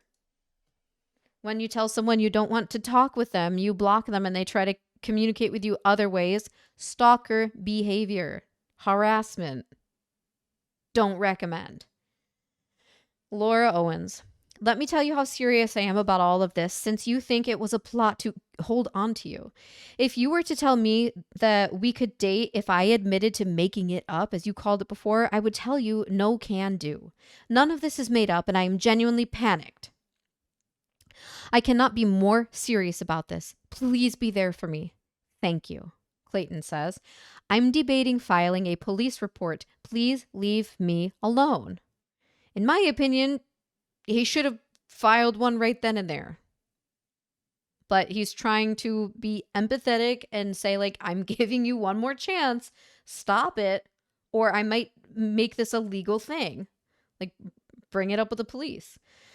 Laura, if you file a police report because A, I'm trying to figure out a plan B tonight. I'm trying to figure out about plan B tonight. And B, I'm trying to figure out the status of my offers I made last night. And you won't even tell me if they're active or not. I will file a report with the AAR, which I am absolutely entitled to do, but don't want to. Can you please simply help me figure out these issues? At least you said you would be a part of the child's life if I'm pregnant and pay child support, which makes me feel better not taking it. Thank you. Clayton. No, I would file a police report for harassment and would get a protection order. These messages alone would be enough to enact one. There has not been a response to either offer, so in 2 hours, they will be inactive. But again, I have text trying to transfer you over to my brokerage and you declined, so you have no case against me for the AAR. I did my due diligence. And I looked at, and also it just fucking pisses me right the fuck off for someone like David Gingras to see all of this shit, which I'm sure he's probably going to see some of this. I'm sure maybe he hasn't seen any of this yet. But for someone like him to sit through and read all of this and see all of this and then still defend her the way he is, fucking bonkers. And I looked into the rules for what a father has to provide, and at the minimum, he would have to pay child support, but have no involvement other than financial, which is exactly what I would do. Be completely absent. You would get a check in the mail, and that's it. You'd never see me, and I would never help other than financially. But again, you're not pregnant because I did not pre-cum, so this is all hypothetical. It's funny you're trying to get me to believe I pre-came. Laughing, crying faces. I can feel it when it happens, and I know without a doubt that it didn't. So again, one more thing you are just making up. Laura, I didn't know that you didn't withdraw my offers. You said I would have to resign or submit, which I didn't want to do because then I wouldn't be taken seriously. I wanted to keep them active since we signed a contract. I emailed you this afternoon to get an update. No response. I just emailed your agency prior to your response to ask the status. Please keep me posted on it and tell me how I can make a counteroffer. I have also checked into it with an attorney, so if you want to challenge me on it being an AAR violation, go ahead. It is. I wonder if she asked Uncle Joe Gotcha. That's pretty awful about what you said you would do as a 30-year-old man to an innocent child, especially since I know your reputation is important to you. Mine is too, and I would be a great mom. All I have asked you for is kindness as I figure it out tonight. And it was cum of some sort. I don't know the difference between types of cum, but I know what I felt years ago when I was on the pill and my ex came inside me, and it felt like that to me. I know what I felt in and around my vagina, which would be the ultimate landing spot for it. Why? Why would it be the ultimate landing spot for it? Don't try to portray me as some nut job just because it makes you feel better. I understand that we are both fired up because this is a highly emotional topic, but this doesn't need to be a nasty fight. We can talk civilly about this. I would not do it unless you filed something against me. But if anyone had the right to file for an order of protection, had a reason to worry, it would be me. You are being nothing but cruel. You were saying that if I said I made this all up, fine. But if I said I actually was worried about being pregnant, and you would block me. And then you're telling me that you would be this horrible father to try to convince me to not take plan B. All while you're still technically my realtor for another 45 minutes, and I doubt you'd even tell me if my offer was accepted. I watched about a half an hour of clips today from The Bachelor for the first time. Again, she's pointing out the first time. She's never seen a season before. She's watching it for the first time. In my opinion, lie. I didn't know you had such a cold side until today and was truly stunned at what I saw and experienced firsthand. You can turn this around and be nice if you saw my message. If you saw my message, I said I likely have until tomorrow if you want to sleep on it. I'm not taking it unless it is for a good reason, and don't even have to trade tonight. Does that sound reasonable? And can you please also tell me what happened with my offers? I see that the North 76 is sale pending at $425K. Couldn't that be our offer? If you're not responding, I will just contact the listing agent. I'll wait until 9:30 to be sure because I don't want to email them if it makes you look bad, but the EMD lender is on me now to let him know if he needs to send money. I want to close on these houses if I got them and need to know how to do that if you're not willing to help. I emailed your agency a few hours ago and have not gotten a response. So I wonder if Laura just I don't know, maybe generally told Matt that she needed proof of funds. Maybe she never even told him specifically that it was for these deals or anything like that. Maybe she's just like, before I consider working with you, send me your proof of funds. And then Matt, this is all conjecture. And then Matt sends them to her and says it's his mother-in-law's. And then Laura, without telling Matt, without Matt's consent, shows these to Clayton, acting as though she has these funds to use. Because it's my opinion that she was, just as Clayton was feeling, that she was never going to actually follow through with these offers. And so this is from John Izzo. She says at 9:49 p.m. Hi, John. My name is Laura Owens, and we've seen this before. I apologize for the late email, but I wanted to check on the status of my offer, blah, blah, blah. And John says, I didn't receive an offer from you or Clayton. Can you please explain what he's talking about? You never sent the offer. You said you did. Clayton, if you can't answer me on blank, please connect me with your broker and ask him what happened and what the status is. You might want to check your email regarding what I was told about Saturday night. Told you I wasn't crazy. No, I have not taken Plan B. Not responding won't change whether or not I'm pregnant. And there are more public avenues to alert you to it if I am, which I don't want to use. I would rather deal with it just between us. The properties. I don't even know what to say, honestly. I feel like this whole week has been a nonstop panic attack. You are so damn talented and smart with real estate, so it crushes me to see that you self-sabotaged here when you could have done $1.124 million in deals in a week. I've had everything ready to go, and you dropped the ball. I don't want to see this happen to someone else, and will report you to the AAR and your company unless you give me an explanation as to why you A, didn't submit an offer on 7609 Northland Oaks after you claimed you did, B, didn't tell me that you had spoken to the realtor on North 76th Street about being a backup, C, left me in the lurch about whether or not you had withdrawn my offers or were representing me in the first place, and D, refused to respond to my request for your broker's info so I could get on top of these days. I made offers based on your input, and now I don't even know what to do. I think I will pull out if I'm going to be repped by the seller's agent and need to make a decision right now. This is just all too much. The last thing I want to do is make you look bad and report you as a realtor, but I would be I'd be a bad human not to try to help others who want their dream and their dream home in case you decide to sabotage them as well.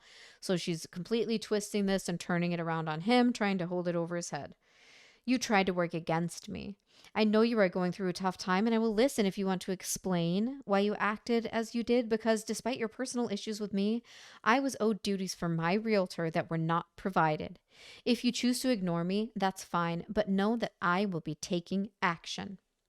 As a courtesy, I just sent you what I'm going to send your boss, Austin, if I don't hear back by 6, because I need to figure out how to proceed from here. I can't get myself to send it right now. I'm just extremely upset and disappointed right now, and for some bizarre reason, I still believe in you despite how you have acted. Never mind. I'm sending it. I need help with properties, and you said your broker is the best. You have been so cold and left me in a lurch. With the way you are acting, I would never consider getting an abortion if I'm pregnant because you can't even treat me or listen to me like I'm a human being. Be kind and understanding. Being kind and understanding would have gone a long way.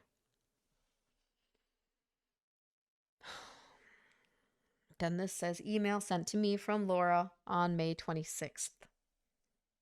So this is still before she sends him the positive pregnancy test. And this is 6 days after they hooked up. So it looks like it's a forwarded message. Hello, Laura. Thank you for reaching out. Yes, pregnancy is possible without penetration. So Laura asked, is pregnancy possible without penetration? It looks like this is the message. Okay? I'm going to read this first. This is the message she sends.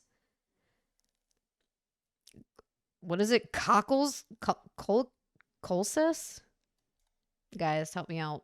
I don't know. Pregnancy center. So she sends this message. Name Laura. Hi. I was wondering if you could help me figure out whether or not Plan B is something I would need to consider taking after a consensual interaction. So she's telling this person it was consensual. She's not saying she got raped. She's saying it's consensual. And her plan changes. Or her story changes almost a year later. I have not been on birth control for more than a year, nor have I done anything physical whatsoever with anyone since I went off it. Again, that's a lie. We know she was intimate at least one time, possibly two, but I think it's actually two that it's reported she was sexually penile vaginal penetration intimate with this guy, Nicholas. This past week, I was consensually intimate with a partner, although we did not have intercourse.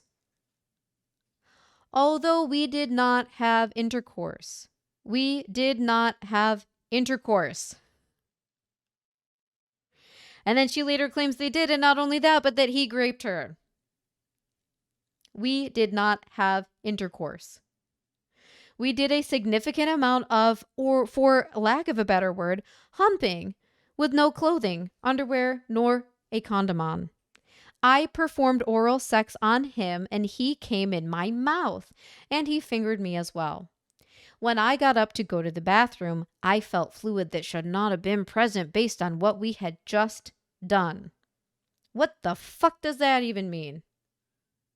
If he was fingering her, it could have been saliva. It could have been her vaginal lubrication. Is she saying she's dry as a fucking stick when it happened and then all of a sudden she felt wetness down there? So this is exactly the story that Clayton has told. He hasn't talked about fingering her so much. I don't really care about that. But he's talked about what happened between them or, insofar as was there penile vaginal sex or not. She says, I performed oral sex on him and he came in my mouth. When I got up to go to the bathroom, I felt fluid that shouldn't have been present. Now, obviously, Clayton doesn't say that last part happened, but this is what he has said. They never had intercourse. And she admits here, we did not have intercourse. We did not have intercourse. Right here. We did not have intercourse. Sorry. Oh, boy. All right. While this seems like a question that would be posed by a teenager, I'm more than a decade beyond those years. Like most my age, I've had intercourse enough over the years to know what is normal and what is not normal to see and feel down there after intimacy. This felt like that, not like what it should feel like after him going to second base on me. What the fuck is she writing this? As a teenager, she sounds like a teenager writing this and saying that she's 10 years beyond that, she's a decade beyond that. But she's talking about going to second base with this guy. It doesn't feel like what going to second base should feel like. I finally brought it up to the man I was intimate with, who understandably had the reaction that it would be impossible to be pregnant if intercourse hadn't taken place. After looking it up and learning that it can happen without it, he said that he was sure that he didn't pre-cum when we were rubbing against each other. I don't know if it could have been pre-cum or cum I felt when I got up. All I know is that I am very familiar with what my own fluids look and feel like before, during, and after I climax. And unfortunately, don't think we see the rest of this message. So let's go up to what the apparent response to this message was. Hello, Laura. Thank you for reaching out. Yes, pregnancy is possible without penetration, and while it's rare, based on what you felt after the encounter you described, you have cause for concern. If you choose to take Plan B, it is best to take it immediately after the sexual activity occurs, as its effectiveness wears off with each preceding day. Again, here, she did not even present, in my opinion, the proper situation, which she's, in my opinion, lying and saying there was pre-cum down there when Clayton is saying there wasn't. So this response is based on false information and therefore not applicable to their situation. Before taking the pill, it's best to figure out when you are ovulating, which is the time during the month that you could get pregnant. You indicated that you were at that point in your cycle. Of course she was. What a coincidence. The most common adverse side effects of Plan B are heavier menstrual bleeding, nausea, abdominal pain, fatigue, headache, delay of period greater than 7 days. If you don't already have a regular OBGYN, I would recommend reaching out to your local pregnancy center for help. Here are a few near you. Okay, so this isn't the okay, so option line contact form. I guess I'm confused as to who exactly she sent this to, because it's redacted here. If I'm missing it, please say something in the comments. Okay, so again, these are the recommendations for places she could go to near her. Rest assured, you are not crazy to be concerned. Regardless of if you decide to take Plan B, we strongly recommend that you take a pregnancy test within 2 weeks of the sexual encounter. We wish you the best of luck. And then it's redacted and say, we're here 24/7. The information contained in this electronic communication and any document attached is confidential. Well, it is part of this FOIA request that was made a request to the ADRE, and this is what was sent. So there we have it. Email sent to me that Laura drafted to send to Austin Zabak on May 26th. Hi, Austin. My name is Laura Owens, and up until today, I was working with your agents. So now we have seen this in the other video. So I'm not gonna read this thing because we've seen it. The whole, like, I've been struggling to hit send, blah, blah, blah thing. And now here is the sender, Clayton. It says investigation and messages. I never sent over that contract. I had it in my email drafts ready to send, which I can provide proof of. But I sensed that Laura wasn't going to follow through with the deals unless I took her on a date, as referenced on the Laura Owens transcript. She ended up confirming a couple of hours later that day that she couldn't move forward with the deals unless I were to give her a chance. So my intuition was right. She did submit the contract herself to that agent and could have taken over the deal as well. But it is my understanding that that other deal was already under contract. I did not ask for further details from the listing agent as I was more focused on finding Laura a new agent to represent her. My broker, Kathy Swan, was also in contact with her at this point and offered up options for realtors, but Laura declined them all. Kathy should have those emails to reference if needed, and we have seen those in the other video in the first half of this report, which is included in Laura's version of things. Laura is currently threatening to go public to Page 6 to publish an article about this pregnancy she is claiming is real, but has provided no proof. I hope you all can see through the many messages that she is trying to force me to date her through filing claim after claim. She just recently emailed me saying she should drop the case with you all if I were to reopen communication with her. I can provide proof of that. My point is, this isn't about her losing out on deals. This is about her trying to strong-arm me into communicating with her and dating her, which I absolutely will not do. I hope you are all able to see that this is not a cut and dry case. The context is unique and hopefully is being considered greatly. I had no intention of wrongdoing. As a newer agent, only 1 month at the time, I was just trying to keep things professional and not waste any other agent's time by bringing a buyer to them that was not serious about moving forward with the deal. Thank you for providing, the department with information. So Miss Owens claims she made offers on 2 properties. I see the evidence you provided on presenting the property on Lynn Oaks. Do you have proof that you submitted an offer for the listing agent on 19777 North 76th Street? If so, please send it to us so we can close this case. And perhaps that's Clayton's response to that message. Just a log of when everything happened. So let's see, detail create message regarding the investigator. So September 13th, we have like an update, it looks like. So this is the purchase contract again that we've seen before, where Laura has on here that she is the buyer buying on behalf of Liz Max Investments. There are these bank statements again, the money market information, which we now know belongs to this guy Matt's mother-in-law. Here's Clayton on May 24th, official offer for 19777. Nolan attaches a purchase contract for 19777 North 76th Street. I will send you a text here shortly to confirm. Please do not hesitate to reach out with any questions. So this is something he sent to this guy Nolan, the purchase offer.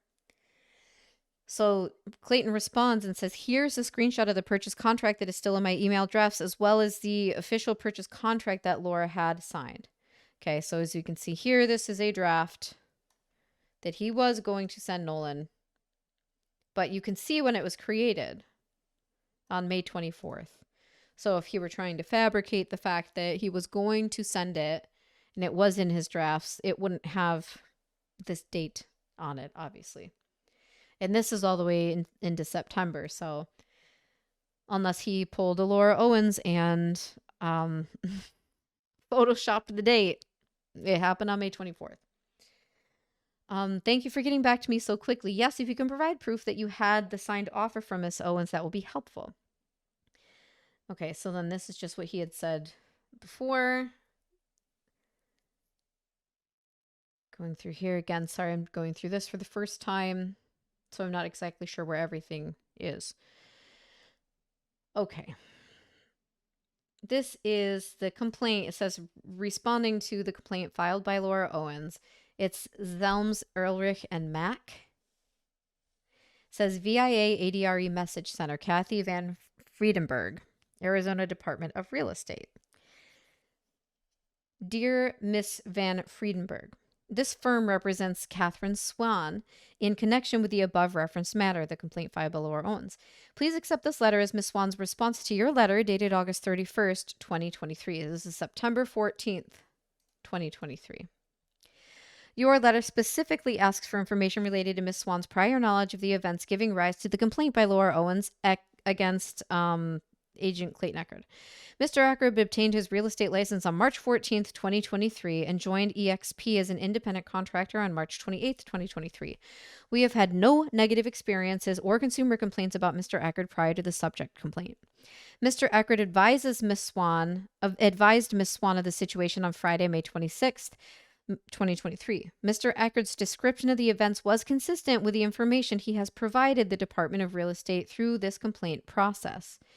Based on the circumstances, Ms. Swan decided that Ms. Owens should be represented by a licensee other than Mr. Echard. Ms. Swan advised Mr. Echard that she would address the situation the following week. Ms. Swan then received a lengthy email from Ms. Owens on the evening of May 28th, 2023, explaining her position. May 28th was the Sunday of the Memorial Day weekend. Ms. Swan responded to Ms. Owens the next business day, May 30th at 7:57 a.m., asking for input as to how she would like to resolve the matter. And we saw those emails in the first half of this document. Ms. Owens then emailed Ms. Swan again the evening of May 30th. Ms. Swan responded the next morning, offering to refer her to another agent licensed with EXP. Ms. Swan ultimately referred Ms. Owens to another licensee at EXP. In spite of multiple follow-up communications from that agent, Ms. Owens did not engage. Mr. Echard also referred Ms. Owens to licensee John Izzo to assist her. She refused to engage with Mr. Izzo as well. As part of this complaint process, our firm researched any real property Ms. Owens may have purchased, which would corroborate her stated desire to invest in Arizona real estate. However, Ms. Owens has not purchased any real estate property in Maricopa County in 2023. So 4 months later, almost, she still hasn't purchased a property. Ms. Swan advised Mr. Echard that as a condition of him maintaining his license with EXP, he could not engage in a romantic or physical relationship with a client. Ms. Swan and EXP believes Mr. Echard will follow that directive. He regrets his interactions with Ms. Owens and appears to be sincerely remorseful. As set forth above, Ms. Swan exercised reasonable supervision. She was unaware of any potential problems or concerns and had no reason to believe there would be any problems with Mr. Echard's behavior. When the matter was brought to her attention first by Mr. Echard, then by Miss Owens, she promptly arranged to terminate the business relationship between the two of them. In spite of Miss Swan's efforts, Miss Owens decided against accepting the referrals to other licensees to represent her. Consequently, there is no factual or legal basis to find that Miss Swan failed to supervise Mr. Echard. Great. And now it looked different because it was from Laura's side, but we've seen this email. This is her email to Kathy. And then the resulting correspondence. Okay, this is just Catherine Swan signing under the penalty of perjury, this is all correct. So this is a letter that Clayton received on September 15th. Dear Mr. Echard, and this is from the Audits and Investigations Manager. I can't remember if we read this one before or not. Dear Mr. Echard, the department reviewed the above case and found that your failure to submit an offer from your client was a violation of Article 11. Yeah, we did read this. So the department has determined while the circumstances and evidence as of this date do not warrant disciplinary action, the issuing of an advisory letter of concern is appropriate. A letter of concern is a non-disciplinary letter advising you that your actions were improper and any such instances in the future could result in disciplinary action. So them saying he can't have physical intimacy or date any future or potential customers or buyers. Please understand you're not required to respond to this letter. However, you may if you so choose. And as a non-disciplinary action, this letter of concern is not subject to appeal. However, you may submit a written response within 35 days of the date of this letter. And then she also gets a letter, which we've seen. So it's saying they've reached an investigative conclusion regarding her complaint. Found that the failure to submit an offer from a client was in violation of this Article 11, professional conduct. A licensee shall not delay performance either intentionally or through neglect. This case is closed with the issuance of a non-disciplinary letter of concern to the licensee. Although non-disciplinary, a letter of concern is retained in the license file and may be considered in determining the proper disciplinary action should a similar incident arise in the future.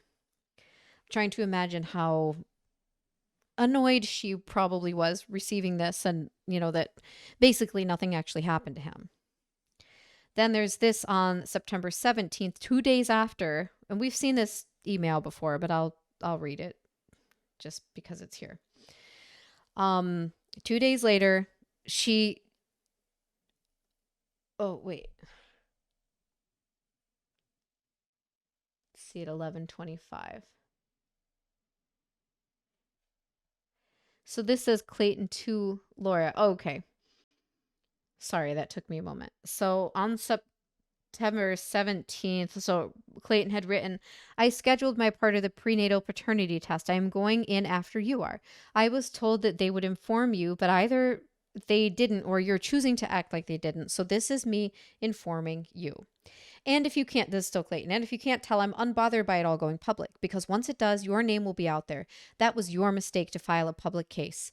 I know the truth, and so that will set me free. So remember, she filed on August 1st. She filed the paternity case, and so therefore her name is linked with Clayton's. So even though she tried to stay pseudo-anonymous in this article that came out in The Sun, it was super easy to figure out who she was because, of course, she described her podcast in ways that were easy to just figure out who it was. Now her name is linked, publicly on this paternity case. Don't waste your time telling me you 100,000% know I'm the father. I know with full certainty that I am not. It's just a matter of time before you run out of options. If you didn't see or hear, the ADRE cleared me. The police never contacted me about your claim. Everyone you reach out to doesn't believe you. You should have given up months ago, but I get it. You're too far in with your lie and you realize what's waiting on the other side of all of this. Remember, you brought this all upon yourself and you tried to take advantage of what you thought was a weakness of mine. But I've gained a resiliency like no other and have been through it all at this point. You picked the wrong person to play this game with and you've realized that. Keep making your threats. I'm documenting every last one. It's not that I need any more at this point. However, I have plenty of evidence to reveal your true character. I gave you every chance to prove you were pregnant with my kids. I asked for countless paternity tests. I asked to speak with your doctors that administer the ultrasounds. I asked to be on FaceTime when you went to your doctor so I could speak directly with the doctor. You avoided every last one of them. Someone who was actually pregnant with someone's child would have jumped on every one of those opportunities to prove it all, because if it were actually true, then it would be the easiest way to prove it. You prey on people by trying to overwhelm them, and there was a point where you almost had me. But thankfully, I have the right people in my corner who helped me uncover the holes in your statements. While I did hate you at one point, I don't anymore. I can't hold hate against anyone. It hurts me more than it hurts them. I just truly feel bad for you. You are lost and confused and need help. I pray you find that and turn your life around and these deceitful ways that you practice. It's never too late to change, but you need to realize it's over in this scenario. You lost. Laura responds about 30 minutes or so later. Clayton, and this email is called Your Decision. Clayton, as I was just answering these in a rush, I realized you are once again gaslighting me. You know 100% of this is true and that you are the father. Why would I be begging you to take a paternity test if I wasn't pregnant and you weren't the dad? That's a good question. Why would you in this situation ask someone to take this paternity test if you knew not only they weren't the dad, but you knew that you weren't even pregnant? I scheduled my part of the prenatal paternity test. I'm going in after. Oh, that's Clayton's again, right there. Okay. So she puts her responses under here. So that first part of him scheduling the thing. No, I didn't know, but that's great. And the ADRE, she said, that's not what they said to me. You didn't get disciplined, but it's on your file. See attached. The police never contacted me about your claim. She says, right, because I told them I just wanted to have everything on record in case something happened. I specifically asked them not to contact you unless there was a violation. You're welcome to ask Officer Smith. Everyone you reach out to doesn't believe you. This is absolutely 100% bullshit. I literally told Page 6 I was suicidal and thought that it being public would push me over the edge. Ask Bernie. You should have given up months ago. You're too far in with your lie. Wait, she said absolute bullshit again.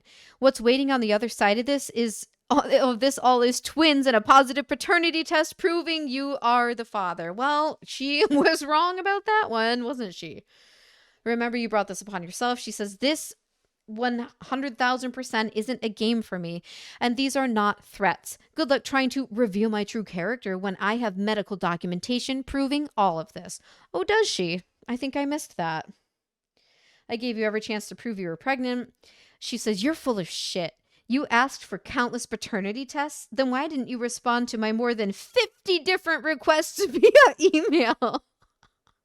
Why didn't you schedule when I had paid the $725? And I think that's the one where he did schedule it, and then she called allegedly and canceled it without letting him know. Why did it take you so long to schedule a test? You can hear from the attached conversation with Melinda at exam 1 and Brett at Ravgen, shout out to Brett at Ravgen, that you are the one who refused. If this got to court, they would back me, not you. Oh, again, that is not what happened. I told you that you could talk to my doctors. I told you I would sign a HIPAA release so you could talk to anyone who performed any test on me. You didn't contact me back. I even invited your parents to come to my appointment. See the attached proof of all of this. Guys, we're almost done. So then to this next one, she responds, you haven't been holes. Oh, there haven't been holes at all in my story. I haven't once changed my story. Medical evidence doesn't lie, Clayton, but you do. This load of BS right here is the definition of gaslighting. You're right. Being pregnant with your children doesn't make me lost and confused, and I do need your help, which is why I have asked you for it. As I've said all along, I'm happy to provide you with anything else you need. You're the one who chooses to pretend this isn't happening. Diana Cooper from The Sun will be forwarded this email as well, and she has assured me my name will be left out. All the best, Laura Owens. So she attaches the email she sent to his parents, inviting them to her appointment to Dr. McCool, which never happened. Minor detail that never happened. McCool ultrasound an invitation to talk to doctors, then offers to come to SPA HIPAA release. Ravgen clips. I think that's the one in which she farts. And then the CL complaint. So y'all, wow. I don't even know how long this video is at this point of recording. Holy shit. Just going through it all laid out like this, reading through it all, these texts. So we've seen some of them, but we have not seen them, nearly all of them, and in order, and seeing how this all played out. And this is just like, I mean, how many fucking days is this? It's like a couple of weeks at most. It's insanity. It's so crazy. And I feel like it's the manipulation and everything that, in my opinion, all of this is my opinion. And, you know, Laura might try to take some things out of context. This is all my opinion. I wasn't there. I don't know from firsthand knowledge what happened, but I can use my fucking brain. And I can say who seems more believable to me. It's Clayton, hands down, 100%. But I wouldn't have thought that just right away. And in fact, I didn't. I believed her at first. Before, like, evidence started coming out. Other evidence than what she put in her Dropbox. It's crazy to see it all laid out like this. And God, I can only imagine what they have as evidence in this criminal trial. She has some fucking balls to still say that she's guilty and be willing to, like, face that and go up against that. Man, we will have to wait and see what happens. Plea deal or not. Thanks for joining. Yeah, this was a lot. Hope you guys have a great rest of your day, and I'll catch you another time. Bye. SchnitzelNinja!